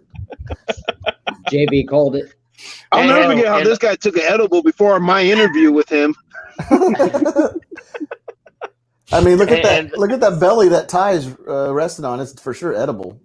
It was so bad. Like you don't even know. Like Sierra took two, and so like I had to help her get to sleep, and like she, I remember that. Yeah, and so we're talking, and I'm sitting here. I'm like, you just did one. Yeah, you did one. Well, y'all should have seen Ty during our little interview session. I mean, he would ask me a question, and then I'm talking, and then I'm looking at him, and he looks like he's bored out of his mind when I'm speaking. I'm like, motherfucker, you just had to take that edible before our fucking shit. and then later on, when she had to go to bed and he had to help her, it's like, I'll be right back. He turns the camera off and goes It's like away the for about blind 20, leading the 30 minutes. blind. Can I say something quickly? No. My phone's about to die. So I would like to thank you all for a lovely evening. Hey, PL. No problem. Don't leave. PL. Don't leave just yet. Can I share my screen for 2 seconds, Tyler? Yeah. Yeah, it hasn't popped up. I told you before. No dick pics. No dick pics. Can I share? Thank God. Hold on, don't leave, PL. Like, PL, take a look at this. Take a gander. If you don't hurry, he's going to be gone soon. Hold on. I have a burning question I have to answer. Right there. Wait. Oh my God. You better check the copyright. That's brand. This is the Great Reset. It is called the Great Reset. Hold on. Great Reset. We're being reset. There's a conspiracy going on. I'm having a real look at the Great Reset today and asking, is it a real thing or is it just a crack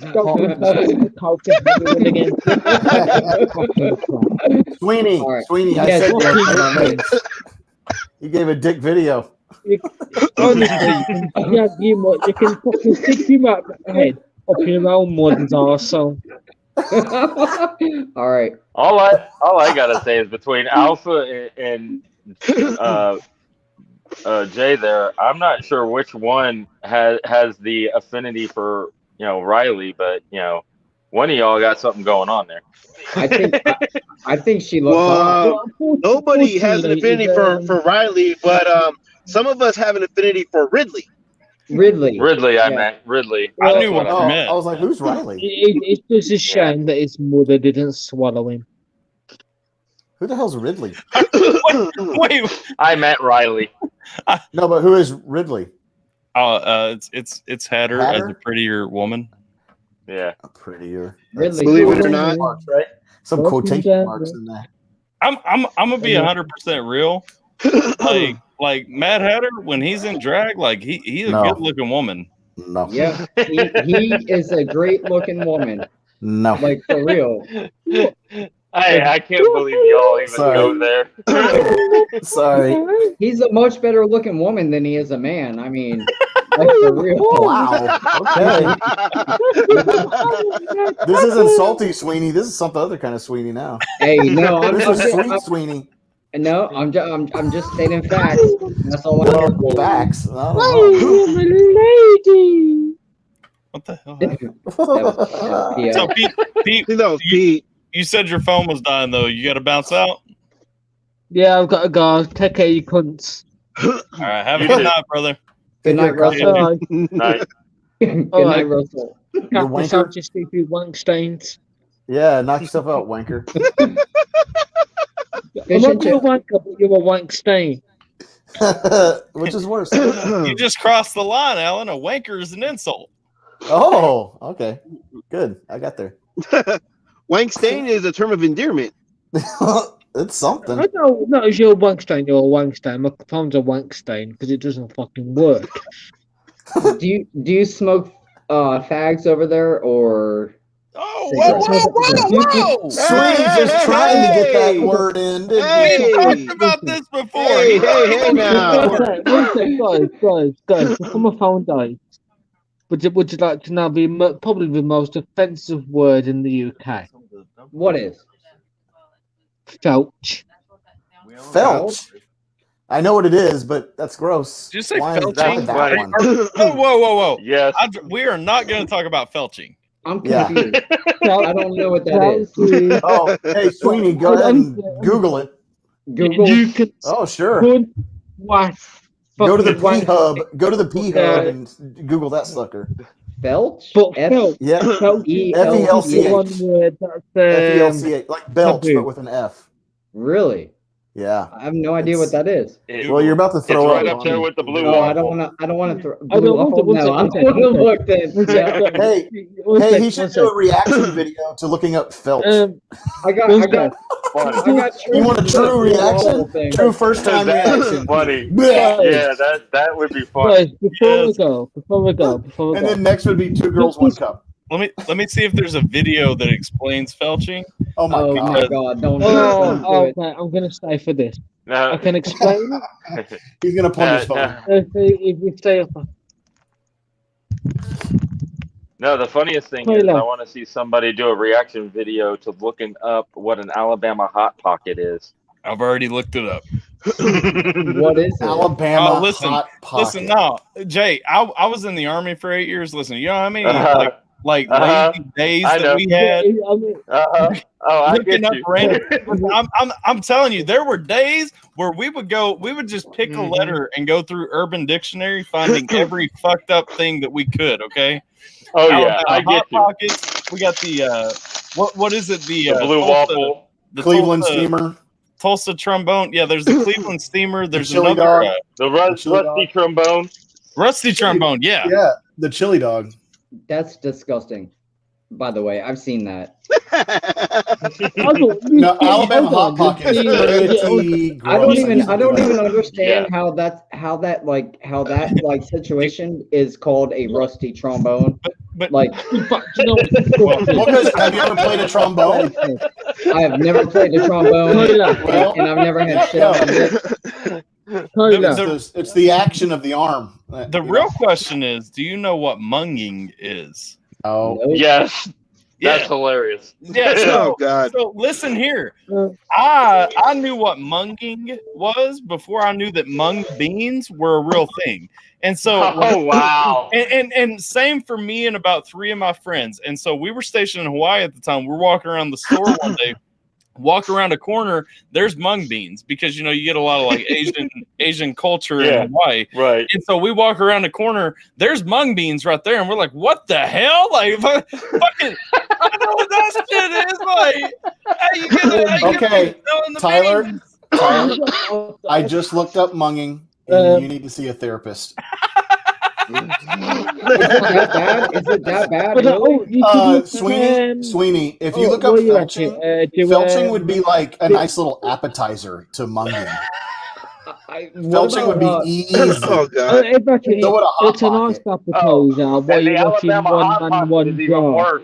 Can you Yeah, do but the like Hot a- Pocket, I mean, What about felching munging like video like together? no, there's not going to be a Oh, video God, of no. munging. I'm sorry.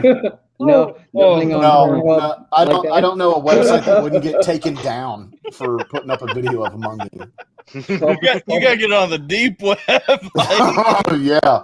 Purple Like, is in the like the dark web ain't even gonna take you here. You got to find like some alleyways inside that sumbitch. Like Yeah, that's gonna have to be a first-hand experience there, Sweeney. I don't want what's any part really- of this. Man, Yeah, you're gonna have to have really Albert funny- Fish take you on a field trip.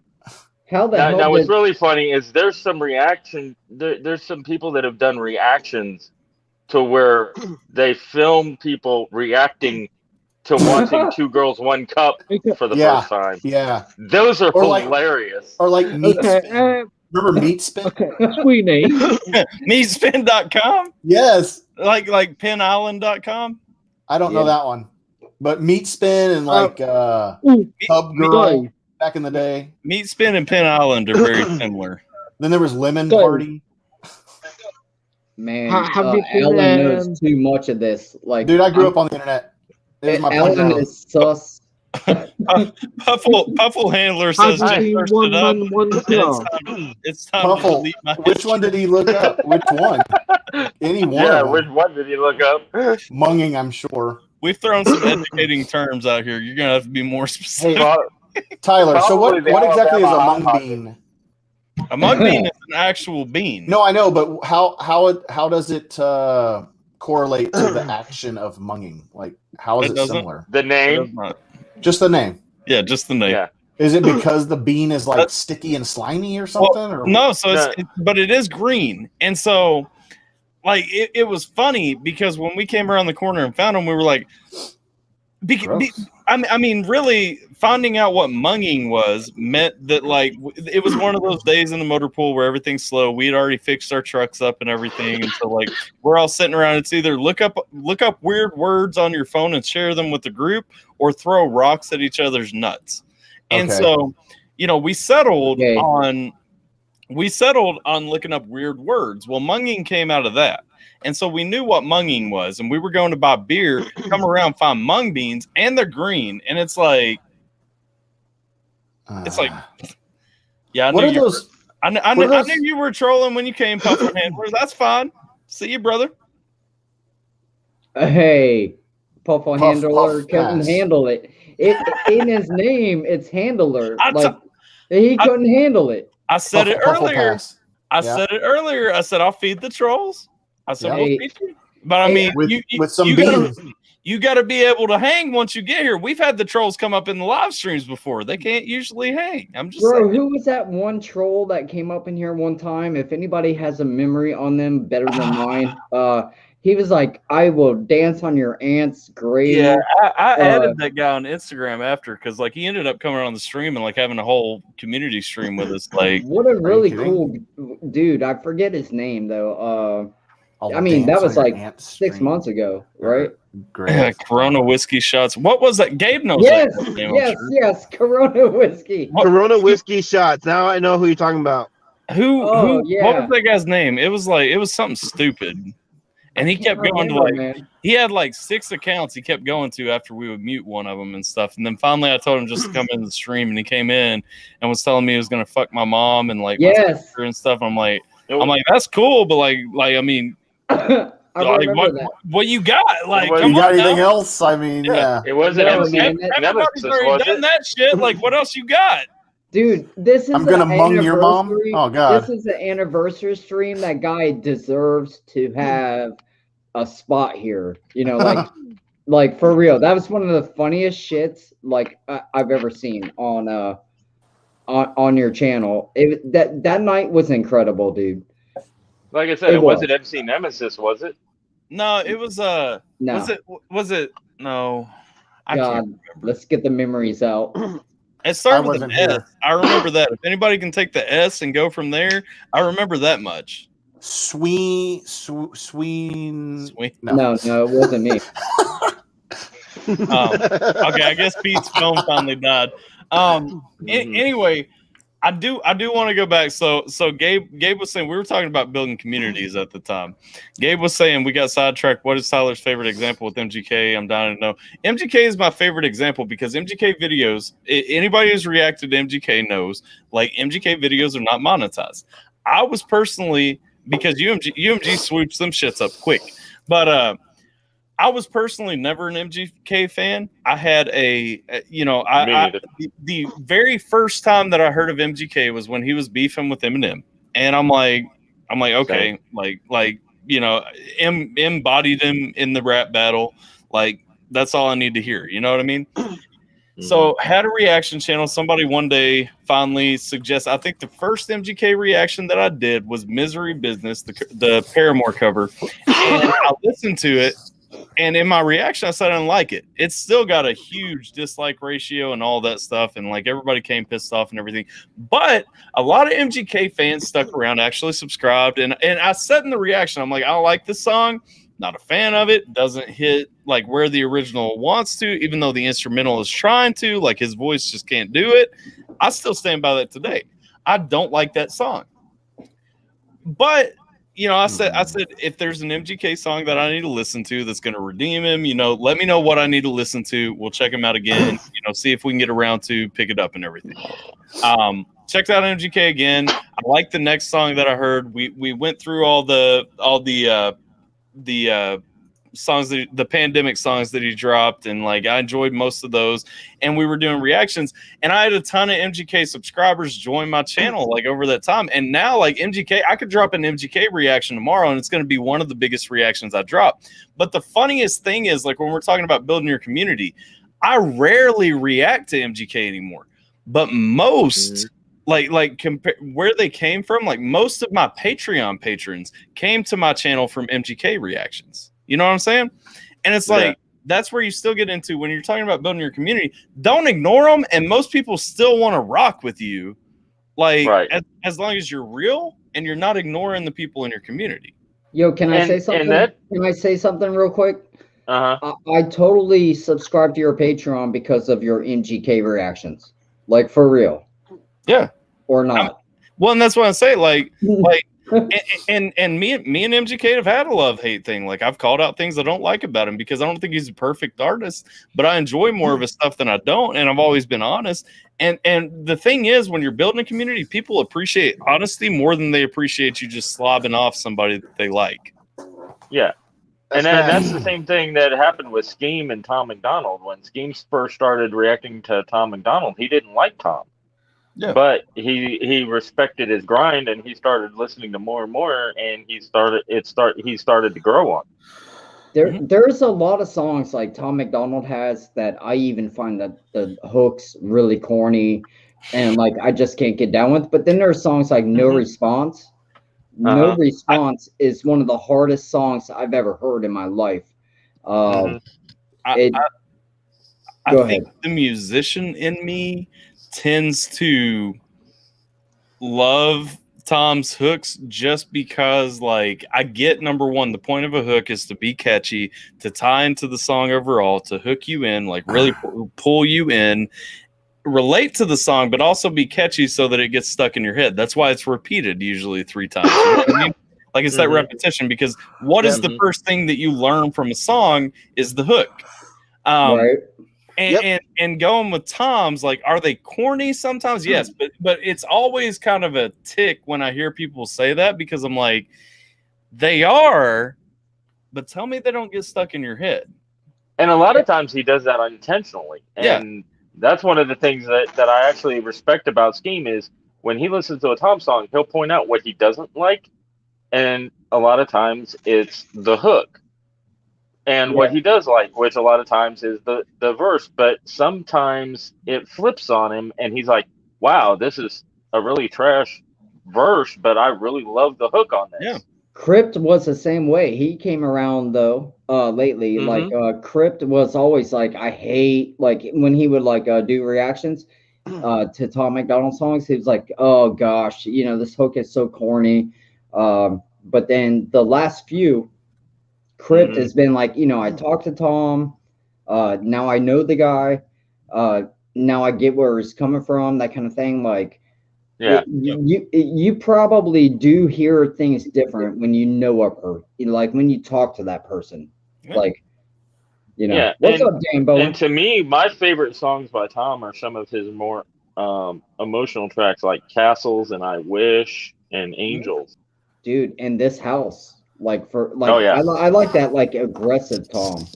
Well, I'm not gonna lie. Politically Incorrect is probably my favorite Tom McDonald song, just because I've never song heard. Got me listening to him. Yeah, I've never Sorry. heard still to this day, and I don't know if it's my most listened to song, but to this day I've never heard a song that summarizes our country more than that song. You know what I Right. mean? Like especially Yep. the line where we're talking about you could crash a plane and blame the road conditions. Like there's not a Oh, better yeah. line in any song ever, because like it's like real talk. I've It's went so true. I have a good friend that I work with during the day, and I have shown him that song. He is a 100% Christian, doesn't like music that cusses or anything like that, doesn't like rap, doesn't like, you know what I mean? Like he is the opposite of who, you know, most of the music that Tom makes is really going to appeal to, you know? Right. Not really the opposite, because I mean he's still conservative, but you know, I mean he doesn't check the boxes that would ever find Tom on his own. I showed him the politically incorrect song, and like he listens to Tom literally just for the message. Tells me all the time, he's like, I don't like rap, I don't like how it sounds. He's like, but I love what this dude says in his music. Tom McDonald got me into rap. And well, for me though, it's like there's not a better song that really summarizes like the landscape in the world than Politically Incorrect. And so, I mean, while Tom might have songs that I enjoy listening to more, like I definitely want to listen to This House more. Like if I'm just like ready to go, you know what I'm saying? This House, yeah. But it's like Politically Incorrect is just such a solid critique on the world, like right. And it's like I agree. when If I Was Black came out, like I almost did not like it at first because I felt like it was almost a white boy apology. You know what I mean? Right. But then I listened to it 2 or 3 more times, and honestly, it's probably a good thing I didn't have a reaction channel when that video came out, because after I listened to it 2 or 3 more times, I'm like, you know, he's really critiquing as much as he's supporting and stuff. You know what I mean? Yeah, no, that whole If I Was Black thing, it's all true though. It is know. Right. Yeah, I mean some Right. of it. It depends on All what of it. context you look at it through. Right. And that's one thing. Like if I was black, I mean that's one thing to me that I had to come to terms with is, you know, really letting him kind of express himself and understanding like he's looking at it through a different context. Because the Right. first time I heard it, like I'm like, wait, this guy's like full on supporting BLM and all this stuff in this. I'm like, I don't like that stuff. No, he doesn't. And that song, as well as the one he does about guns. I can't remember the name of it. No, hang on. Hey, babe, are you behind me still? Hand me that Death Threats album, please. Yo, what's up, Dan Bowen? He said Tyler's Upchurch. I don't have pants on, so I'm going to turn my camera off for a second. You don't have pants on, bro? I never stream with pants on. Man, we're not even getting invited to the pants party. That's a lot of information. Sus. Yeah, very. Bro, I sat in this chair for like 6 hours with my camera on. I'm not wearing fucking pants. What? And he's been live for 4. Are you at least wearing boxers? I mean, Yes. come on. Yes, I'm Well, not Sweeney, you want? Come on, man. Man, he wants all the information. No, I just want to make sure we're not Talking about to, sus. No, I'm making sure I'm not talking to a half Trying to get all up in Ty's business. No, He's like, come on, man, I want this mental image. No, I want to make sure I'm not talking to a half naked dude. Hey, you can't see well, it. you are. Yeah. But you usually are when you're on the internet, so it's okay. That's right. I don't have pants on either. American Dreams is the song that you're thinking Yeah. of, and then Yeah. Shooters Oh, both that he God. used with the same stuff. Both of those songs, when they came out, I listened to the first time and I was like, Yeah. I don't completely agree with him, but I respect him having his voice. Well, when you as I listen listen to him more, I'm like, okay, the talent is there, and the writing and the artistry is there, so I can still listen to these. and that was my thing. I mean, he definitely, I think he definitely has a different opinion on guns than I do. That's fine. Like, you know, Right. because I mean, we don't have to agree on everything, and that's what kills me so much about people. Yeah. Like just In accept this sometimes, today's like, society, yeah. yeah. Shut up, Gabe. The agree to disagree needs to happen more often. What's Gabe saying? Gabe said he's trying to get into Tyler's community. Shut up, Gabe. It's a block party in his pants. Let's see. Topic of reactors and sub came and stood with Tyler because he broke down the MGK sounds instead of putting on a show and jumping out of the chair and hands in the air and not. Yeah, and that's the thing. That's where I lose a lot of respect for people. And I'm not talking about you guys that are reacting to Easy Mill or anything, but a lot of people. You can't because you reacted too. So hey. Why don't you shut up and listen to what I'm saying? All right, you too. I'm not talking about you guys. I'm talking about like a lot of the people. They know that it's a big pop, and so like they're ready. And he says like something small, and they jump up, and it's the push up and jumping jack show and everything. Like they hear one little line, and they jump up and do a cartwheel. Huh? I've got a video that you need to see. I'm not gonna bring it up or anything, but I'll tell you to look it up. You need to look up Nefarious Reactors Be Like. He does a whole skit on how reactors act, and it's hilarious. Bro, I'm so pissed. I've seen it. I'm so pissed because I had the idea. Like I had this one day. I was real. I guess I was in my feels, like I was looking through my comments and people were like, you need to make the video screen bigger. And then people are like, you need to pause less. And people are like, you need to just talk after the song is done and all this stuff. And like, I was genuinely, I was going to come on and I had this whole idea. I'm like, I'm going to throw him. I'm going to turn it on.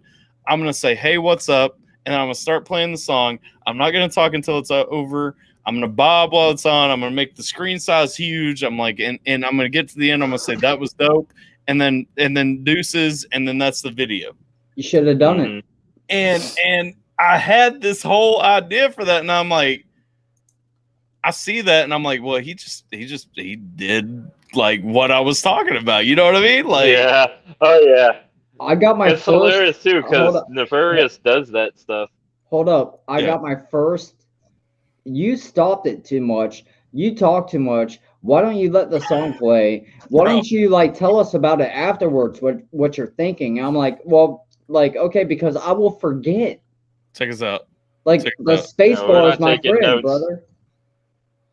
It's also a copyright. Check this thing out. Let me show you this. So are you gonna bring it up? I'm gonna show you guys the channel dashboard right here. Okay, comments. So first of all, my help for review. Now, for anybody watching that doesn't know, I don't hold these for review. YouTube automatically does, and it is based on no parameters that I set. You know that I will approve whatever comes through most of the time. Right. This guy pauses the video way too much. Tyler, I just thought you liked. Okay, well that wasn't that bad. Yeah, show me the hidden ones. I'm not a snowflake.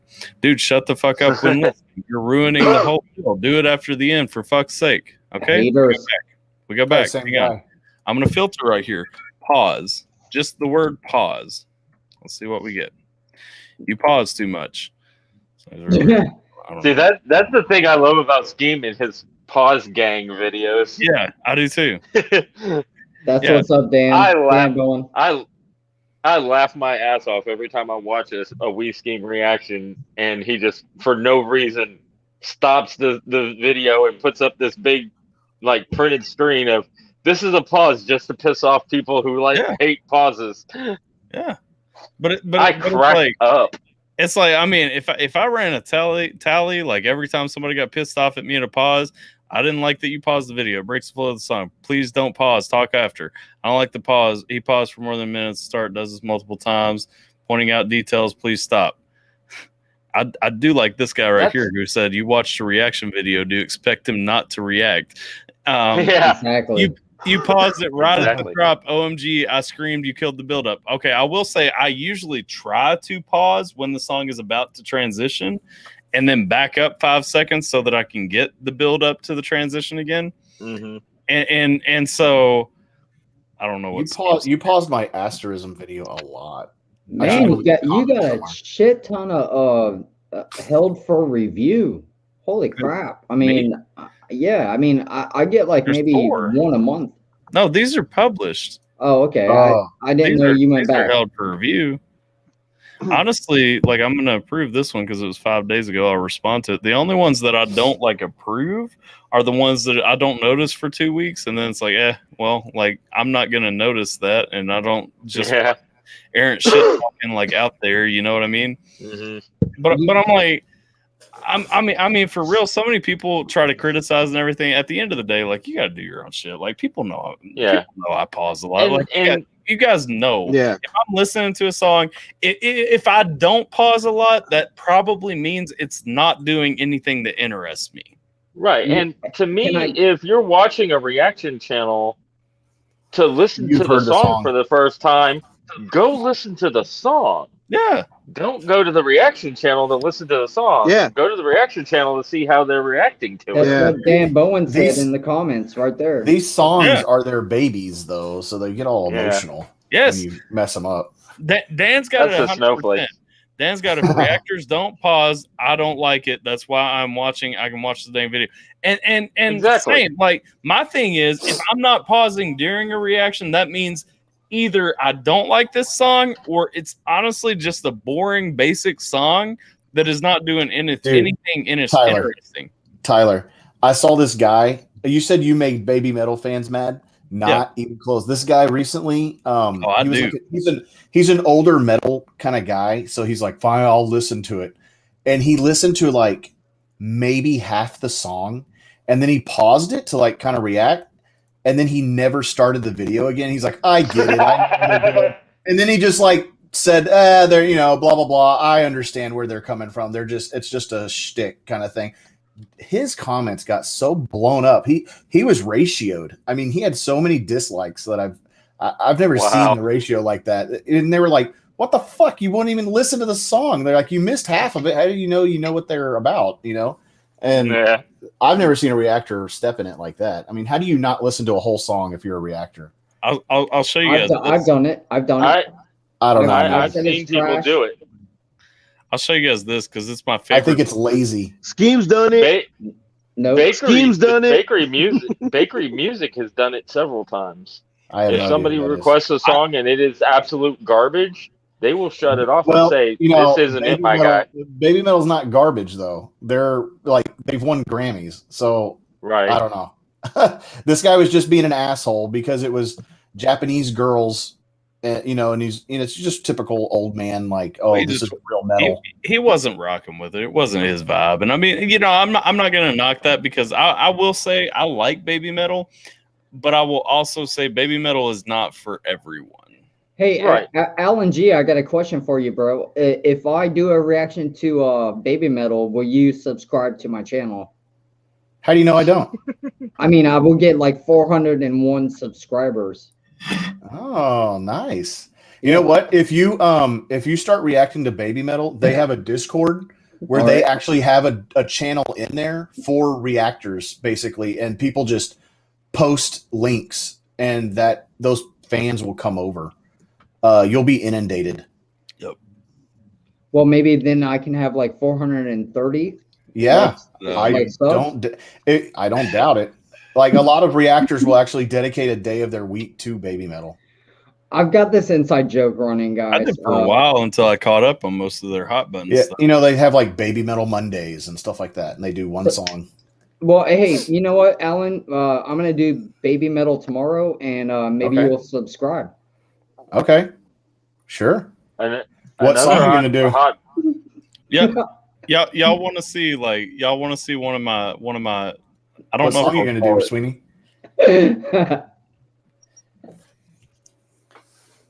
I don't know if I would call it my proudest moment, but y'all want to see like how me and the baby metal community got acquainted. I'm sure it was ugly. Hang on. But didn't you dog on Gabe's favorite guy and then like he stayed? Yeah, well, we need to finish that. Seems to be a reoccurring theme here. Maybe we're the masochists. Maybe. Where is this? Oh my God. Sweeney, while there's a downtime while he's doing that, what song are you going to react to? I don't know. You tell me. Ouch. Okay.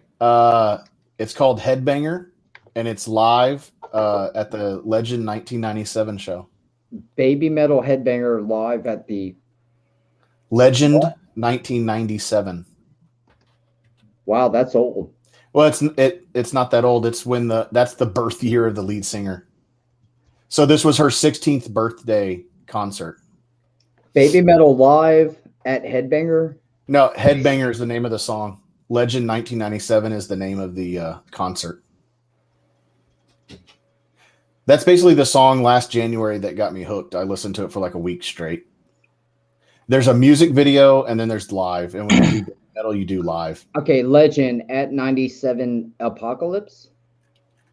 All right. Just type in. Are they wearing like red and black? Yeah.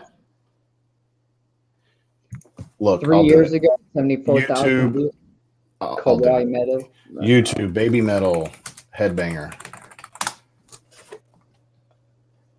It is the third one down. Yeah. This keyboard 3 years ago, 74,000 views. I think because the original got. All right, hold on. Let me do this. Hold on 1 second, Tyler, if you don't mind. Oh, just link it in stream. Well, hold on. Just tell me right now. Like, is that the one? Like. Yeah. No. No, that's Budokan. Okay, so hold on. Hit the back button. Okay. Okay, it is that next one. Like that one? See the stage with the statue in the background? That's it. Pause it. Okay. That's it. Yeah. Listen. I don't No, want. I'm done. No offense. I just don't want any snippets of their songs on the stream. Amuse is a bitch. Did I get rid of it? Yeah. So Sweeney, when you do it, you need to pause. Sweeney, I'm going to tell you this: when you do it, don't bother trying to monetize the video at all. No. Well, I'm going to tell you this right now, and I'm really upset with YouTube because I got a warning the other day about community guidelines, and I'm not understanding. They won't tell me what I did wrong. He got his first warning. Yeah, well, it seems like ever since I hit 1,000 subs, they're like really on my channel, right? So yes. I did a whole thing tonight called Trashing the Trending, and it took me 4 hours to like go through the trending section, and like I was trashing like Young Boy NBA, NBA Young Boy. I'm not popular with his fan base. Man, I'm not either. But here's the thing: it's like YouTube was like, nope. Like so, after 6 hours of recording, the intro, the editing, I thought it was really cool. I was like putting in like funny videos in between, and guess what? YouTube was like, nope. Yeah. So I had to delete it. So now they're not only messing with me on my live streams, they're messing with me on my what do you call it? Regular recorded. And I thought you could get away with that, but I don't know. Maybe I'll just do like J Law does, and I'll do independent rap artists. What can you do, man? If YouTube has it out for you, I don't want that. Yeah. What do you do if YouTube has it in for you? Nothing. YouTube has it out for me, man. Like for real. Like I haven't made a reaction in like, or posted one anyway, in like 6 days because YouTube is here's what you have to do. You have to figure out how to play the game. Tyler, I want to see what video you queued up. I have two queued up. Okay. Number one, I'm going to show you this one because I actually thought that MGK was like my most ratioed video. It is not. It is actually my first time checking out NBA YoungBoy because you will see that a whopping 25% of the community has liked this. It's got 12 up, 38 down, over 377 views. Because I had the balls to tell them that their favorite artist sucks. Yeah. But only 24%. Okay. the video that I actually liked, or the video that I had queued up. Give me 1 second before we go deeper into this rabbit hole. Let me see. I want to catch up on these chats because, yeah, I mean, Gabe, talking about community growing, like Gabe is the perfect example of community growth. Like Gabe is the image of the person you want to have in your community, and I'm not. Gabe has no problems with me speaking transparently about this because I've talked to Gabe about this. You know what I mean? Like, Gabe is who you look for when you make a community, because Gabe came for an MGK reaction, actually appreciated what I was doing, stayed in, and Gabe has been like in my live streams when like 2 people were in my live streams. You know what I mean? Now, if we dip below 10, it's like, what the hell am I doing wrong? And it's like. So Gabe says, say anything. I want to know what people actually thought. Yeah, listen and broke it down. And that's the thing. It's awesome. Or it's not awesome. It is awesome, but it's honest. That's what I meant to say. First reaction didn't mean much as long as they broke down the song, gave their honest opinion of the song after the breakdown. Yep. I was in about 9th grade. Oh, wait. That was way back. Can't find it. Let's see. Corona Whiskey Shots. Can't remember his name. First seeing your channel with your second. Okay. So there we go. And I hate Paramore. Also, hello, Dan, if you're still here. He's trying to get, let's see. Hot Chris. Reactors don't pause. Yep. AFMG. Did you see my post on Tyler's last stream? Wait, what? What post? Before I found Tyler, I was watching a Screwface Crypt, the Third Ernest. Third Ernest is fake. Screwface is racist, and Shaq is fake. LFR Family is. I mean, I think LFR Family's reactions are fine, but I think LFR Family is like motivated by not building a community. Like LFR Family strikes me as that dude who quit his job when he got a little bit of a pop on YouTube, thinking it was going to be like a full-time career, and didn't realize like you've got to actually like keep something ready in the reserve. You know what I mean? Missed that post. His last stream was most of that stream. So, LFR, isn't he the one, like most of his biggest videos probably have his daughter in it, not just him? I think I've noticed that. Ooh, Dan says Gabe is the best mod I've got on my channel. What do you think about that, Jason? Tater? I'm kind of hurt by that statement, but it is what it is. Let's see. Thanks to 2 girls, 1 cup. I like to be. I hope not. Them's fighting words to me, Dan. So was shit talking Jekyll last stream. I'm old school. Dude was getting rude. From my area, you would get a visit. So you, Dan, try and have some fun about it and try to out troll them now. Yeah, I mean, we'll play with trolls all day. Personally, you got to put. Oh yeah, there we go. Gabe's got his own command in my Streamlabs bot. If you didn't know, there it is. Highlighted. True Allen. Let's see. No, I did not say the best. All right, so the video I had queued up. This is what I was going to show you guys. So my reaction made it into this compilation video that people did, and this was how me and the baby metal community found each other. And so it was on a reaction to the CMFT Must Be Stopped video from the Corey Taylor song. Corey Taylor, yeah, that's actually a really good song. It was a really good song. It was. I don't know why I muted my mic right there. I was trying to mute it. Background noise wouldn't happen like while I played the video, but I was still talking. So, I did love like a lot of these comments down here. They kept calling me the beardy dude. So I won't show everybody's reaction. Let me find where I'm at. He already knows exactly where he's at. Look at that. Mm-hmm. Yeah, like let's go right here. So it's right after this guy, I think. Here we go. Baby metal. That was surprising to see. Yeah, there you are. That was Chris Jericho right there. But hey, hang on right there. Hang on. These little girls, I think I know these chicks. Hang on. yo, I think those chicks are in a Japanese band, right? Like, shoot, what? I listened to one of their songs one day. I can't think about it. If y'all know this group, let me know because I've been wanting to get a reaction to them on the channel. But like, I think they start off. I think one of them like runs up to the microphone. And is like, I don't remember what she was saying, but like it was crazy. And then the other one drops up, and it's just.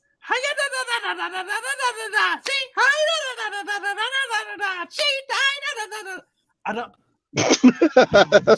That's racist. And that's why everyone calls me a racist. That's hilarious. That's hilarious. Yeah, that was my introduction to the baby metal community. I was thinking, oh, that's not so bad. But like, hey, I want to do, and then you started doing the, oh my god, your rendition of Japanese, and that kind of. So what did they say to that? What did they say in reply? Yeah, everybody had a super positive response to it. Like usually they do. Yeah, Mhm. I mean, like that video itself, the compilation video has like you can see That's right here, like hilarious. it's got 89,000 views, only 27 dislikes. Like, I mean, I'm pretty sure myself and everybody else in that video probably got a huge pop from it. Yeah, but like everybody through here. Let me find some of my favorite. Are you kidding? Even Baby Metal got a huge pop from that. Yeah, that music video. That's why they were in it. Yeah, yep. They probably they paid to get in it. It wasn't the other way around. Some of my favorite, like Right. obviously, there's too many comments now for me to even find. At the time, there weren't. When I first found it, there weren't so many. But like everybody's talking about how I had them laughing and stuff with my rendition. Like, the funny thing was nobody, like everybody calling me a racist has come like well after that. Yeah. Nobody called me a racist over that. You know what I'm saying? Like, you were talking Actually, about from Gimme having. Chocolate.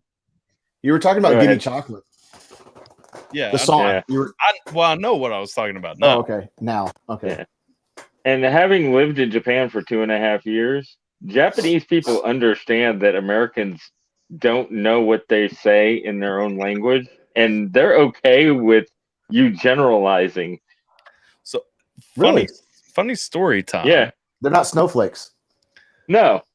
No, they're not. 2011, I lived in Japan as well. And Really? Oh, you lucky bitches. yeah, I was at. See, I was there. I was there from 88 to 90.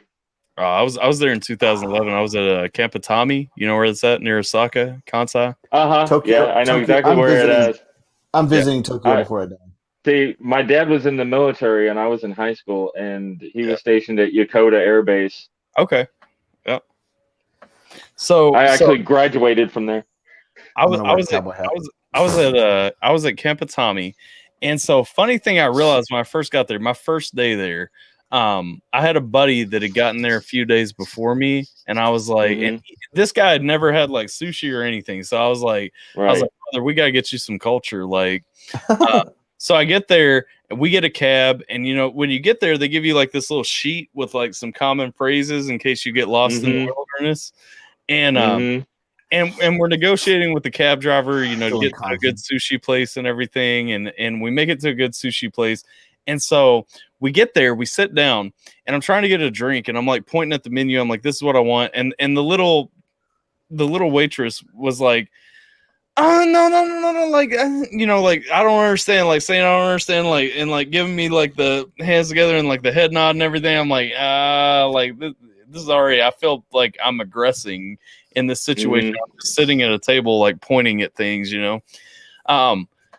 So she gets to his order and everything, and like he's having the hardest time, like because he's asking questions about stuff, like trying to figure out what it is and everything. Well, then like we hear like yelling from the kitchen.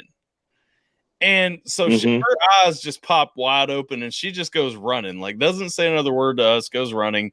This big fat cook dude comes out, and he's like, I speak English. I will help you and take your order. We didn't see that chick again until I mean, you heard like a bunch of banging back in the kitchen. I don't know if he beat her or what happened. Like something bad happened in my mind. We didn't see her again until we were leaving, and then we were like trying to pay and everything. And she's still like apologizing and everything in Japanese to us. We're still not understanding. Yeah. And so I try to leave a tip because like when I was over there, like the funny thing is you got to carry a coin purse. You know what I'm saying? Like because like $5 for them, the equivalent of $5 for them is still like in a coin. And so like I'm trying, she gave me a bunch of change and I'm like trying to hand it back to her. And she's like, nope, really shying away from it. So I'm like, but it's not because of her service. It's because you just don't tip. Yeah. Well, yeah, but we didn't. Right. And I'm saying like we got there. So I had been in Japan for less than 24 hours and was convinced that I had like gotten this chick murdered or beat. You know, I've heard that there's a lot of restaurants in Japan that it'll actually say no foreigners allowed. And it's not because they're racist, it's because they don't have anybody to speak English. Yeah. So they want to avoid that situation totally. Well, it's that and also some of them are only for like Yakuza or politicians and things like that, and they don't want Americans to mix with you know, people that are of a certain caliber. Yeah, I hear you on that. Yeah, there's some bars that the bouncers, if they see that you're American, will say, no, you no come here. You go down 2 doors. I'd be like, okay, whatever. Yeah, hey, and that's what most Americans do. They will legit like beg you to not come in their place too. Like it is a heartfelt, like they're sad. Well, the other thing is some of them they feel that it's so high priced they don't want to take advantage of the foreigners. Yeah. Really? Well, I had like where I was at because Kampatami, like if you guys know the layout of Japan, like Kampatami it's kind of like it's in the wilderness. Like it's not you hear about like dudes that are stationed on Osaka and stuff like not my cousin was in Osaka. Okinawa. Oh yeah. Okinawa and Osaka, yeah. He was a like, Marine. Like Okinawa and around Tokyo and stuff, like it's more Americanized and stuff. Where I was at, like it was straight up like Osaka Kansai is like you are on a base because it's not even just an American base anyway. Like I was it's a joint forces base. Yeah. And so like I was one of 3 American dudes where I was working anyway. Oh wow. And like you walk out and it's like you're just full on in Japan. Like literally walk out the gate. It's like the 7-Eleven don't even say 7-Eleven across the road. You know what I'm saying? That's like what my dad tells me. That's what my dad tells me about. He joined the army in 1964 at 17 years old. Yeah. And his first what do you call it? Where the first place he went was Seoul in 19. I've been there too, and that's he said, crazy. Man, he didn't see anything hot, but he did say, he goes, we were basically the tripwire. So when the Chinese and the communists come running across the border and kill us all, you know, that's what he was, the tripwire. But anyways, he said he worked alongside the Koreans like soldiers. But then when he would just walk out of the base and be surrounded by, 6-year-old Korean kids, like, and he's got a picture of him standing in the street in uniform, and it's like a sea of kids. Yeah. And he was it almost looks like a slum, and it's just all these kids and stuff. And he said they're always trying to sell you like gum and stuff like that, and he'd always want to buy it because he was a kid himself. He was 17. Right. And Seoul is you were talking about just being in it. Grossest place to be because it smells, because they empty their fucking urinals and stuff right into the street. Yeah. Yeah, I mean, it wasn't pleasant. Nasty. Yeah. Because he went from there to Stuttgart, Germany. Yeah, Germany was a lot nicer. But he had girlfriends in Korea. Jason JB, I forgot to tell you, man, your new your cartoon icon, whatever, avatar, I don't know what you call that, but looks pretty good. Like, pretty cool, man. Yeah. Hey, so, well, you could thank AlphaTyler's wife Sierra for that. She drew that. I need to get one. So she did. obviously, like I said, I was in the Army for 8 years. Got a lot of cool stuff, a bunch of medals, a bunch of coins and stuff like that. If you guys know what challenge coins are, you get them when you do something cool, and people put them on racks and all that stuff. I keep mine in that room with that door that I never open right there. Oh, I have an idea. But this is one of the cool ones that you guys might appreciate. I don't know if you can see what it says. This is from the Japanese Middle Army Commander. Cool. So that's from the Japanese commander? Japanese Middle Army Commander, yeah. I can't read it. What's it say? It literally says, well, hang on. Let me find where it starts. Japan Ground Self-Defense Force Middle Army for Excellence. So, like, one of my cooler medals, like, from the commander of the Japanese Middle Army. That's pretty nice. And all that stuff. You just gave me an idea. The area you were in, Alpha, that's the more rural area of Japan. Yeah. When you're down around Tokyo and everything like that, that's all like tourist trap areas. Yeah, that's you get to really feel the culture up in that area. There was a time where I knew at least a few phrases in Japanese, because I mean, like, if you really look at like a map of where I was at and stuff, like, you'll find like you are in the wilderness. Like, yeah, I just want to go to Tokyo. my as they would say, my Nihongo desu kara skoshi ne. See, I don't know anything. He speaks just a little Japanese. Yes. I don't know how I figured that out, but yeah, I know Nihongo or Nihon is like how they refer to themselves. Japan. Yeah. Yeah. They're not Japanese. They're Nihon. Yeah. And actually Nippon, but Nippon, is it Nippon with a P? It's Nippon. Okay. But when they say it, it sounds like Nihon. Okay. Interesting. And skoshi means a little bit. That makes sense, because even in English, a skosh is just a small little bit. Yeah. Yep. It was a So it wrestling must be quote with Latin or something. What the heck? Dan's talking about, if you want to be the best, you got to beat the best. Japanese takes a lot from English. They have a lot of English. Yeah, it does. Words. Well, a lot of that came from Okay, Nature World War Boy, II Dan Bowen. Soldiers and stuff bringing it over. Yeah. Hollywood. They also have a large affinity for baseball because of Americans. I mean, Tom Selleck teaching them how to play. Yep. You know how much I paid after World War II. What, Sweeney? You know how much I paid for this? Yeah. Oh my god. I tried that joke earlier. It went over like a level. Alan had to go back and catch that stream. He missed it when it first happened. I went and watched enough. Dude, I watched enough. It's hilarious. Like, I can take down that flag. I'll take it down. No, leave it up. And he takes it down. It's like, okay, whatever. No, I had no idea who y'all were talking about, and now I understand completely. What a weak person, like, to be honest, like, to take, like, why would you take her flag down? He's not all. Yeah, I know. There are other factors going into that. I mean, it's easy for me to criticize, because I'm going to tell you, if I want to put a rebel flag in my background, I'm going to put it in my background. And you brought it on your last stream. Yeah, I mean, well, that's what I'm saying. Like, I have zero issues with that flag. It's not a racist flag. I'm not a racist person. Like, I have that flag in my closet now. At well, mine's you want to know how stupid people are. One time at work, we're allowed to decorate our cubicles, so I brought a Scottish flag. Yeah. Do you know what the Scottish flag looks like? Yes. Yes. It's blue with a white X.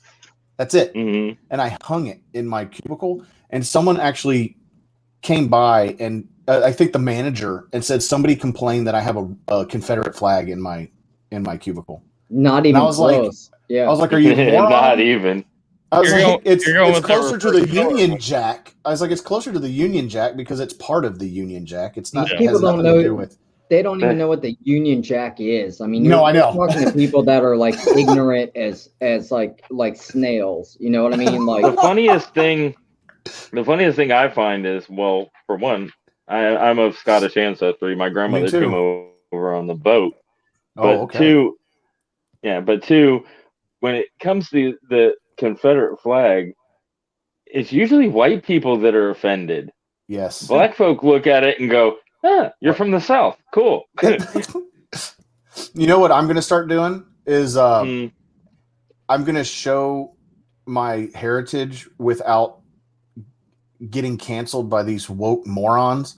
I'm going to buy the actual Confederate flag, not the battle flag that was used for like 3 months. The CSA flag? Huh? Buy the CSA flag and see how many people actually know what it is. Nobody will know. I'll either get the Bonnie Exactly. Blue, I'll get the Bonnie Blue, or I'll get like the stars and bars. Well, that was we were talking Nobody about will know. Saturday. We were talking about that Saturday on the stream. It's like all these people want to cancel Jefferson Davis statues in Kentucky. Do you realize like he was the president of the CSA? Yes, the CSA doesn't stand for what you think it does, but like he's a prominent Kentucky historical figure. Like, why would we not have a statue of him somewhere? Like, what's I've been wearing hilarious this is Gadsden flag shirt, the "Don't Tread on Me" like Hell polo. yeah. Like I've been wearing that Yeah. everywhere, and you know what? I see people looking at me sideways, and I'm like, say something. The funniest thing is people think that flag has a problem, and it's like when I was in Afghanistan, the Navy still hangs that flag up. Of course they do. Yeah. Now I was And 18 years Alpha- old. Yeah, go ahead. I was just gonna say, what's funny is the city I live in, Biloxi, Mississippi, has the last home of Jefferson Davis as a museum. Oh yeah, Yep. That's cool. Like two things. My thing is Jefferson Davis is a respectable dude. You may not like some of the things about the Confederacy and stuff. Someone had to be president. Well, it's just like, we were having the conversation about Robert E. Lee. It's like if you look at the guy, you may not agree best general ever. with some of the things that anybody was doing. The guy was a great military mind, and the guy was a perfect example of a Southern gentleman. Yeah. Like, and it blows my mind that people don't care about the history enough to learn about this person. They look at one bad thing that was associated with this person, and they want to shut it down. Well, then why don't they cancel MLK Jr. for being a philanderer, cheating on his wife multiple times? I mean, or at least glorify him as a Republican. Did you guys know that? Did you know that cars are racist now, and they canceled the General Lee? Like literally canceled them. Like you cannot be you cannot say you're a Dukes of Hazzard fan. Whatever. When it's true. It's I believe you. If you say you like that car or you have that car, that car rocks. Hold on, wait. What's the guy? Bruce Lee, some guy like. Yo, the General Lee is a badass ride. I will vouch for that car. Yeah, well, they canceled this guy just like last week. What's his name? Some blues legend guitarist, right, was up for an award, and they were like, "Nope, you owned a General Lee with a Confederate flag once upon a time." Oh, God. And he came out and apologized. I wouldn't apologize. I was insensitive. I didn't know I was hurting, people. That's like are you talking about who's that actor? Who's that actor that got canceled because he had wedding photos at a plantation and he had to come out and like apologize for it?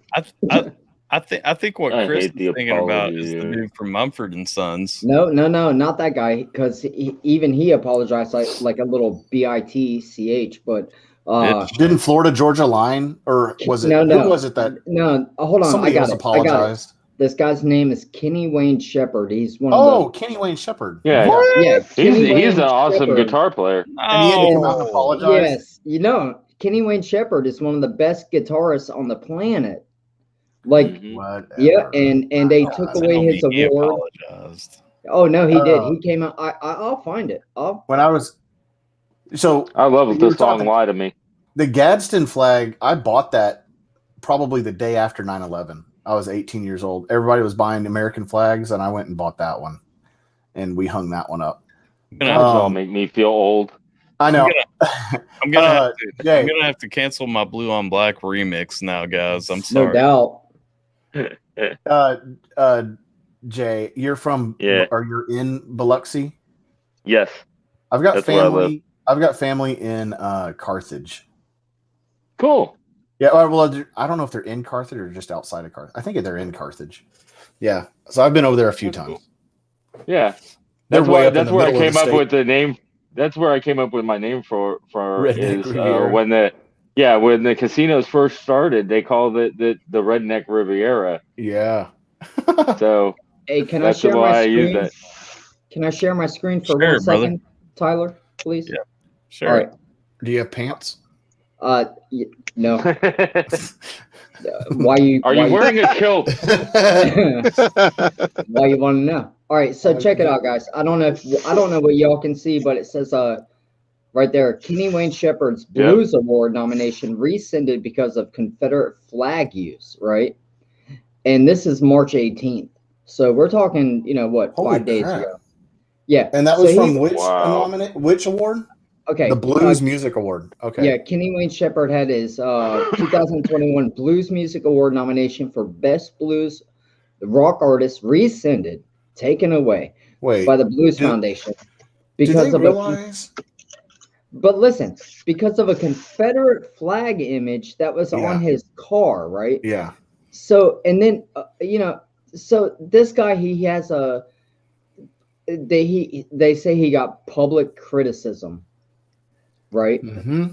Of a Confederate flag on a muscle car. Well, everybody knows that Dukes of Hazzard has a Confederate flag on it. His was, so, okay, let's go down. He put out a, here, I'm gonna put it right here. You guys can see it. He put out an apology. Wait, I apologize. Hold on. That's so sad. Here, I'm gonna highlight. I wish he would have contacted somebody like Upchurch and done a collab instead. Yeah, I'm gonna take that off, but you guys can see it. Ridiculous. I'll share. I'm so sick of it. I'll share the video with you guys.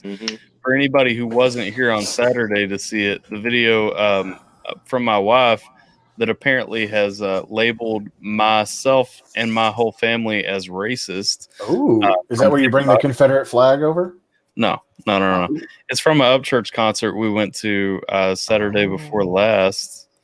But this led to people going to other videos she has posted of my daughter saying, hope she doesn't grow up to be racist, calling us a racist family and everything. Like all kinds of like that? Yeah, hang on. So if you look right here. Okay. Why'd you turn the comments off? I've never even seen that. You turned the comments off. Yes, you did. YouTube might have. Your daughter looks like Sierra. Let's see. All right. So this is from the concert. This is what brought everybody in and started like all the we're racist and stuff. Oh, it's TikTok. Listen to what he says. The snowflake reaction. Yeah, listen to what he says and tell me what is racist about it. I gotta say sorry for every fucking thing. That's what this country's turning into. I'll do better country. You know what I mean? They're trying to change this country into a country that just bows down and is sorry. Motherfucker, red, white, and blue, that is not us. Amen. The brainwashing our kids, they're saying, hell, I've been getting called racist for 6 fucking years with this thing. But you know what? Where's it, motherfucker? Because I'm proud to be from the South. You're not going to tell me I can't be proud to be from the South. Listen, you can be whatever color you want, dude. I have no problem with any color, any religion. Listen, you mind your fucking business, I'll mind my business. That's how I was raised. Amen. Fucking chicken fighters and shit, bro. That's just common sense. You don't gotta say sorry for every fucking thing. Exactly. Amen. Like, quit apologizing. Everybody, like anybody that comes across public scrutiny and wants to make this stupid ass, weak ass apology, like, I'm so sorry. I didn't know that I was hurting people's feelings. Blah blah. Like, you look like an idiot. Stop it. Like, just tell everybody, fuck off. Like, and I'm sorry, I'm getting pissed, but I'm like, if they ever come after me like that, you ain't getting an apology at all. Yeah, look at Gina Carano from Disney's Mandalorian. Exactly. She didn't apologize. She's a badass. She's now got a job with the Daily Wire. Good. Oh, I'm so, this stuff. we need to talk about it, like as a community, as a group of people, to know we're not down with that. None of us here are down with that, right? Like, what with the apologizing and stuff? Yeah, like what am I gonna apologize for? I don't think any of us here are racist either. I mean, like apologize for what? The thing is, I have nothing to apologize for. Turn down for what? Yeah, exactly. Apologize I mean, for what? Exactly. Yeah, exactly. There's zero What? point. Okay.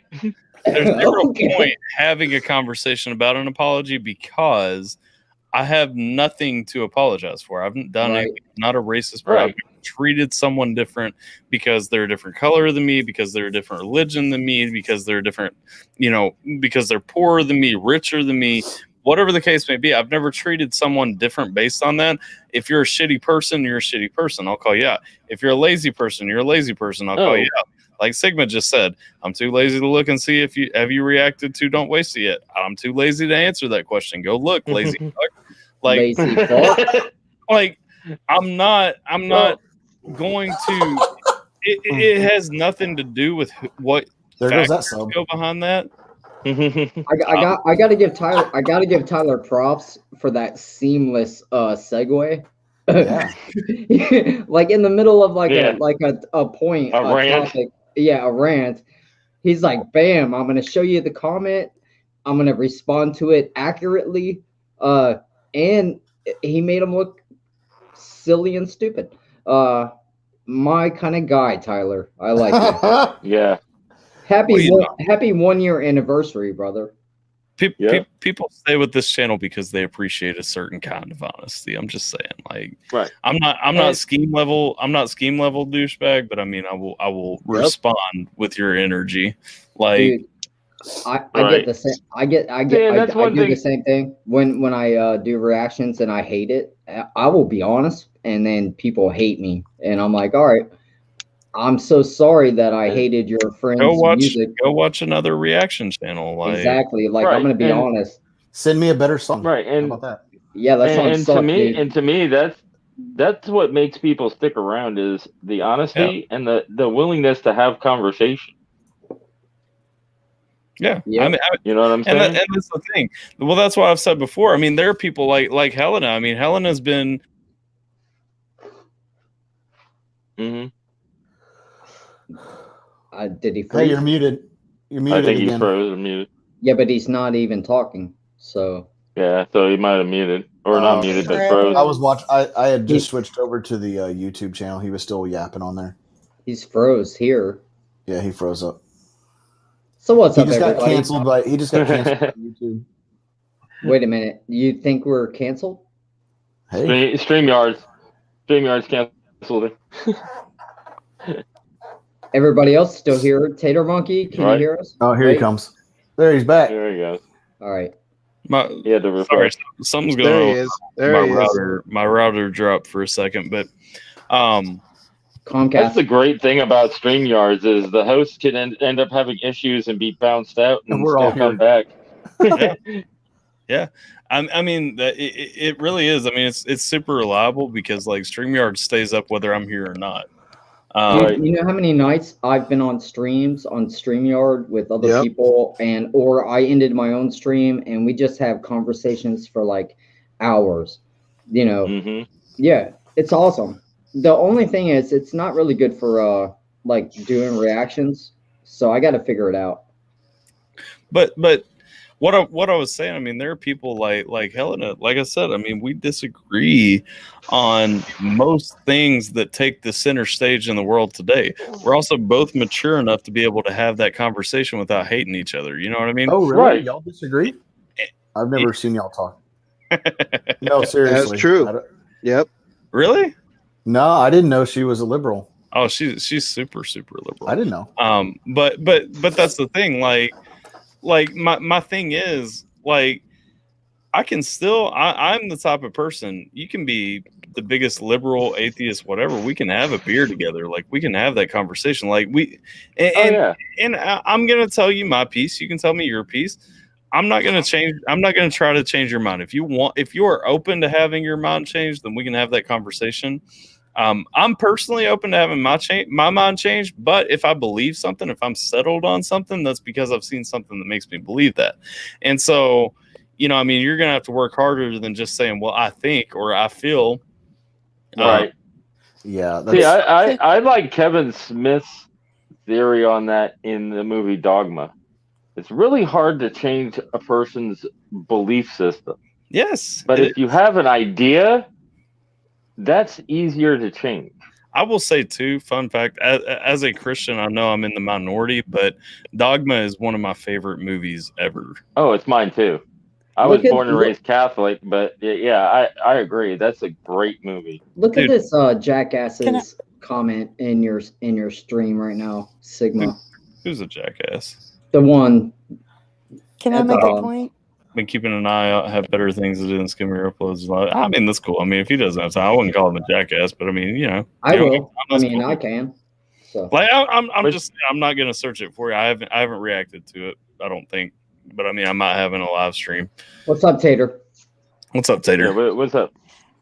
You wanted to say To something? that point when you said you can have the conversation, it's like, but I agree with everything that you said, but it's like, even if some things if you know that you're not going to open your mind to it, you can always find something in common with somebody and be willing to have a conversation. Like, so you don't agree on politics, you can always find something that you have in common. Right. And I think that's what friends do.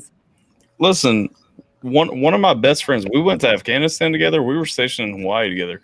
He was a liberal. He was a committed atheist to the point like he would recommend atheist literature questioning God to me, and I would recommend like Christian literature talking about the existence of God. And like, I mean, we would read each other's stuff, have conversations about it and stuff. But I mean, like at the end of the day, you know, we had tons of conversation. I mean, we would talk for hours into the night, just me and him. Like we would hang back at the barracks sometime while everybody else went out, like just drinking and talking about like scripture and stuff like that. And you know, I mean, he was one of the best friends I ever had. As a matter of fact, when we were both out of the Army, he came out. The first thing he did when he got out, he came and stayed 2 weeks with me in Kentucky, you know, at my house. And I'm like, you know, we disagreed on most things, but that was fine because we both still appreciated being around each other. He had a good sense of humor. Like I enjoyed being around him. You know what I mean? Like I'm not going to say you have a shit sense of humor and I don't enjoy being around you just because we disagree on something. Right. Is that not the friend that you play the ghost game with? No, that's a different one. That Yeah, guy he's also atheist and stuff. Yeah, he's an atheist. Well, that's what I'm saying. Like we can disagree. Like respect my opinion. I'll respect yours. You know what? We don't have to agree on this stuff. Like, but you know, just see the way I am is I treat everybody as individuals. I don't look at people in blanket statement them. I get into one-on-one conversations with them and talk to them about what is important to them, and I talk about what's important to me, and we look for and find the common ground where we can become friends. Yeah. I like to think that, but I don't know. I have certain issues that if they support something or support the party that supports this particular thing, I basically see them as a piece of shit and I can't be friends with them or like talk to them. So it's hard for me, you know what I mean? Like on an individual basis, like face to face, we'll find something, we can talk and have a good time. But as a whole, and the issue I'm talking about is abortion. If you support that or you're down with that or you're down with the Democrats who are down with that, I can't be down with you because I cannot condone it. And that's not just a matter of opinion. It's murder. I'm not going to be down with some serial killer just because, you know, like he's funny. Like right. Well, let me put it to you this way.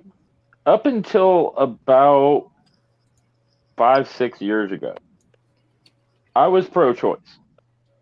But it was because, in my opinion, at the time, the man's job in the relationship is to support the woman's idea on what she wants to do going forward with having a child.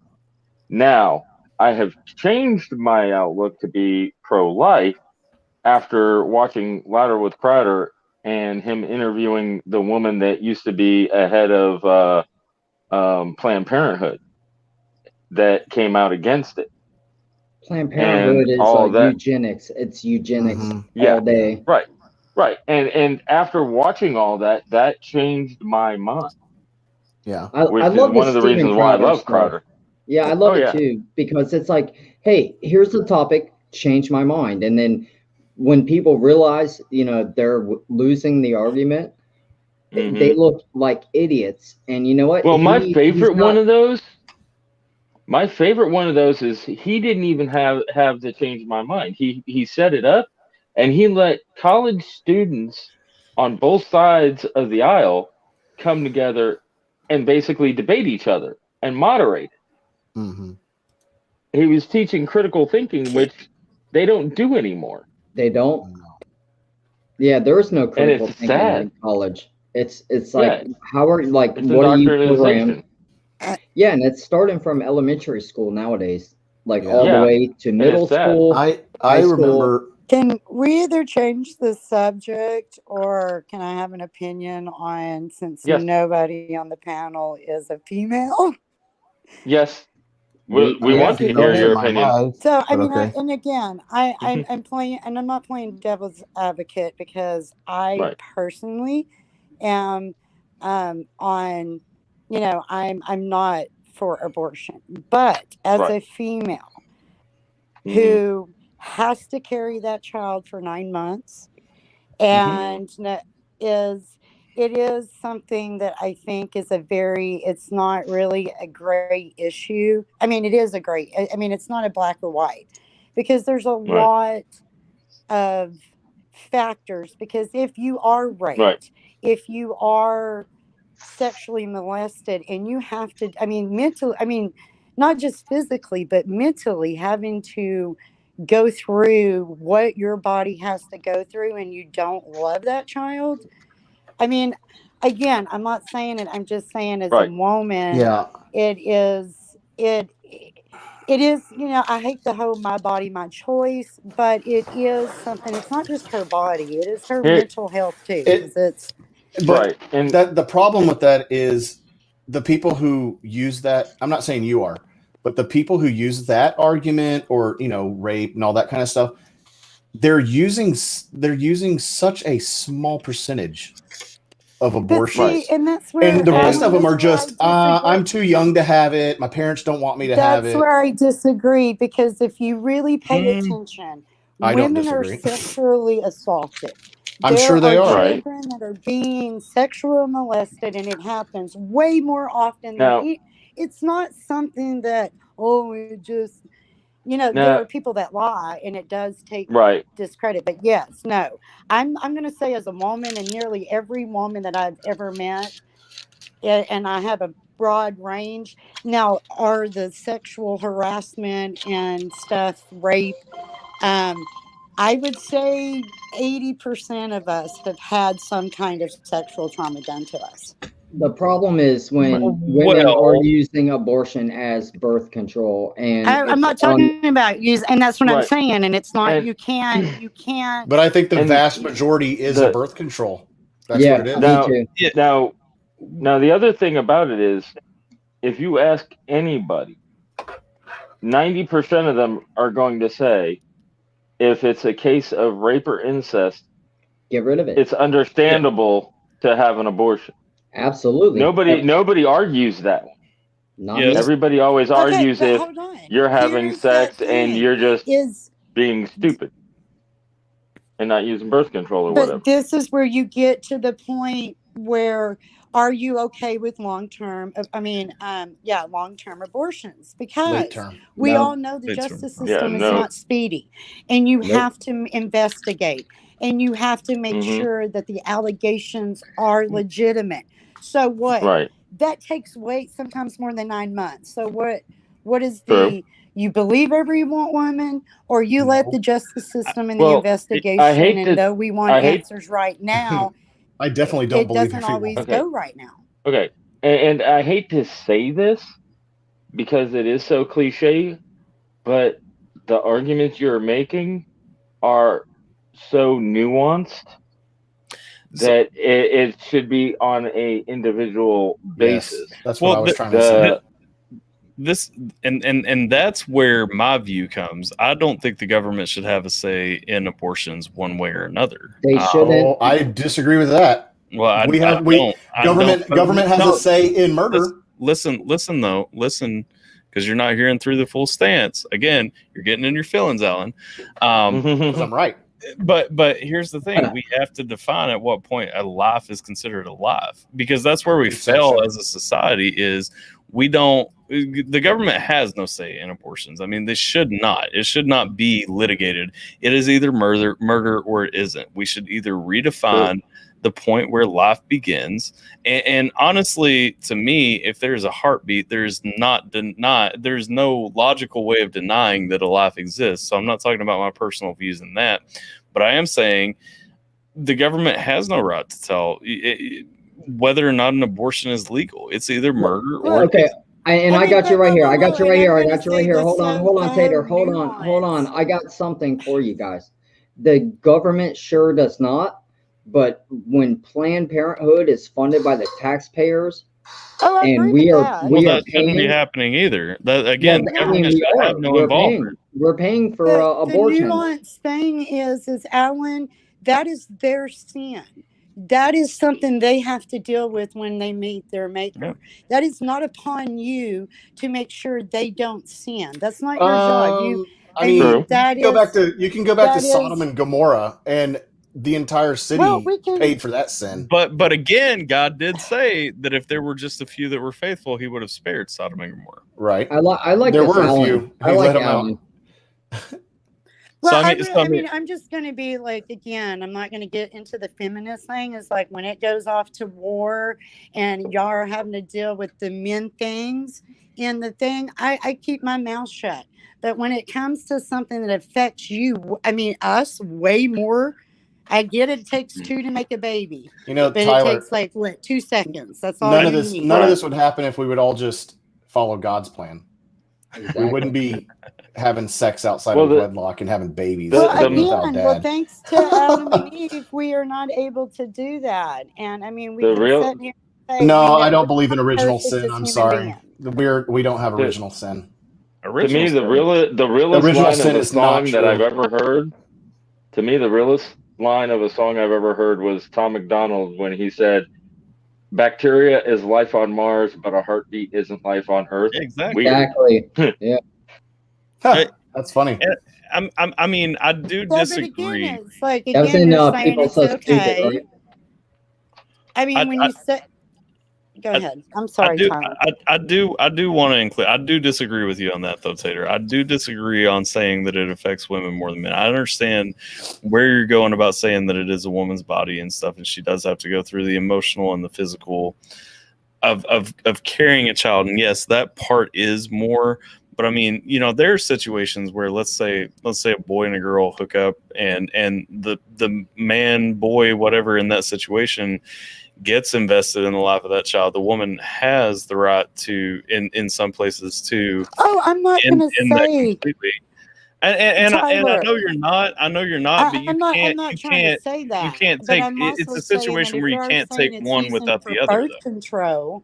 We all know that the people that are using it as birth control, the daddies weren't going to stay around anyway. So. No, that's not always true. Maybe. And the other aspect of not always, of it is, but the other aspect of abortion. The other aspect of abortion that people don't want to talk about is there are so many people out there that can't have kids. Right. Adoption. Kids. What's the problem? Adoption would be the best answer instead of abortion. Well, exactly. And we can have that conversation where we need to have a better foster and adoption program and stuff like that. I agree with that. It's too expensive. I agree. I mean, but should streamline it. I don't know that we need a better one. We need a cheaper one because honestly, in most places, like foster homes are more nurturing than some permanent homes are. True. But the two things that need to be streamlined: the adoption and immigration, so we stop having Well, illegals that's flood what I'm across saying. and Then you having need to have all abortions. the Americans quit going outside the country and adopting, Chinese or whatever the trendy It's just cultural easier. thing that it is, because we all know that that's what they do. So I mean, like, Well, again, the there's whole no simple conversation is thing. very It's just, nuanced. again, I'm Yeah. not going to sit here and say that if somebody had an Come on. abortion that they should be crucified. If Like, you have a Yeah. question, come on. Oh, I I never say mean, that Well, anyway. here's the thing: a murderer can be forgiven by God through Yes. Christ. exactly. Someone who has an abortion can too. I don't think anybody's trying to. Even Alan's not trying to make the claim, and Alan's the most radical on this out of all of us. I think. I don't think even Alan's trying to say that just because you have an abortion means that you have to be crucified. King David and Paul were both forgiven, and they're Well, both pretty much no, murderers. I mean, that's what I'm just saying is that it's Right.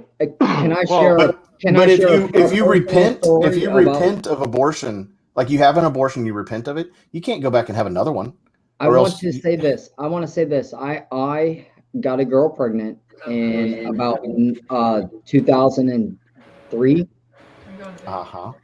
and I actually asked her to have an abortion because I wasn't with Christ. I wasn't a good person, and I was in a bad place, like in my Yeah. life, right?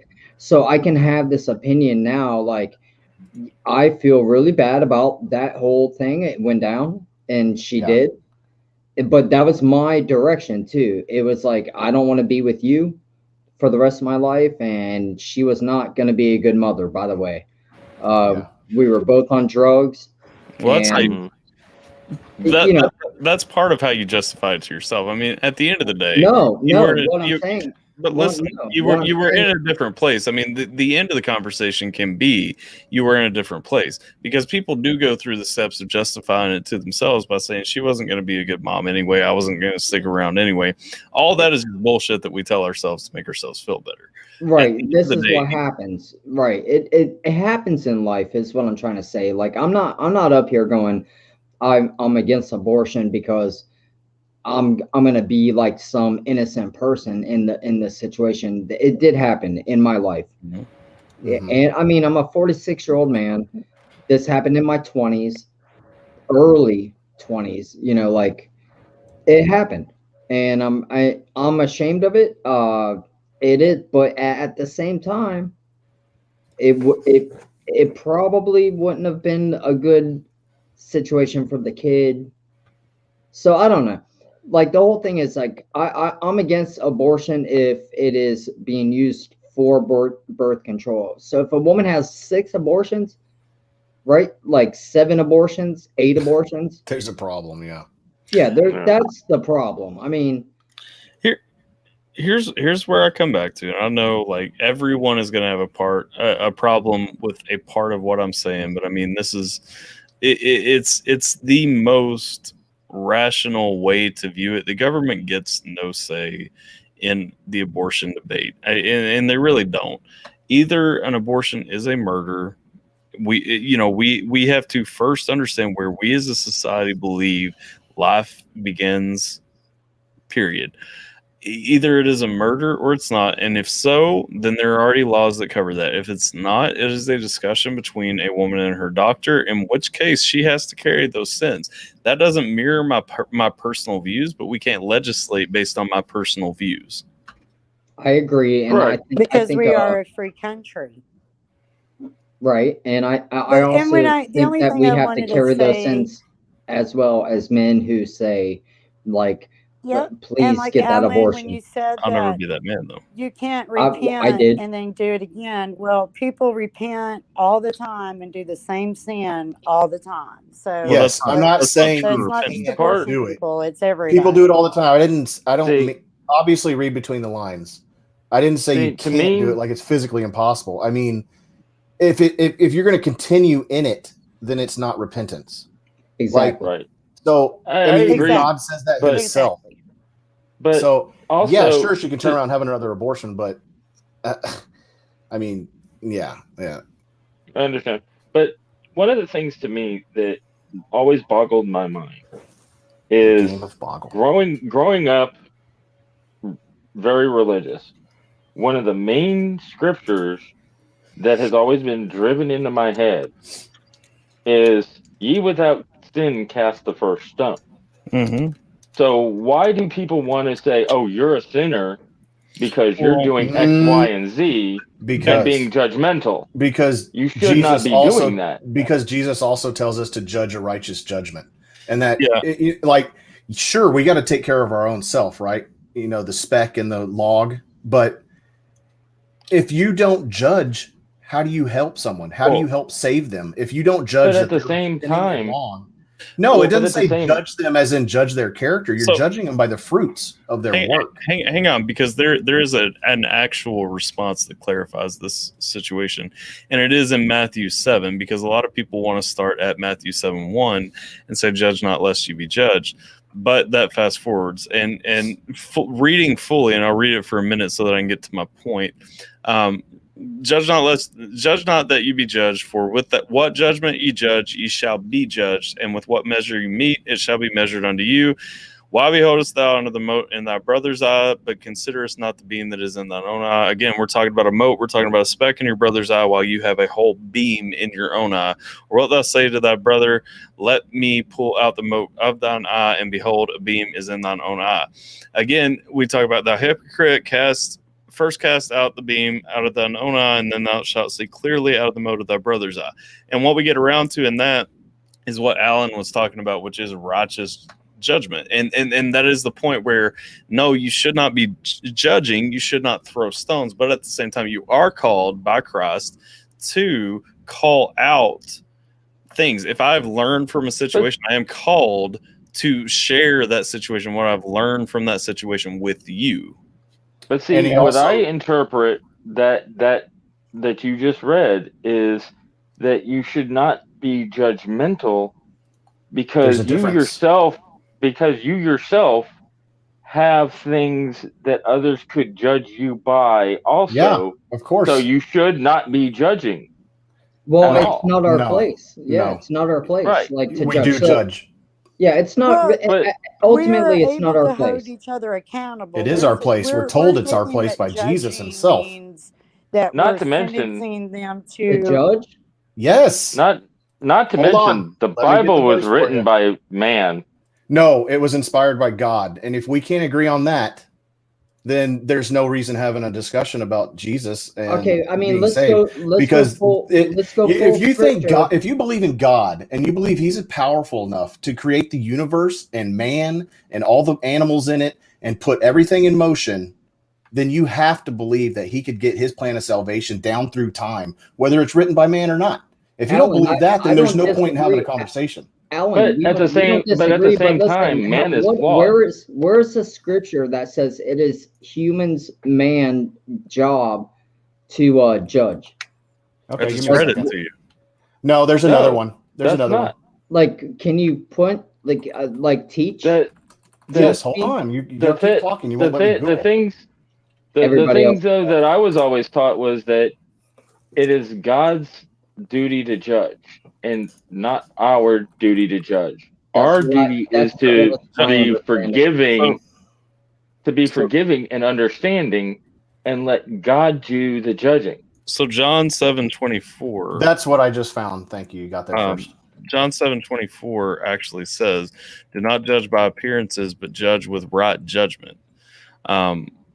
Let me pull up the whole chapter. I don't ever like reading just one verse because you got to read take everything out of context that way. Well, yeah, context means everything.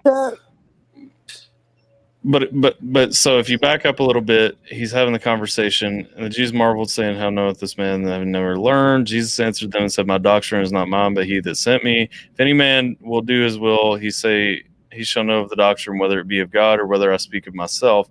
He that speaketh of himself seeketh his own glory, but he that seeketh his glory that sent him, the same is true, and no unrighteousness is in him. Did Moses not give you the law, and yet none of you keepeth the law? Why go ye about to kill me? The people answered and said, Thou hast a devil who goeth about to kill thee. Jesus answered and said unto them, I have done one work, and ye all marvel. Moses therefore gave unto you circumcision, not because it is of Moses, but of the fathers, and ye on the Sabbath day circumcise a man. And so this is where we get into, we're talking about how Moses was given circumcision as a law. And so not because it came from Moses, Moses was just the messenger, but God gave Moses the message to carry.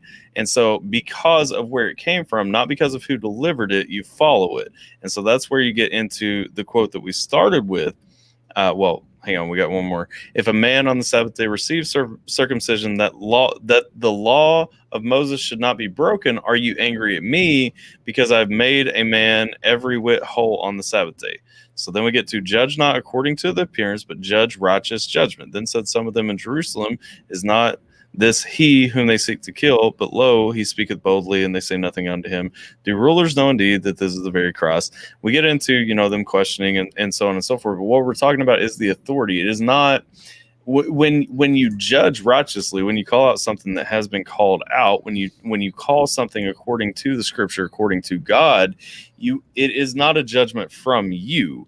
It is a righteous judgment. It is based on the doctrine that God has already laid out. There is nothing wrong with giving that. It's not supposed to be hateful, like you said, from a human perspective. And that's kind of my point, is that humans should be more forgiving. Yes. Than judgeful. Yeah, no, I agree. Let God judge. No, I agree.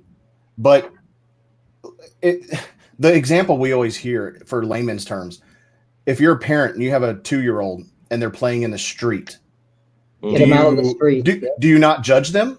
Even though they're in danger, you go, hey, just stay as you are. You're having fun. Do what you do. They get ran over and die. Nope. It's the same thing as seeing a person in sin that you could teach. That's judging. You're judging that they're in trouble, and you have to try to say something. Yes, it is. But see, that is a judgment. Hold on, but see, to me, that's not judgment. It is. It has to be a judgment.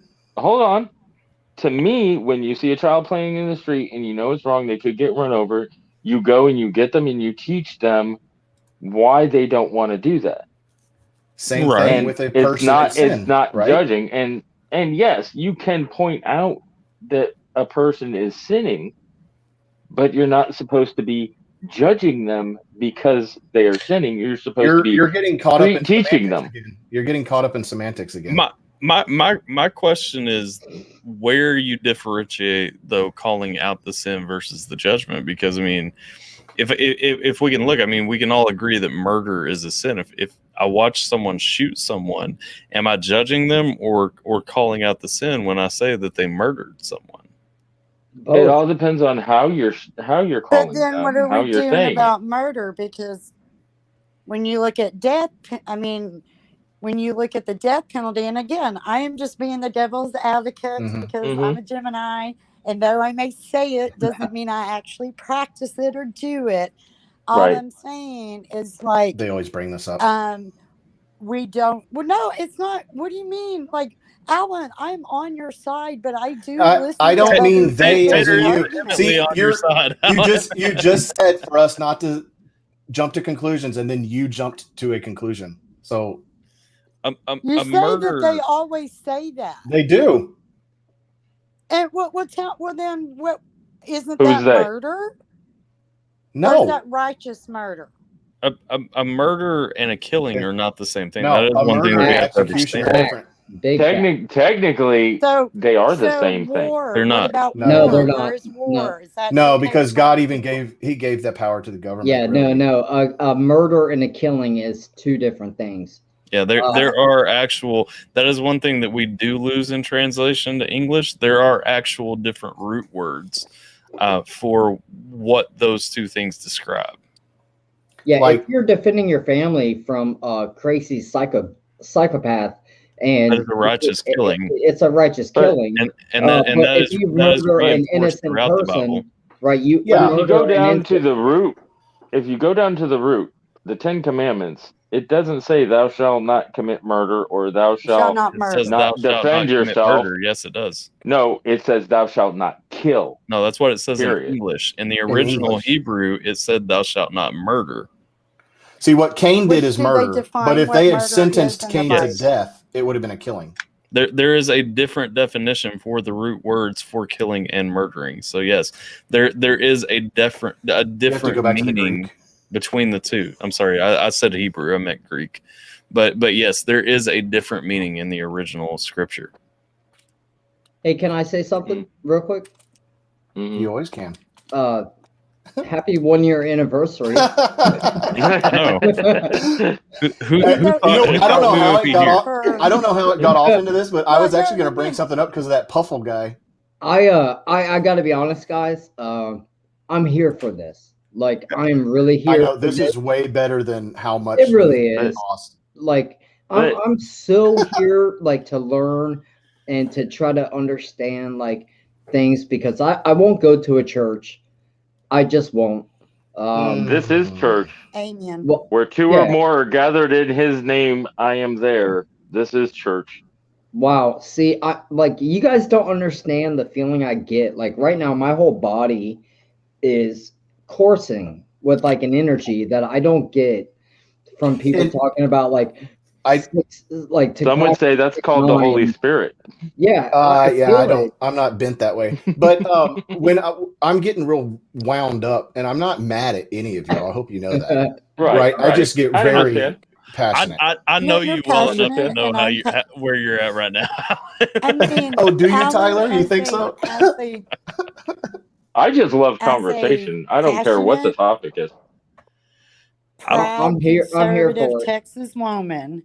I am also, and I'm also a little feminist, a little bit. Like, hey, a little bit, just not weenie. Yeah. But for most part, I mean, I get it. Like, we can all, just because we yell does not mean that we're just passionate if we get a little irate. So, I mean, it's AlphaTyler for a reason. I have to yell every now and then, or nobody's going to take me serious. Speaking of yelling, why was one person yelling at Tater Monkey last night? I fell asleep. What? Jason JV messaged me. He was like, "Oh, you got to come back on. There's a person getting crazy on Tater." What? And I rewatched it, and I was like, "Holy crap, that person!" Who yelled at Tater? Like actually yelling, or like typing in caps? No, yelling.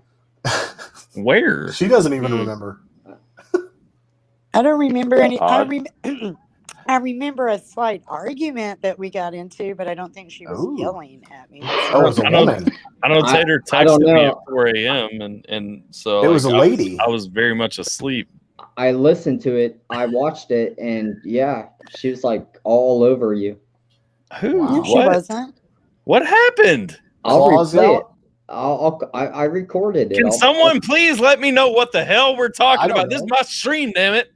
I think you know, right? When or who?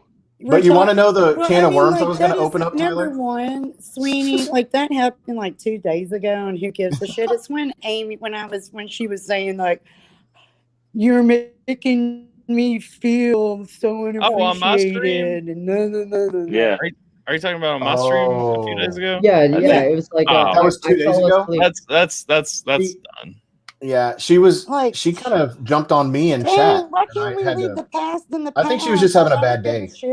Yeah, I think she was just having a bad day. Is all that was. Why would I say like? Yeah, stuff like that stays back. I mean, y'all know, I mean, the ultimate answer on that is, and it's like I said then. Everybody on this channel gets treated the same anyway. I give mods how I give mods. Everybody else gives mods how they give mods. It doesn't matter that, and that's where conversations you and I have had before. You know, we can't always think about every little thing that gets said that questions or challenges or whatever. You just gotta let shit like that go. Hey, Tyler. So that Puffle guy, everybody ignored him in chat. I have my wrench is because I am a Patreon, and that's what I get with it. And if her wanting a wrench is so bad, go get on his Patreon. It's not that much a month, and spend a couple of bucks for a community that you say. I'm on the Patreon. I don't have a wrench, but I'm not going to cry like a baby about it. A wrench. Oh, and I'm on the Patreon. I don't have a wrench. Well, I mean, why is this a conversation again right now? I don't Because know. Sweden has to But just I keep like, trying to change it. By the way, on that everybody topic, drags me back down. I'm sorry, by Taylor. the way, on that topic, I want to say some Alpha. I want to let you know I understand about how you do your reactions and everything. And whenever I was asking about that one reaction, I wasn't trying to get anything done No. sooner or anything. I know. I understand that how it goes and all that, and I just wanted you to know that I appreciate you even for even having the conversation. I know you do too, and so I mean, you've done it in the past and stuff, and I've checked out the stuff when you did, like, and that's the thing. Like when I was saying that, as it was coming out of my mouth, I was like, I hope he doesn't take this the wrong way, because I wasn't saying like, hey, do this or whatever. Like it was more, I took what you said and I was just kind of broadening it out to everybody, because we had like 20 some people in here at that time. Oh yeah, and so I it was understand just more, and I agree. yeah, and so no, that wasn't me like That's telling cool. you. That wasn't me telling you, Yeah. Hey, if you want it, this is it. No, I understand. where Right. you're at, No, I understand, well, and that's what I was need to letting you know circle is I back, do girl, because I understand was that. being really quiet. You what? What'd you say, Tater? I don't think she. I probably have a lag. I apologize if I'm talking over people. No, it's okay. You're fine. Oh no, I said I was going to be the circle back girl, because y'all were talking about the reaction channels and stuff. And I mean, honestly, like I generally just like the community. I mean, I like Tyler. I like what he represents. I could care two shits about the music, because nothing so far. I mean, I listen to different kind of music, so it's not even about the music for me. Right. And that's why I like him, is because he's not fake. He's How did really you even find him? just. How did you know find what's him? funny is, so as a white girl in this day and age, you kind of start going, am I a racist? I don't know. I might be a racist. So I There was started that one checking night. out reaction channels because I wanted to know what black people, because I was just watching black reactors to Adam. Yeah, hey, to everybody's been Tom. down that YouTube hole. Yes. So yeah, no, I mean, I'm being honest, like, and so then when I saw that, I wasn't racist, so I'm like, oh, okay, shoo. So then I was just like, I wonder what white folks think about this music. So, and it was just happened. I don't even remember what Tom McDonald it was. It's like, it had me from there, of just White people reacting to rap. That's how she found you. White guy reacting to rap. White people reacting to rap. Yes, that's how you were found. I grew up in Lubbock, Texas. I mean, or outside of Lubbock, Texas. She's from Bob Lubbock. Wheels. She's from Lubbock. I don't understand rap. I don't get it. Yeah, Lubbock. Well, I mean, my thing is this though. I mean, literally everybody that's actually stayed with my channel for a while, like, has nothing else to do. Got it. Yeah, they have nothing else to do. But no, I mean, like literally, when I made this channel, I know we didn't get far enough into that first reaction, but like if we kept playing it, one of the things I said, I just want a real reaction community where we can actually talk. And it's awesome because like everybody, I feel like that is like one of the real members that shows up for the lives and shows up for all that stuff. It's because it's not even about the music. Like, yes, I would like for you to listen to these new artists that I find and share, you know what I'm saying? Like that's the point. But it's like everything comes back to it's an awesome community. And that's not even just like talking about me. That's talking about like everybody. And like, I'm at least honest in my videos. You know what I mean? Well, I think the reason why I like it is it's not just about music. It's also because music influence or politics. I mean, it's a combination because like it or not, everything influences music, no matter the genre. It's politics, it's experience, it's religion. And so you got to have a community that's willing to have all the conversations, not just about music, or you'll never get it. Yeah, I agree. I mean, if we were only here for music, then we would all be bored, especially because you can't do music that is like universally like out there, right? And neither can I. because we're The funniest, limited. the funniest thing to me is I found Alpha's channel long time before I ever subscribed. I would watch his reactions and stuff because they would pop up on my suggested occasion. And if it was an artist that I was interested in, I watched the reaction, I'd be like, oh, cool. And I wouldn't think twice of it. As I got more involved in the community and then ended up being in lives and things like that, and then ended up in Triple T's live, that's when I went, oh, shit, I got to subscribe to this guy. I noticed right away that I would get along with him because you notice things quickly. Like first, he's Southern, so that already gives me an idea of his, his morals, his background, right?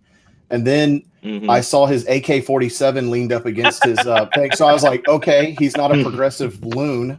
So he's like he's either libertarian or conservative because he's pro-gun. And I mean, that's enough. That's enough for me in this day and age. He's Southern. He has an AK. Yeah, we're good. Yeah, we're good. Hey, what's up, Shane Sturr? I was like, hey, guess what? I'm Southern. I have an AK. We can be friends. Let's chill. See, I don't have an AK, Let's but AK I'm and Southern. chill. We're gonna AK and chill. See, I don't have an AK, but I'm You don't have Southern. an AK? No. Oh man. But I am Southern. Okay, But that works. I'm also a registered independent because I refuse to let any party tell me who I can and Nope, can't I respect vote for.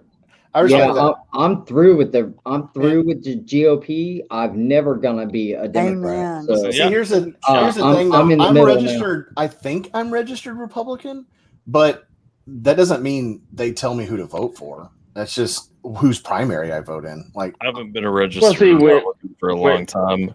When as soon as the option became available in Kentucky, I registered as a libertarian because I am actually a libertarian. That is my actual political ideology. And so I registered there, in hopes that someday we will stop being a joke of a damn party. But yeah, I mean, thus far, Joe. To be fair, Joe Jorgensen was a fantastic candidate. She she was just not allowed to be a candidate. Serious candidate. They're not going to let it happen. They're not going to let it happen that way. Speaking. Go ahead. I personally think I didn't mean. I was going to say. Speaking of, sorry, I didn't mean to sound like a dick. But all good, dick. But I was going to say. I think Trump missed a perfect opportunity during the second run to run as an independent on his own money. Yes. And flip the bird to both parties and possibly get voted in. He might have still happened the way it happened because he got cheated, they like so, to rig He wasn't shit, going to win anyway. I know. He got 75 million votes. Okay, whoa.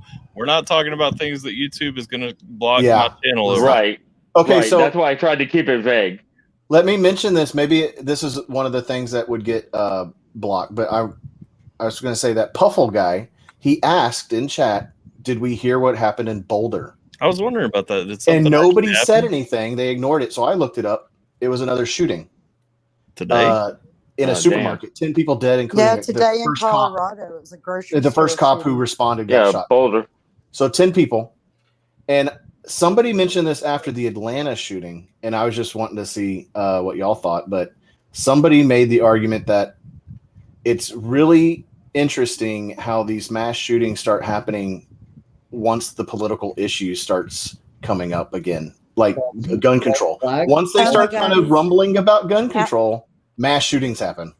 False flags. False. Alan, you just Tater literally just said that. He's like, it's because we want to take the guns away, so we gotta. So look at all these bad guys with guns. Happen. And they're also all saying the crazy guy in Atlanta was anti-Asian. No, he wasn't. He was anti-sex worker. He was. He even said he was sex addicted and he was taking out his temptation, which was the massage parlors. It just so happens that Asians work in massage parlors, or at least those massage parlors. There was nothing anti-Asian. Well, my point has always been, if the media would stop glamorizing the shooter, copycats wouldn't happen. Well, like serial killers in the 70s and 80s. Or Exactly. Or if we would there was a educate- rash of serial killers. There's not really anymore. Or if we would Right. educate people on guns from younger ages, like Shane said True. Saturday in my stream. I mean, real talk. There are a reason mass shootings aren't happening all over Appalachia. There are a reason right. like people aren't walking into, the movie theater down the road from me and shooting everybody in it. And it's because when you go into that movie theater, there's a very real possibility that every other adult in that movie theater has a gun. There's going to be more guns pointed at you. Yes. Than... I will True. tell you. And that's the thing with Mississippi. We got open carry, and there's not that many mass shootings in Mississippi. Yeah. You know what's crazy though is Texas has open carry, and we do have some mass shootings that have happened, right? Like that church shooting near San Antonio, I think it was. Yeah, And- but if you look at it, there was a guy with a gun that El saved Paso. everybody. Yes, exactly.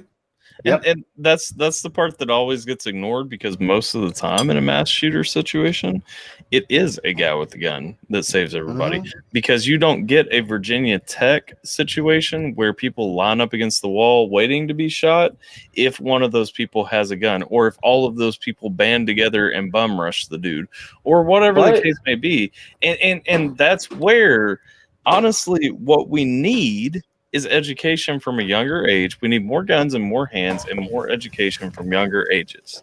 Because, By the way, on this topic, I had a question. Have any of y'all seen the trailer to or the movie that Daily Wire put out about the school I've shooting? heard about it. No. But no. Yeah, they did a movie about a school shooting where it's a female that goes to school. Her dad's military or ex-military, and teaches her how to use a gun, and then it becomes almost like a Die Hard situation where Oh my gosh. where she's at school, and these kids come in and decide to take over the school and do a mass shooting and or hostage situation, and she's trying to save everybody. Well, I mean, are you moving or packing or something? She's like cooking or something. Okay. the thing about it is, I mean, more people with guns. I can tell you, like, my hometown, I can go wherever I want to, and I have zero fear of being shot. I'm still vigilant. That's part of my nature, but I have zero real, training horror about being shot in my hometown, because my thing is, I know, number one, I have my gun with me everywhere I go. If you ever see me out in public, there will be a gun somewhere on my body. Yep. But I also search. know that most of the people around me also have theirs. I mean, and when you are in that situation, you don't have to worry about walking around Walmart, because it's like, walking around Walmart, if someone decides they want to walk through, I don't care if I have a pistol and they have an AR-15. If everyone else around me also has a pistol, someone will drop them before they can pump enough rounds to make a mass difference. And that's the thing. You always have to understand, in these mass shooter situations, the biggest argument to say is if we made them illegal, they would be harder to get. Bad guys will always have guns. You can make, if guns are, let's say guns were erased from the earth and there is not another riveting machine on earth or anything. Yeah. You can make a pop gun. You can make a potato gun. Like you can print a gun. Right. Yeah. And so, I mean, the age of saying, well, if we get rid of them, they won't be as easily accessible. That's not true in this world. We've had guns or something like it for centuries. Most of the mass shootings always take place in a place where there's no guns allowed. Target-rich environment. Yeah, target-rich for sure. You shoot where they don't shoot back. Well, if you're going to commit a crime, if you're going to commit a crime, are you going to go to the place where you can, cause the most damage, or are you going to go to the place where you have to worry? And when it comes down to it, you're going to go somewhere that you think people will. The honest fact is, that's the reason schools are such prime targets for shootings, because everybody knows that in the interest of protecting our children, there are no firearms around there. There are no adults who can legally respond to it. Yeah, and we need to Right. rethink that for sure. We need to rethink that policy and figure it out. And Tyler was explaining the saying, an armed society is a polite society. He was just doing it with flowery language. You have no choice. You have no By the choice way, but to be polite. That's right. By the 'cause way, you then get I shot. looked up the name of the movie. It's called Run, Hide, Fight. Run, hide, fight. Run, Yeah. hide, fight. Oh, So that's the training material in every business is. Yeah, I about was mass about shootings. to say, It's so it's- run, so hide, it's- or last resort is fight. I was about to say, so it's the corporate. It's a play on the corporate active shooter situation. I work for the. I'm not going to say who, but I work for the federal government, and that's that. No, you don't. Yeah. Did I tell you? Yes. On that long talk You've we told me had several times. Oh, okay, my bad. I try not to tell people. Never on camera, so don't say. Yeah, it on camera no, now. I don't tell people where I work. But anyways, yeah, that's they push that run, hide, fight junk. I know. You know. Yes, sir. I didn't tell you. I'm Yeah, a you military did. brat On that that long worked talk. on a military base for a while, so I know that philosophy. Where did I tell you, Sweeney? On that. Never mind. On that long talk. So I'll Nah, say you weren't on the long talk with me and Alpha. No, it was me and him like way after. Yeah, after. I know. I'm messing around. Um, I'm trying to be like the jester, like in the courtroom. You know, like. Hey, I'm just trying to lighten the mood. You know what we were doing, guys, is celebrating a very cool anniversary, and we got off on. Yeah, we got off on some really deep, like. Yeah, you know but what? isn't that how you would celebrate Tyler's existence here? I mean, like we get into these talks. I don't know. I want to hear. I just love I don't know. conversation. I mean, it is always, you know, I mean, we go through several topics. The two big things I wanted to tell you guys was about the May 1st live stream. And then also don't forget, I do have my mixtape that's coming out. I told you guys that I was going to release it today just because of semantics and stuff. It won't be released today, but it is basically finished. So for anyone watching out there, all my Patreons are going to get a free copy. It will not be for sale. All of my Patreons will get a copy. I will give away copies of it later on. Only pressing a few copies of it. But then, yeah, it'll be selectively given, but it is pretty much done. I have the design, I have the cover image, all that stuff, and like all the layout for the packaging. It's going to be in a jewel case because I only believe in physical copies. I hate people who, I won't say that I hate people who only release digital music, but I will say that I prefer to hold something in my hands. It will only be available on there that way, though. It won't be digital copies and all that stuff. Mostly because most of the tracks that I'm going to actually stand by will be on the album, the much longer album. Excuse me, the much longer album that I'm still working on, which will be out probably later this year. 2 or 3 of the songs will actually be on that. This is more something, it's called the Year One mixtape because this is more something for my Year One subscribers over the past year. It's kind of a collection of music that has been made during that time. You know what I mean? So and that's the second plug. That is the second plug.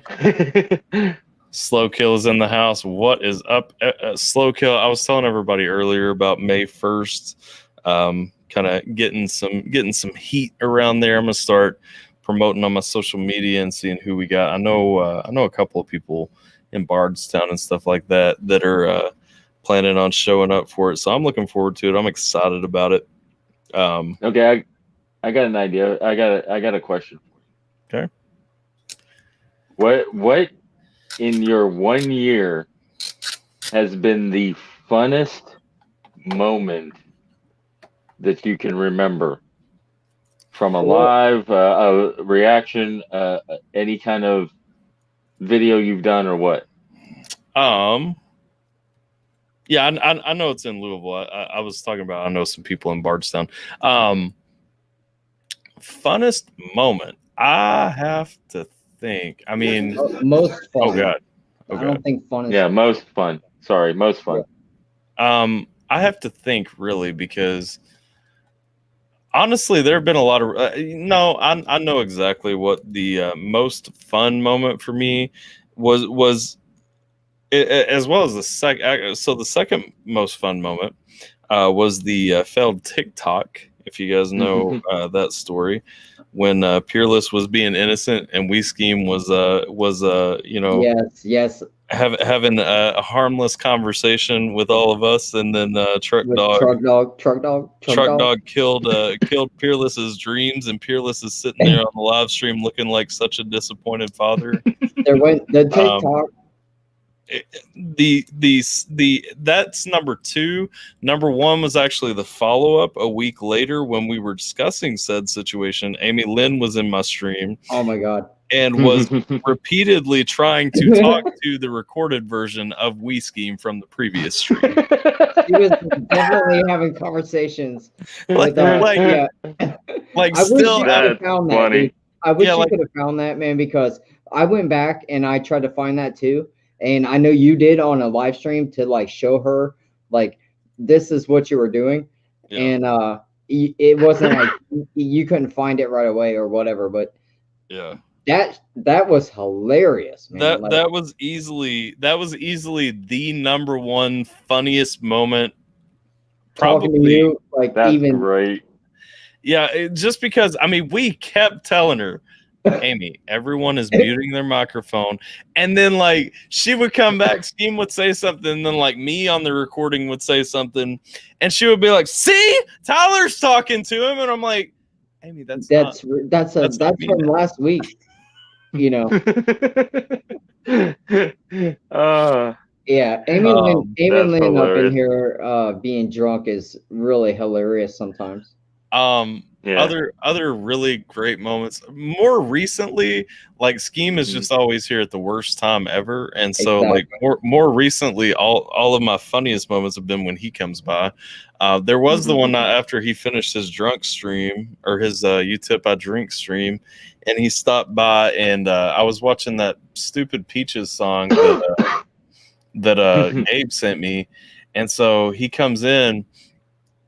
And he just types, "I don't know what the fuck is happening. I am so drunk, but I'm loving this." And like it was a terrible video. Yeah, that's hilarious. Amy says, "Oh, he shouted her name out." And guess who showed up? I don't know if you just got back. You weren't even here long enough last time for me to say hi to you.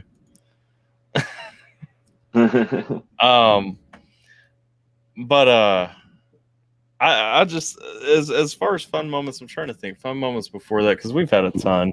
One really fun moment, we were doing scary reactions on Halloween, and it was I had an interview with Ethic the God right before that, and so I was streaming by myself later on, and so I was telling everybody because I've yet to find like a really scary video. I've yet to find like a really scary video, and Jason sent me one, and it had like this knocking like fit in, and it was panned just perfectly, and I thought that it was happening like at my house. Thank you, Taylor. So you grabbed your gun. I thought it was happening at my house, so like literally on the stream, I got up, ran out of the room. You can see me like I'm gone forever. My chair's left spinning and everything. Come back with my shotgun. Like I had went outside during my live stream, walked all the way around my house with a shotgun and everything to make sure that nobody was out there. Like it tripped me out. That was funny. Veterans were in horror movies. Yeah, that was funny for everyone else. And then let's see. Yeah, it's cool. It's cool, Amy. You just turned 1 year old as a channel, you know, like every couple of days, right? Just messing with you. But happy anniversary, bro. Yeah. But I'm trying to think like Now I have another one. What is the most stressful time you've had? stressful. I don't know that I've had stressful moments on here really. Nah, everybody loves being here. It's a cool place. Well, I mean, it could be a reaction that got copyrighted that you really wanted to put out, or a live that you did that got clapped and you didn't know how to get it back up or what have you. Frustrating moments I've had were definitely, I dropped a Breaking Benjamin reaction one time that Gabe had requested, and it actually got blocked as soon as I put it up. That was actually what motivated me on Patreon to pay for the Vimeo upgrade so that I can move all of my blocked reactions over to Patreon when they get taken down on YouTube. Nice. I'm trying to think, probably one of them, because I've never actually had like a full-on strike. I've had a few warnings and everything. My reaction to Coco by PewDiePie was particularly terrifying because that one actually got removed, like outright, like deleted. And they started issuing like all the takedown notices to like everybody who reacted to it, and so I was terrified that was going to turn into something. Right.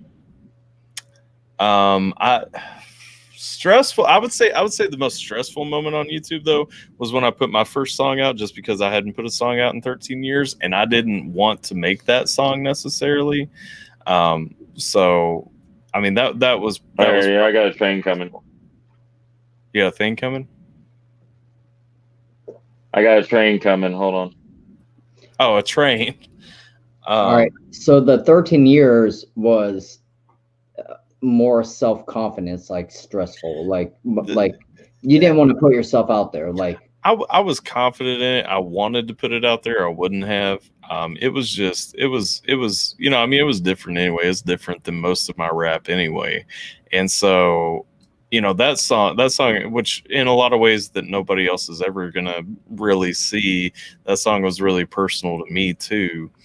And so, I mean, just coming out, and then a lot of people didn't like it, and that was fine. I mean, I mixed it intentionally a certain way for a certain effect. It didn't really translate that well, and that's fine because, again, I wasn't, which I told you guys that before that song even came out, I wasn't even making that song for anybody but me. I just, once it was done, it was my first song coming back, and I debated whether or not I was even going to put it out, but I really wanted to. Just because of what it meant to me and what it means to like maybe 6 other people in the world. You know what I mean? Yeah. You ever heard of Pindo 46? No, I haven't heard of Pindo 46. I'm gonna send you some stuff. I might put it in the private chat actually. Okay. And then what did you ask after stressful? Because there was another one there, and I got on a tangent. I don't remember. I was saying that it could be a reaction video that got blocked, or a live that had gotten clapped or something that you had to try to fix.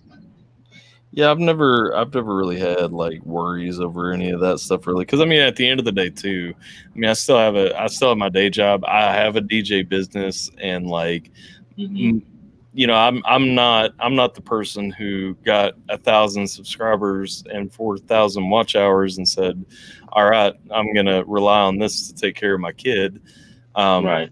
So I mean like my view on YouTube, I think part of why I am honest, part of why I am like the way that I am on my channel is because, I mean, if you don't like me, that's cool. You can go away, because at the end of the day, like, this doesn't pay my bills. I put most of the money I make from YouTube back into YouTube. You know what I mean?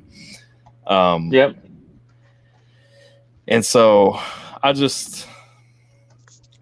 think that has a big impact on it of where, like, I mean, I come here to have fun. I come here to hang out with the community and everything.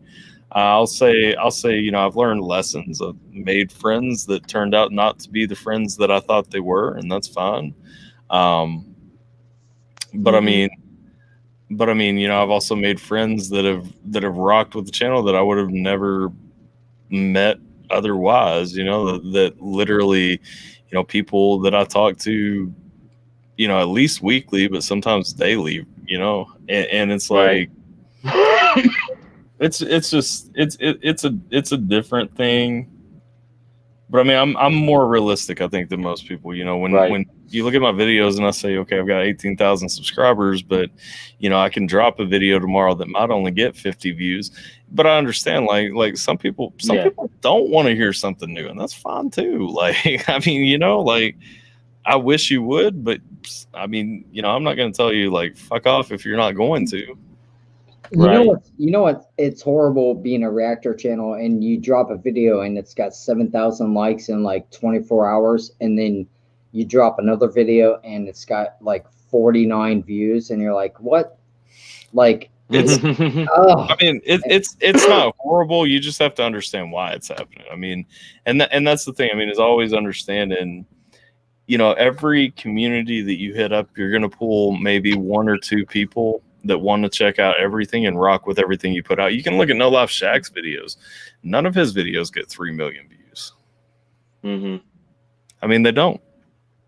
Right. But, you know, the thing is, we are wired to measure our success as, if I put out this video, is everybody gonna watch it? And the answer is no, they're not. Right. I mean, you just want a sizable portion. You know what I mean? Right. You want to make sure that whoever does show up is seeing like something honest and making them want to come back again and again and again, because you never know which one's going to happen. And that's the thing. Like, going back, the biggest pop I ever got out of a YouTube video, it has 250,000 views. But that also came at a point where I didn't understand like how SEO, how to tag my stuff. I didn't understand to promote more videos. I didn't understand I needed an end screen and cards and all that stuff. And so it's like, you know, the biggest pop I'm ever going to have on YouTube, honestly, well, I mean, hopefully not the biggest one ever, but the biggest one I've had to this point went to waste because I didn't know how to use it. I know. Right. Yeah. I just started using end cards and that kind of thing. And, I think my biggest success is my my live streams, when the people come around. You know, they're the same ones every single time. You know, it's awesome, man. It's nice. It's like you have, you know, you have your people. I'm always here. Amy's always here. Alan. I think the live streams are what I'm happiest with. I'm always torn between whether it's the Saturday streams or the Thursday ones, just because the Thursday ones, you know, we check out so much different music, and everybody has such a good time, and you know, I mean, we do like the different vibes with the lights now, like it's got that thing. Yeah, that shit's awesome. Like, for real. And if you haven't noticed, the questions I've been asking is for some little like behind the scenes, since it's your 1-year anniversary. Well, like, you mean that topic that we haven't talked about any today? Well, like when I first started coming over here, it was because I think Chris he brought me over here, and then like I've checked out a few of your gaming stuff. Most of the time, if I watch a reaction channel, it's because it's somebody that I want, like an artist that I like, that I want to see the reaction to. But you know, depending on the channel, like I've checked out some people on your channel, like Band-Aid or Bandmade. I see like reactions to them like all over the place. You know, I know they're like one of the popular ones. Yeah. And so, I mean, but because I think I watch a lot of channels, I try to kind of spread my time out, but I enjoy the lives. I wish I did watch more reactions, but there certainly are different groups, like certain channels, like how I found, like the first reaction channel I think I ever probably watched was Laid Back, and I believe I probably was watching mostly 21 Pilots reactions. And he had a lot of Tom McDonald on his channel, and I kept seeing it. And finally, the one video that drew me into Tom the first time, I looked at his thumbnail on one of them. I was like, ugh, that guy looks kind of like whatever, you know. I'm not judging because I think Tom's hot as hell, but I'm just like, I was just kind of like put off. I didn't know what to think. I thought, clickbait. That's what I thought. And then I think the first one that drew me in was Buttholes. I'm like, all right, now I got to fucking watch it. Sorry. Now I got to watch this to see what it's all about. Amy likes buttholes. I like Tom McDonald, but No, I think you like buttholes. Don't get it twisted. No, don't get it twisted. Hey, Amy like I will Tom's say butthole. one thing right here. Amy Lynn, if it wasn't for talking to her, like I would have never found Fable. And Fable, he's awesome. Yeah, Fable's one of my best favorite reactor channels. Like I will watch his reactions if I haven't done one yet. But you know, Cucumber Squad, the whole thing. Yeah, that's Fable because of 21 Pilots. Fable is probably my favorite reaction channel. Although I don't think he does live streams. He does. And actually, when I first got my Instagram, the very first like phone call Instagram thing that I ever did, like on the screen, was with Fable, because he didn't know what like StreamYard was or anything like that, but he was live and I happened to see him. It was literally like the same week that I started my Instagram, and he's like, if you want to chat, hit me up on Instagram. I went and I searched Instagram for him real quick. I was like, oh crap. And I sent him a message and he ended up calling me, and I talked to him for like 10 minutes. It got disconnected, but then we talked like I was on his live talking to him. Like you couldn't see me, but you could hear me. And that was cool as shit. I'll tell you one thing about that guy, or two things. He is in touch with his feelings first, right? Okay. And then hold on, wait 1 second. Well, and then he is smart. And that's it. Go ahead, Tyler. As much as I love discussing other reaction channels on the 1 year anniversary of my channel, I was going to say something about that too. We've been going for 6 hours, and I have to work tomorrow, so I'm going to go ahead and bounce off. No. All right, leave it open. We'll all bounce hang on, out. baby. If you're gonna bounce, I'll probably bounce too. But I appreciate you guys congratulations on coming 1 in. year. It's been a very stimulating conversation as always, everyone. The first of many. If you're getting off here, I will go live. I wait till you're done, always, because I respect you. There's always definitely fun here. Different variety of conversations. I started watching from the beginning, talking about people in France eating horses, talking about you belly dancing, sports, and then Amy Lee hitting on the British guy, and then I popped out for a while and came back, and you're talking about me being dumb. I missed that part. Dang it. Yeah, let's leave it at congratulations on your 1 year, man, and we're all glad to be a part of it. Appreciate you guys. Looking forward to seeing where we go. But that's all I got. We will talk make later. sure to drop a like, sub to the channel if you haven't already. Give a comment if you're watching later. All that stuff. But I appreciate you guys, and don't forget to check out everybody else. Jay Sweeney. I saw Jason was on here earlier. I don't know what happened to him. I think he got a phone call. But did you get my private chat? Did I get a private chat? Did you check it? Pendo 46. Yeah. Yeah, check it. Free beats. Yeah, I saw that. It's in StreamYard. Right. All right. I just wanted to mention that before you forgot. But yeah, appreciate everybody. Appreciate all the love and support. But I will be back to uploading reactions tomorrow, and so hopefully you guys are digging that. I'm gonna check out. Probably finally get my reaction to Hobson's new song tomorrow, since I didn't do it today because I'm a lazy fuck. But you guys have a good night. All right. You too. Later, brother. Happy congratulations, 1 year. Thanks. Yep. Congratulations. Later. Good night.